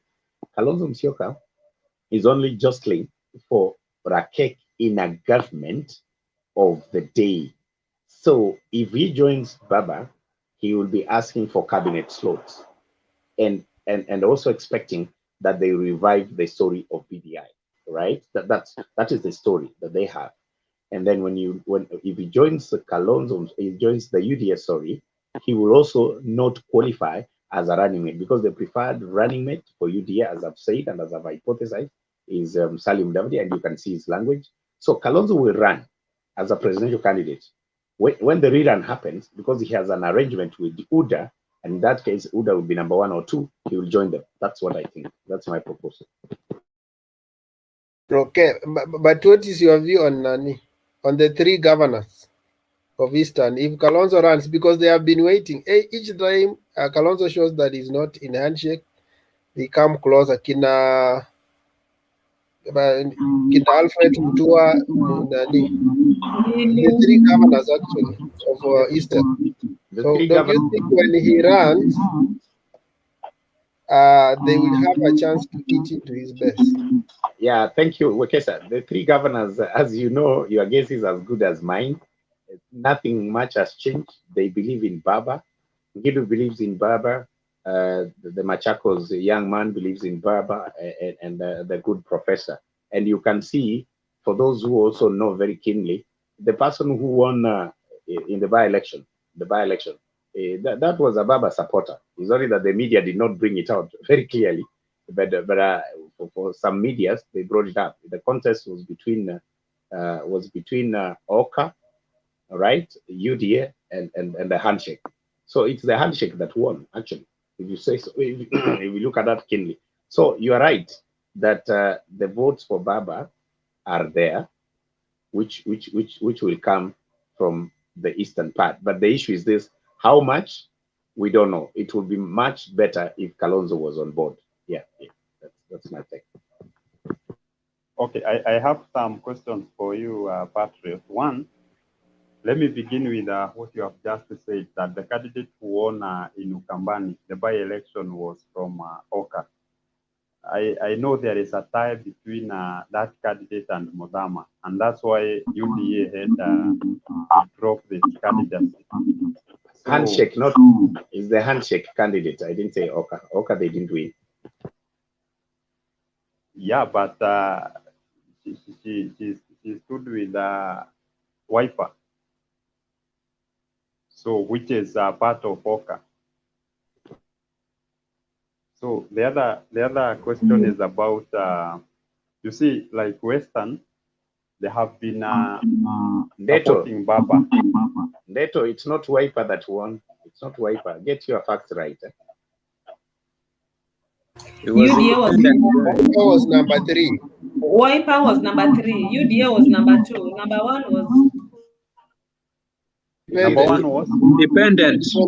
Independent, which was associated. It's not Wiper, my brother. Get your facts right. Independent, which was associated with the governor.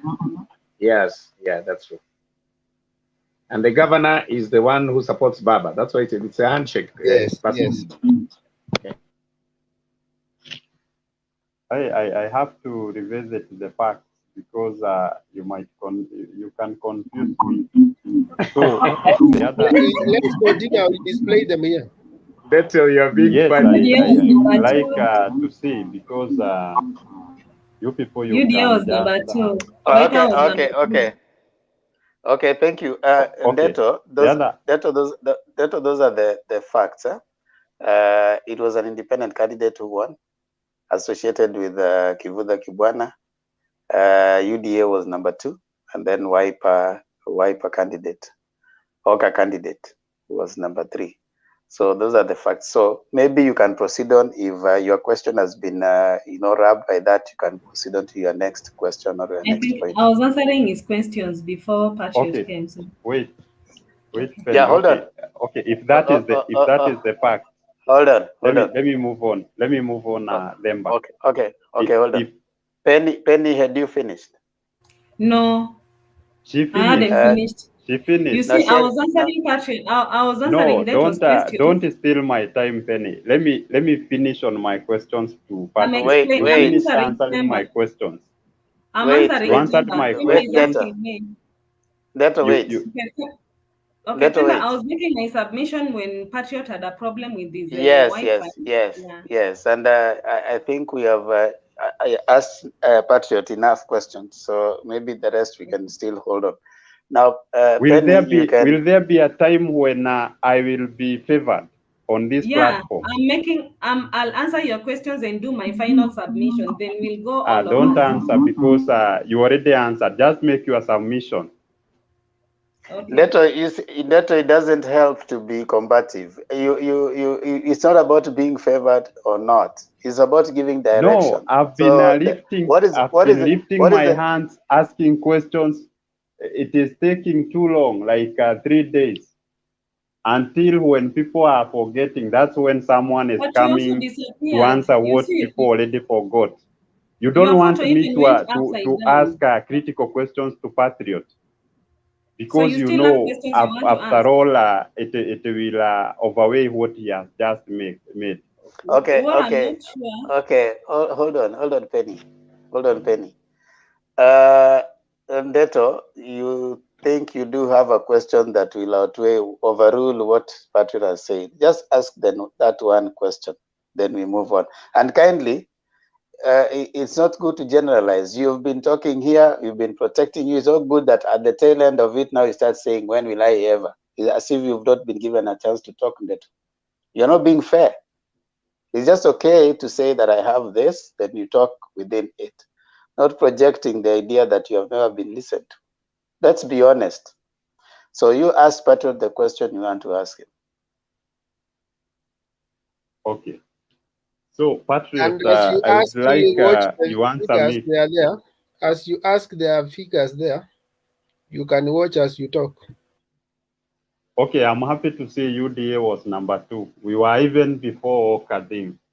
So the question I would like Patriot to answer me. He has said that basing on the statistics he has been observing from Central, I don't know which source because I've tried to find any publication about statistics of how Ruto is losing and how Baba is gaining. That Ruto is almost now 53%.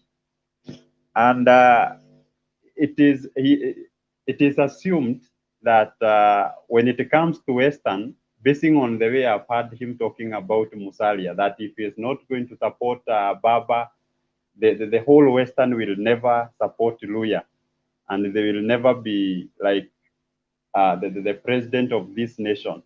My question is this: what makes you think that Kikuyu, the central region, day in, day out, we are getting divided more and more, and the western region or any other region like Coast, where we have seen DP Ruto trying to make some popularity, it is remaining a Baba zone.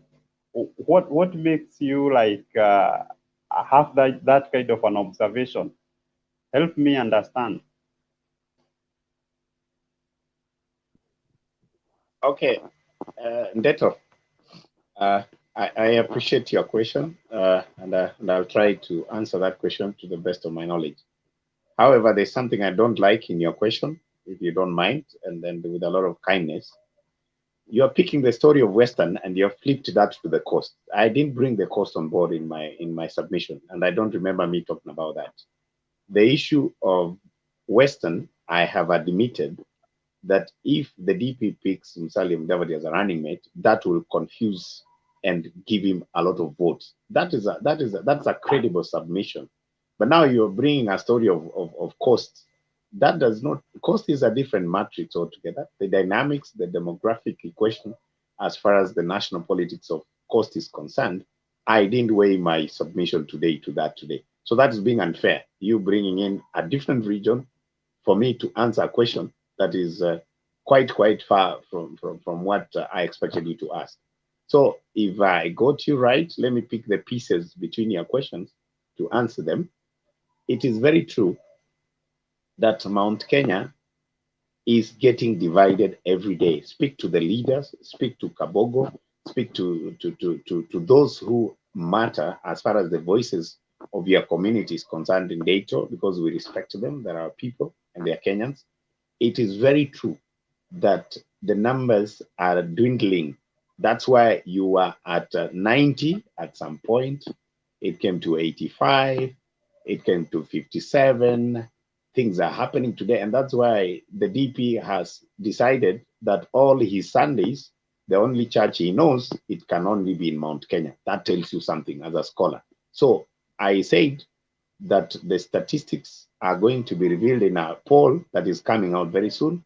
And I will not be mad if I'm indicted or I'm proved to be wrong.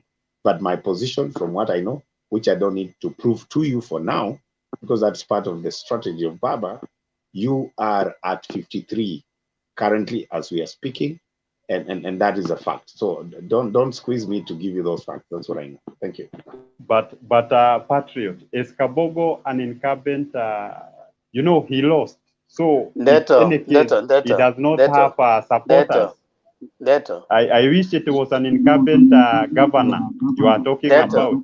And also, today Ruto was in Masaini. So how can you say that every time he is going to Mount Kenya? Patriot, just mute. Okay. Just mute, Neto. Neto, you haven't muted.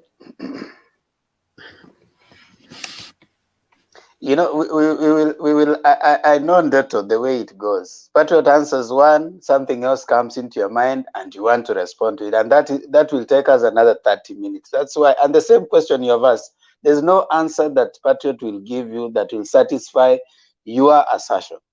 So let's just agree, like I think we always say here, people will come give their suggestions. That's according to Patriot. So telling him to give you what you already think, you already have a certain way of thinking that you think you want.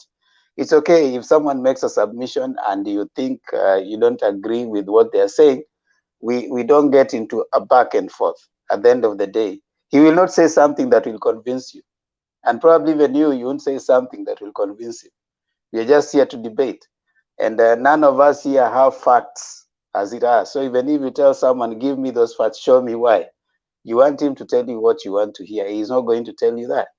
So let's just agree that, okay, fine, this point I don't agree with, this point I agree with, and then we move on. Let me allow Penny to give, okay, community had joined us, but community, we are making our final submission. So Let me allow Penny to give. Okay, that's fine. That's fine. Yeah. Penny, you want me to allow community to at least make a submission, and then maybe he is making his first and last submission, so there will be no earlier time, and then we come to you. Okay, community ancestor, you are making your first and last. Yeah. Thank you, Mr. Themba, for giving me this opportunity. In fact, I've been following you from the background because I was busy a little bit, but now I'm back. In fact, the topic of today, I'm seeing about Mudavadi crying. Yeah, every now and then, yeah. You know, I don't know what is happening to Mudavadi.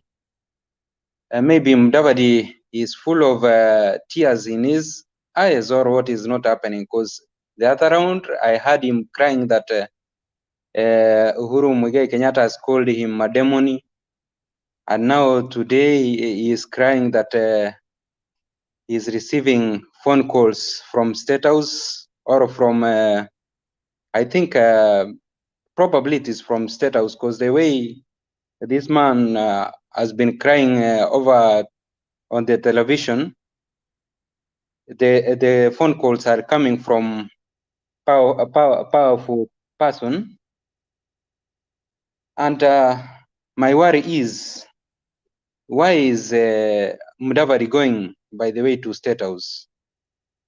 He should boycott, because what I've seen, he has already made up his mind that he's going direct to the ballot come 2022. So, as a gentleman, he's supposed to tell whosoever who is making calls unto him in the midnight to just stop, because already he has moved on. Then the other thing is that what I'm seeing, if Oka are going to run in the, or they are going to, in fact, to secure a place in a presidential competition come August 9, 2022, then automatically we are going for a runoff. And if at all we are going for a runoff, you know, after a runoff, there will be no 50+1. It is just only the winner is somebody who will win by the majority. So that is when, in fact, maybe the very person who will be number one and number two, they will play their cards well, so that number three and the rest can be able to give them support, so that they emerge winners. So maybe my advice to Oka team, instead of crying, let them tell, if it is Raila Amolo Odinga, from today, the way we parted ways when we were in NASA, our main aim is that top house, which is in the hill. And then if it is President Uhuru Muigai Kenyatta, they are supposed to come clear and tell President Uhuru Muigai Kenyatta that for us, we have decided that we are going to the ballot. Nothing is going to stop us. So that in fact, we automatically know that we have Raila Amolo Odinga, Uhuru William Samoei Ruto, and then one of the Oka who will run for 2022 general elections, and also including the other teams, because many formations are coming, the likes of maybe Kisa Kitui and others. So it is as simple as that. And now my urge to Raila Amolo Odinga, because mimi ni mtu wa baba, is yeye wacha apate running mate from the mountain. Akipata running mate from the mountain, hata kama kura za Western zitakuwa split, tuhakikishe kuwa at least from the mountain tumepata some few tumepata some good votes, as you in fact compare to what we got in the previous elections, so that in fact we can be able to ensure that William Samoei Ruto cannot take the whole Mount Kenya votes, and then so that he gives us a headache in as far as 2022 presidential elections are concerned. So ile kitu yenye iko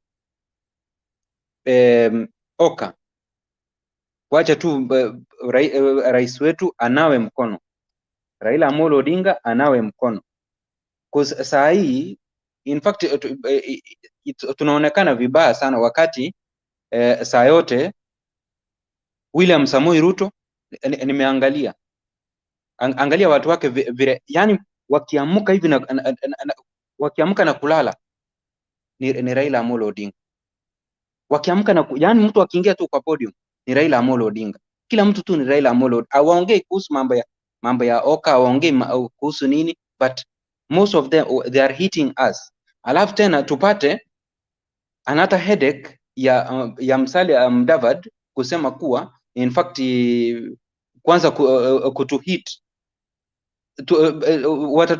watatuumiza roho zetu. The best thing is that Raila Amolo Odinga anawe mkono, aseme enyewe nilikuwa na wahitaji but mmeamua kwenda kivingine, awaombea mazuri. Alafu na Uhuru Muigai Kenyatta naye aseme mimi nimejaribu yangu yote kutoka Mombasa, kutoka wapi, kuambia kuwa pack one person ambaye maybe ninaona anayeweza kushinda hii uchaguzi in one round, so that in fact hizo courses zingine za runoff tupate kuzikata. But kwa vile mmekaa ngumu, the best thing na mimi ni kunawa mkono na kusema kuwa patana na whosoever mwenye ninaona anaweza chukua mkopa kutoka kwangu, and then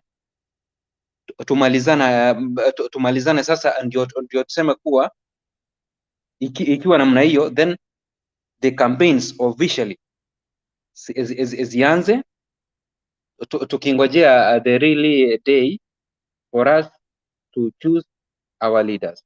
So nimeshukuru sana Mr. Tempa and the entire team kwa kunipa masikio yenu. Thank you so much. Have a good night.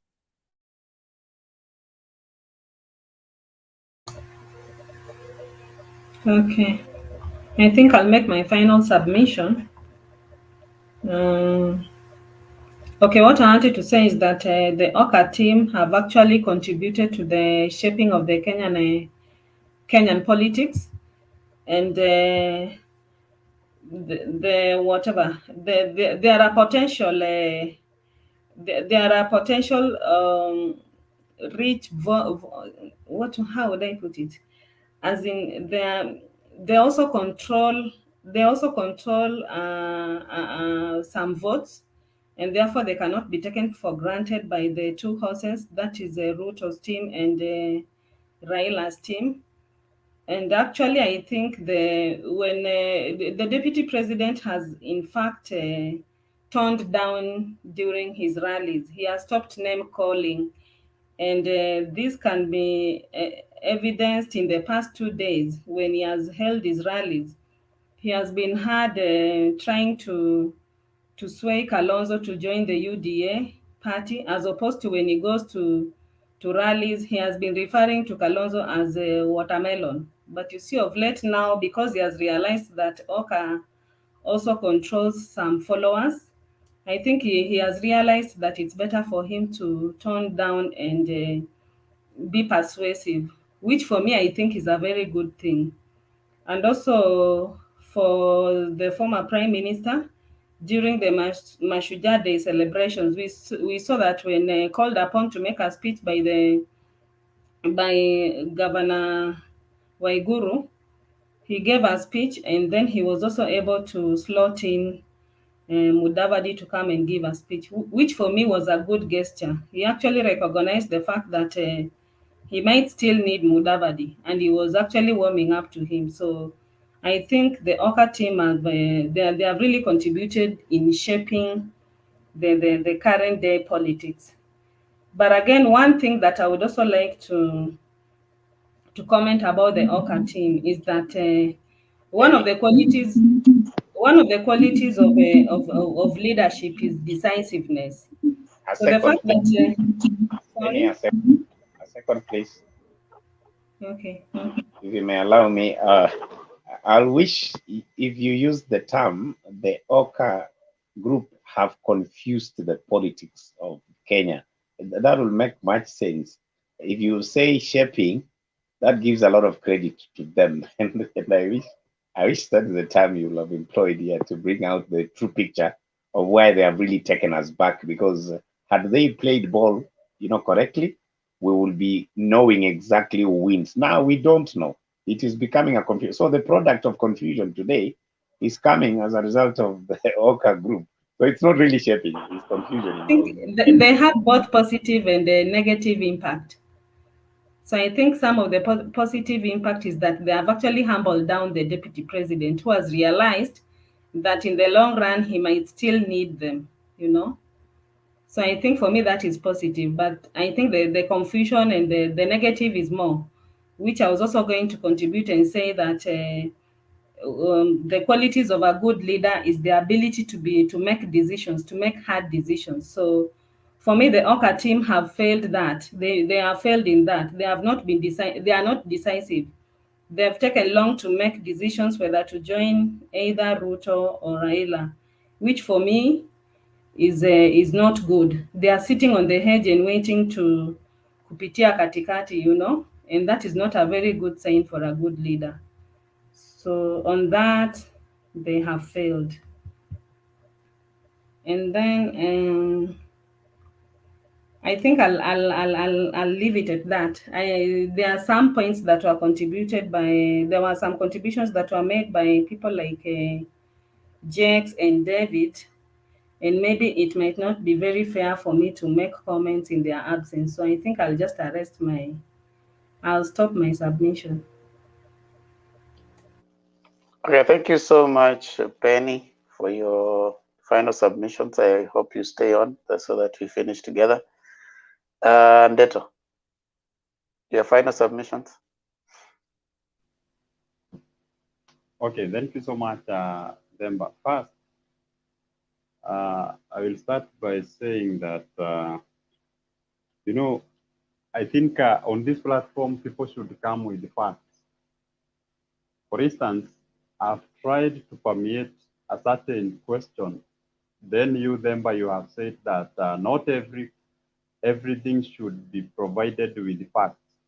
But the moment I go wrong, Wekesa is so quick to even project on the screen what Ukabani had, and that the independent candidate was the winning like that. So On my side, facts are provided very fast. But when I demand for facts from an ODM supporter, it is not important. So my second point is that Kenya does not belong to three families. And I think having come from a very poor background, I would also love to see myself climbing to a level of president or to brush my shoulders with these big people, come from grass to grace.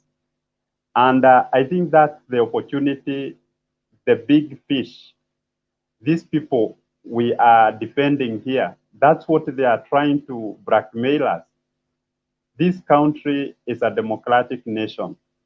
And if someone thinks it is a socialist or it can be a communist, I think we are a capitalist society. And democracy must be respected. We have three arms of our democracy. One is the judiciary, we have executive and the legislature. Of the past, we have seen the executive trying to manipulate the legislature. We have seen it trying even to manipulate the judiciary. But when a person comes and oppose the issue of the ombudsman, then that person is opposing BBI. When a person comes and when the judiciary rules against the BBI, a certain leader is very quick to say that the judges are dictators. So, and they will revisit that.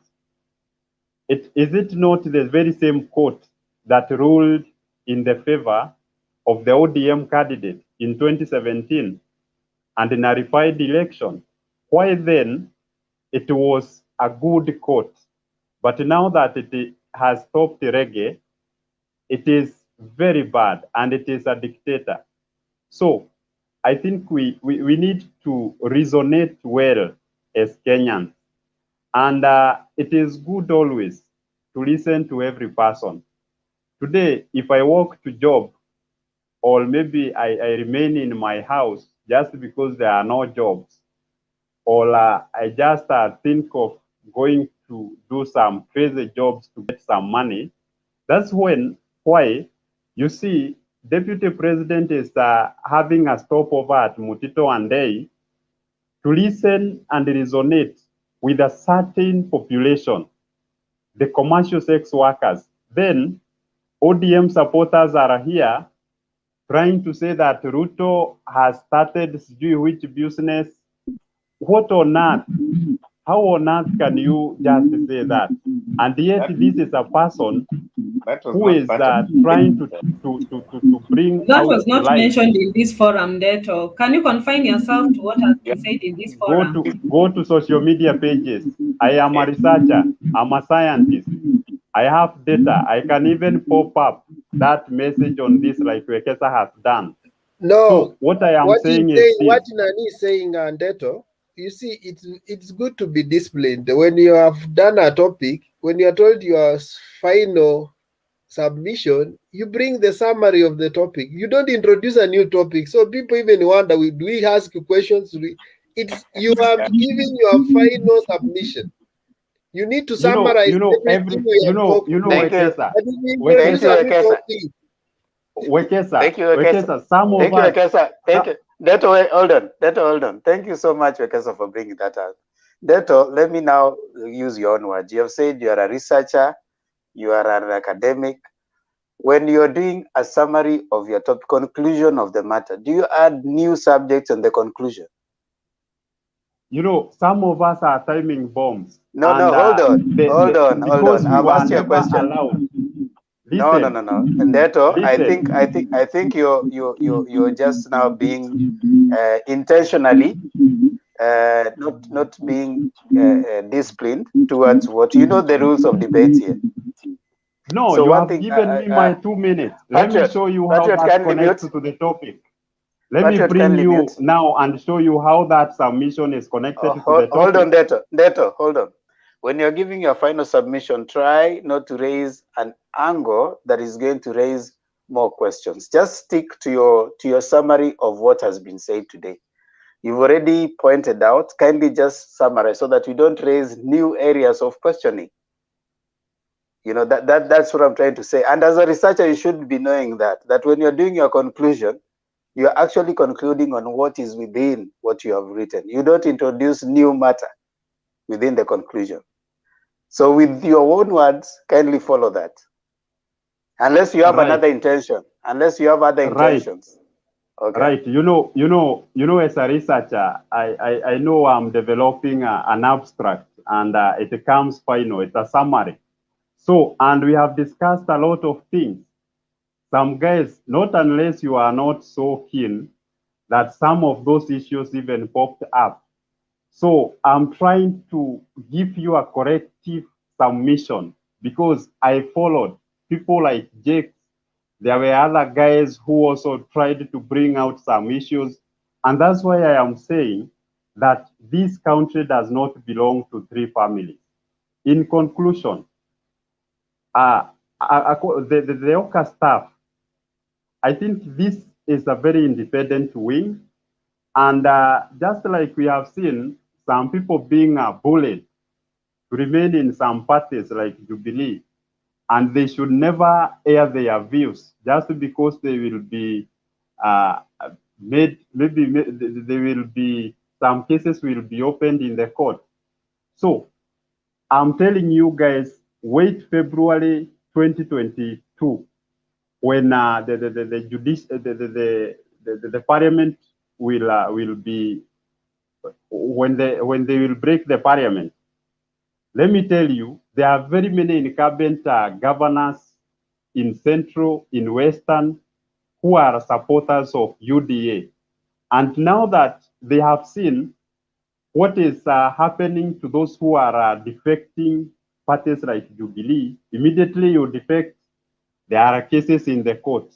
Wait until that time.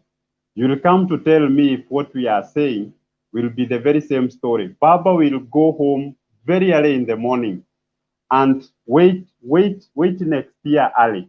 You will tell me that when people will have no fear of anything but the courage of whom they support. So therefore, Mimi, I'm a supporter of Deputy President William Ruto because he is going to bring liberation, economic liberation of this nation, the freedom we need as young people, just like South Africa, they are parted. This is our time, Wekesa. This is our time, Penny. This is our time, Demba, and community ancestor, as well as a patriot. Thank you so much.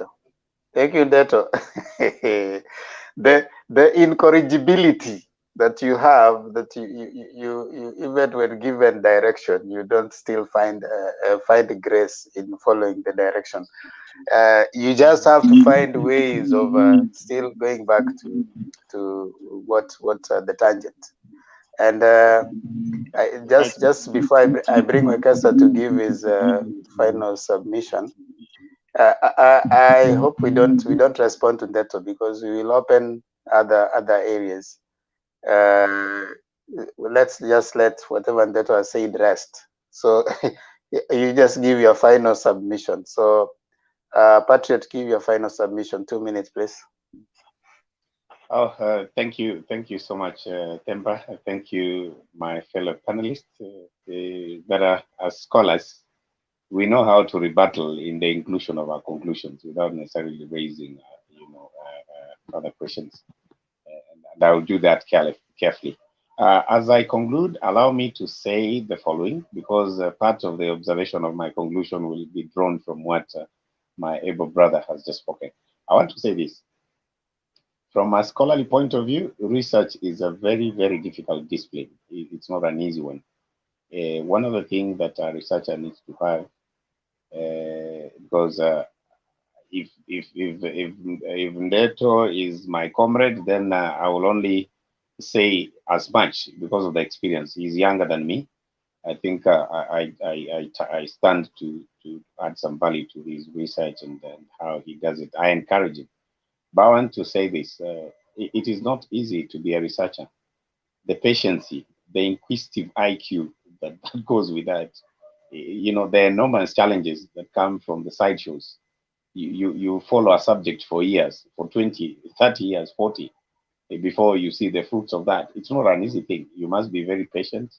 You must have the inquisitive mind that has well, undistracted IQ. It's a very difficult display. But I want to encourage my brother Nato, that's what he's doing. But the only thing, I'll be very honest, he has a long way to go. It's not an easy job to actually handle. Now, on my final submission, I want to say this.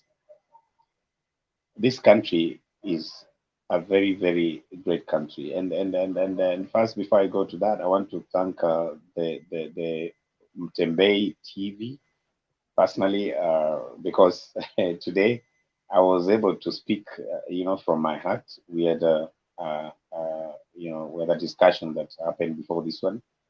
I hope you get time to see in case you didn't.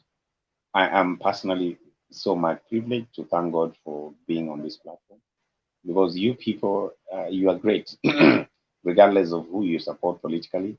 You make a very serious, party to how we run our lives, and as an expert, I think I would be looking forward to interacting with you personally, and also learning so much from you. So that's why some of us, we are willing to share what we have as professionals, as we move forward. This is what we encourage, and I really want to thank God for this opportunity. That as it may be, it's good to conclude, as I was saying, that this country where it is, we are at a crossroads. What Oka have done, to me, I'll pick that as confusion. I value them, I respect them, and history has it. I'm the one who kept on telling my fellow panelists here to respect these people, don't speak in derogative terms. That has always been my way of doing things. We respect everybody, but when they are wrong, we need to tell them. For sure, the confusion that comes with the Oka today is so enormous. It has made us as a country get worried. But one thing that is very clear from them, they are showing us that you can run with the narrative regardless of how you depict yourself in matters of respect, in matters of dignity. Because when you speak things that are not palatable, they are not scholarly, they cannot be substantiated, and you want to start picking narratives of others, the way Musalia is saying, oh, watu wasikae kwa manyumba wakitaka kuamulia watu. When did he start picking this kind of sloganeering? He was a man we had a lot of respect for. And I know for sure, if that is the way they will go, they will win, yes, if they have to win. But I don't think they will achieve the respect Baba has ever kept, because he's a man who goes by his words. He's a man we trust. We have gone to the extent of calling our children, the names that are not coming from our communities. I am not a Luo, but I will not be ashamed to tell you that some of our children, we have called the names of these leaders because we want them to be remembered.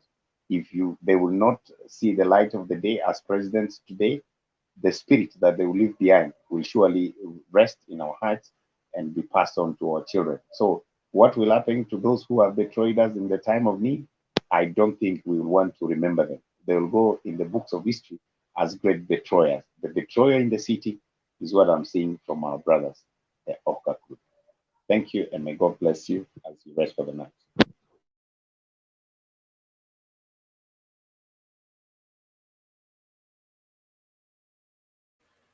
Temba ako ama ameenda?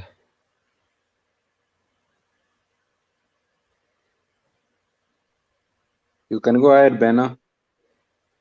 Wekeza. Okay, let me give my submission. I see Temba is not there. I just want to appreciate the whole team for staying overnight, or for some is daytime, just to discuss issues that pertains our nation.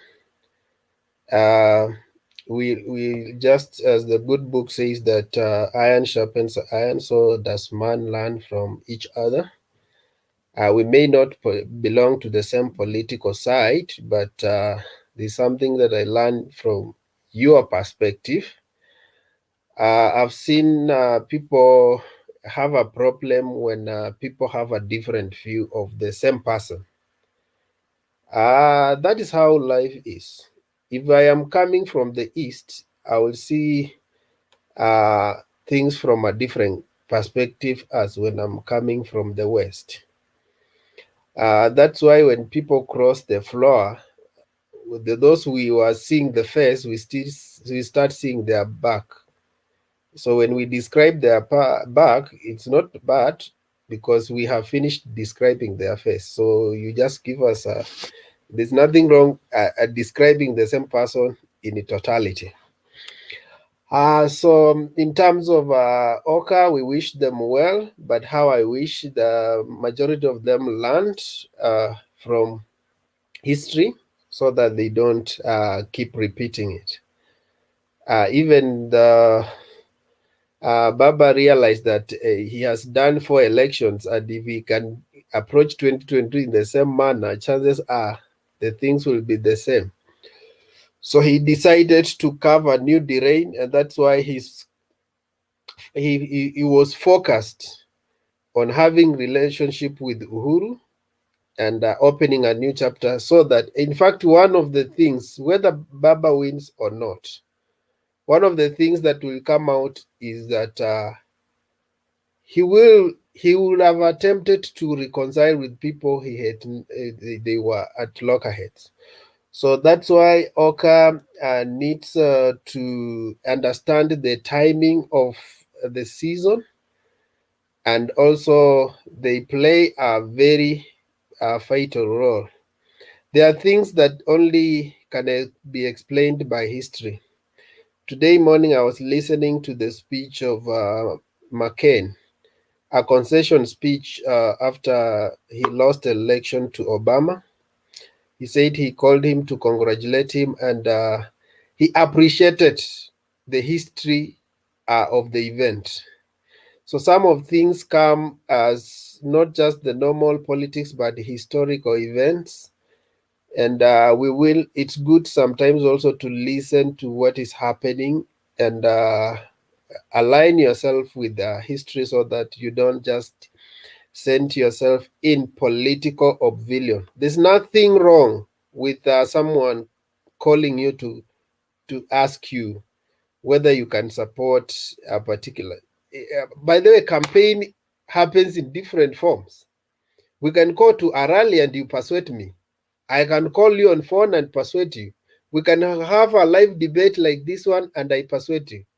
So I don't know, there's nothing wrong with the Uhuru calling Oka principles and campaigning for his candidate. After all, they have a right to. He didn't, when somebody calls you, he doesn't force you, he persuades you. So if you don't buy his idea, you don't come out looking like you're jilted. This is a season of campaign, and anybody can campaign in any form. Some send SMSs, some make calls. Me, even I normally call my family members time of election and ask.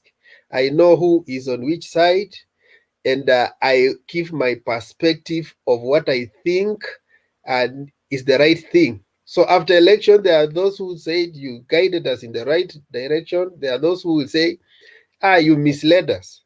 So these things happen. It's not just Uhuru calling the 4. They are not special. Most of us have conversations with our friends and we persuade them that this is the right direction to take, because the society has different types of people. There are those who play the leader role. So when there's something, they are opinion leaders and opinion shapers. When an issue is there, they want to shape the opinion. And there are those who are good followers. In fact, there are those who will, when something is happening, they say, let me watch what Eric has posted. Let me watch what Demba has said. Because there are those who are good at following and analyzing what the opinion shapers are doing. So there's nothing wrong with someone picking a call and calling and telling you, I think, and 2022, we need to go in this direction. At the end of the day, after he has told you, you have a will and an intellect to analyze what he has said and make your own choice. So it should not be turned into intimidation and threats.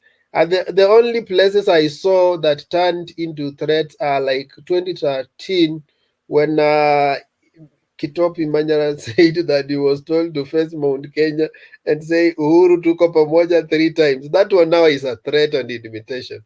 But if somebody calls you in an office, gives you a cup of tea, a friendly talk, and then wants you to decide, that's not intimidation. In fact, you should count it a privilege that when president is considering the next leadership, he actually has you in mind, that he is seeing you as you are playing a pivotal role. The other issue is to ignore you. By the way, even some people, if they are ignored, they will still complain. If they are called, they will complain. This, let me tell you, this is a phase of calling and persuading. The phase of ignoring will come. If they think that you cannot actually, you have made up your mind, they say, now we can do it without this guy. So they move in the direction they want things to go, and nasema liwe liwalo. So you will still see the same people who are complaining that they were called to be given directions, to be told what to do. They will say that these people don't need us. These people think that we are not important. You see, sometimes when you choose to play a victim, you will play victim in all circumstances. When somebody keeps quiet, kwa nini amenyamasia? Akikuongelesha, kwa nini anaongea sana? So I think that is not the best way to display as a leader. And I would just say my brothers from Lulu and the rest should grow up. Even some of us, we support Raila, but we want to see that at least there is a strong leader coming up. We consider them for the future. But right now, they have left us confused. We wonder whether there will be a future. Thank you. Thank you so much, everyone. And I think we leave it at that. Those who have learned, we have addressed ourselves to the debate on is Uhuru organizing or disorganizing Oka. And indeed, for the last 5 hours, we've been trying to explore and give our thoughts to that. And you have heard from all the panelists who attended today. Some of them have dropped, some of them are still here. Deto, Patriot, Community Ancestor, Penny, and indeed Eric. Thank you so much, everyone who also commented. I want to just mention a few of you. We have Martins Wilson, Asili2 TV, Michael Mwarenge, Barnes Nyags, Raphael Mosioka. We have Kennedy Paul. We also have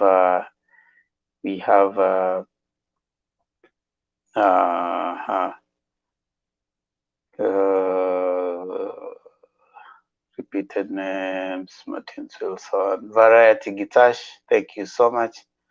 Milia Diambo, thank you. In whose hands are we safe? Thank you so much. Milia Diambo again. Then on YouTube, you have Dennis Ondieki. We have Nasilitu TV again, Dennis Ondieki. Thank you so much, everybody. Ringera, who came in, and Jacqueline Radido. Everybody who came in or who found time to log in on Mutembe TV and share with us. Remember, we always come to you whenever there is a topical issue and much more political issues that are coming up. And the discussion on this forum is meant to shape our thinking and, of course, our view of the Kenyan politics and leadership. As the most important thing is, we hope that our discourse here is going to expand our information so that by the time we get to the ballot, we are going to be making informed decisions. We are not here in any way to impose anyone or to pick any particular direction, but to persuade and hopefully to inform your decision-making process. Remember, at the end of the day, It is your decision and your vote that will make the leaders to occupy the position. It is you, the citizen, who is the supervisor, who is the boss when it comes to 2022. So let's keep engaging. Let's keep it here. Mutembei TV.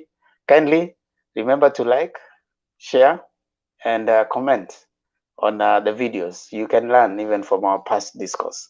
And even as you keep coming, we need to keep talking, because as you always say, when we'll stop talking, we'll start fighting. So let's keep talking. Let's keep discussing. Let's keep engaging.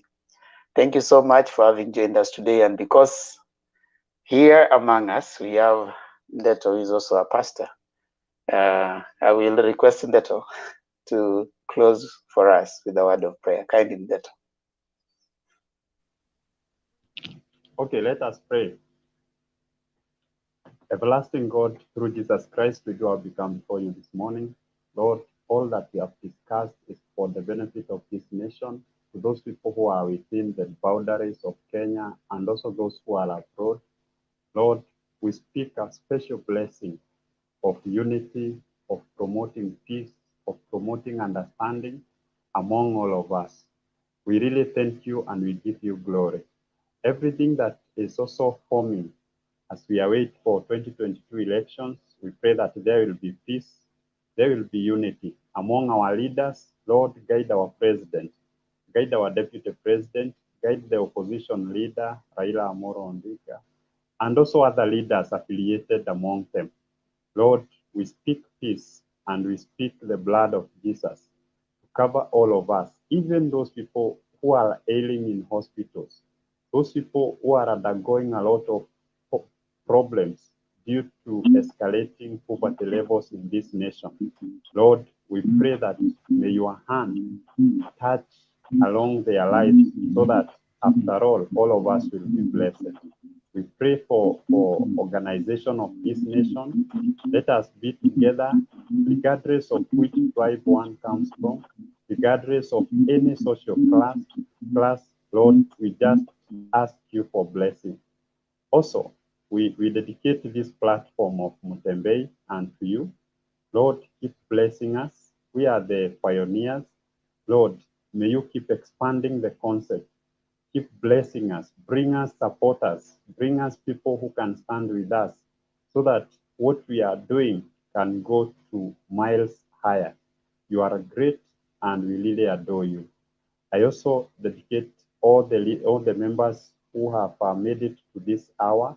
Lord bless them. They have left their jobs. Others have dedicated or they have skipped their sleep. Their sleep. Oh Lord, bless them all, for you are the Almighty King. We ask this through Christ our Lord. Amen. Amen. Amen. Amen. Amen. Have a beautiful night, guys. Good night. Same to you. Ember, how are you? Good night.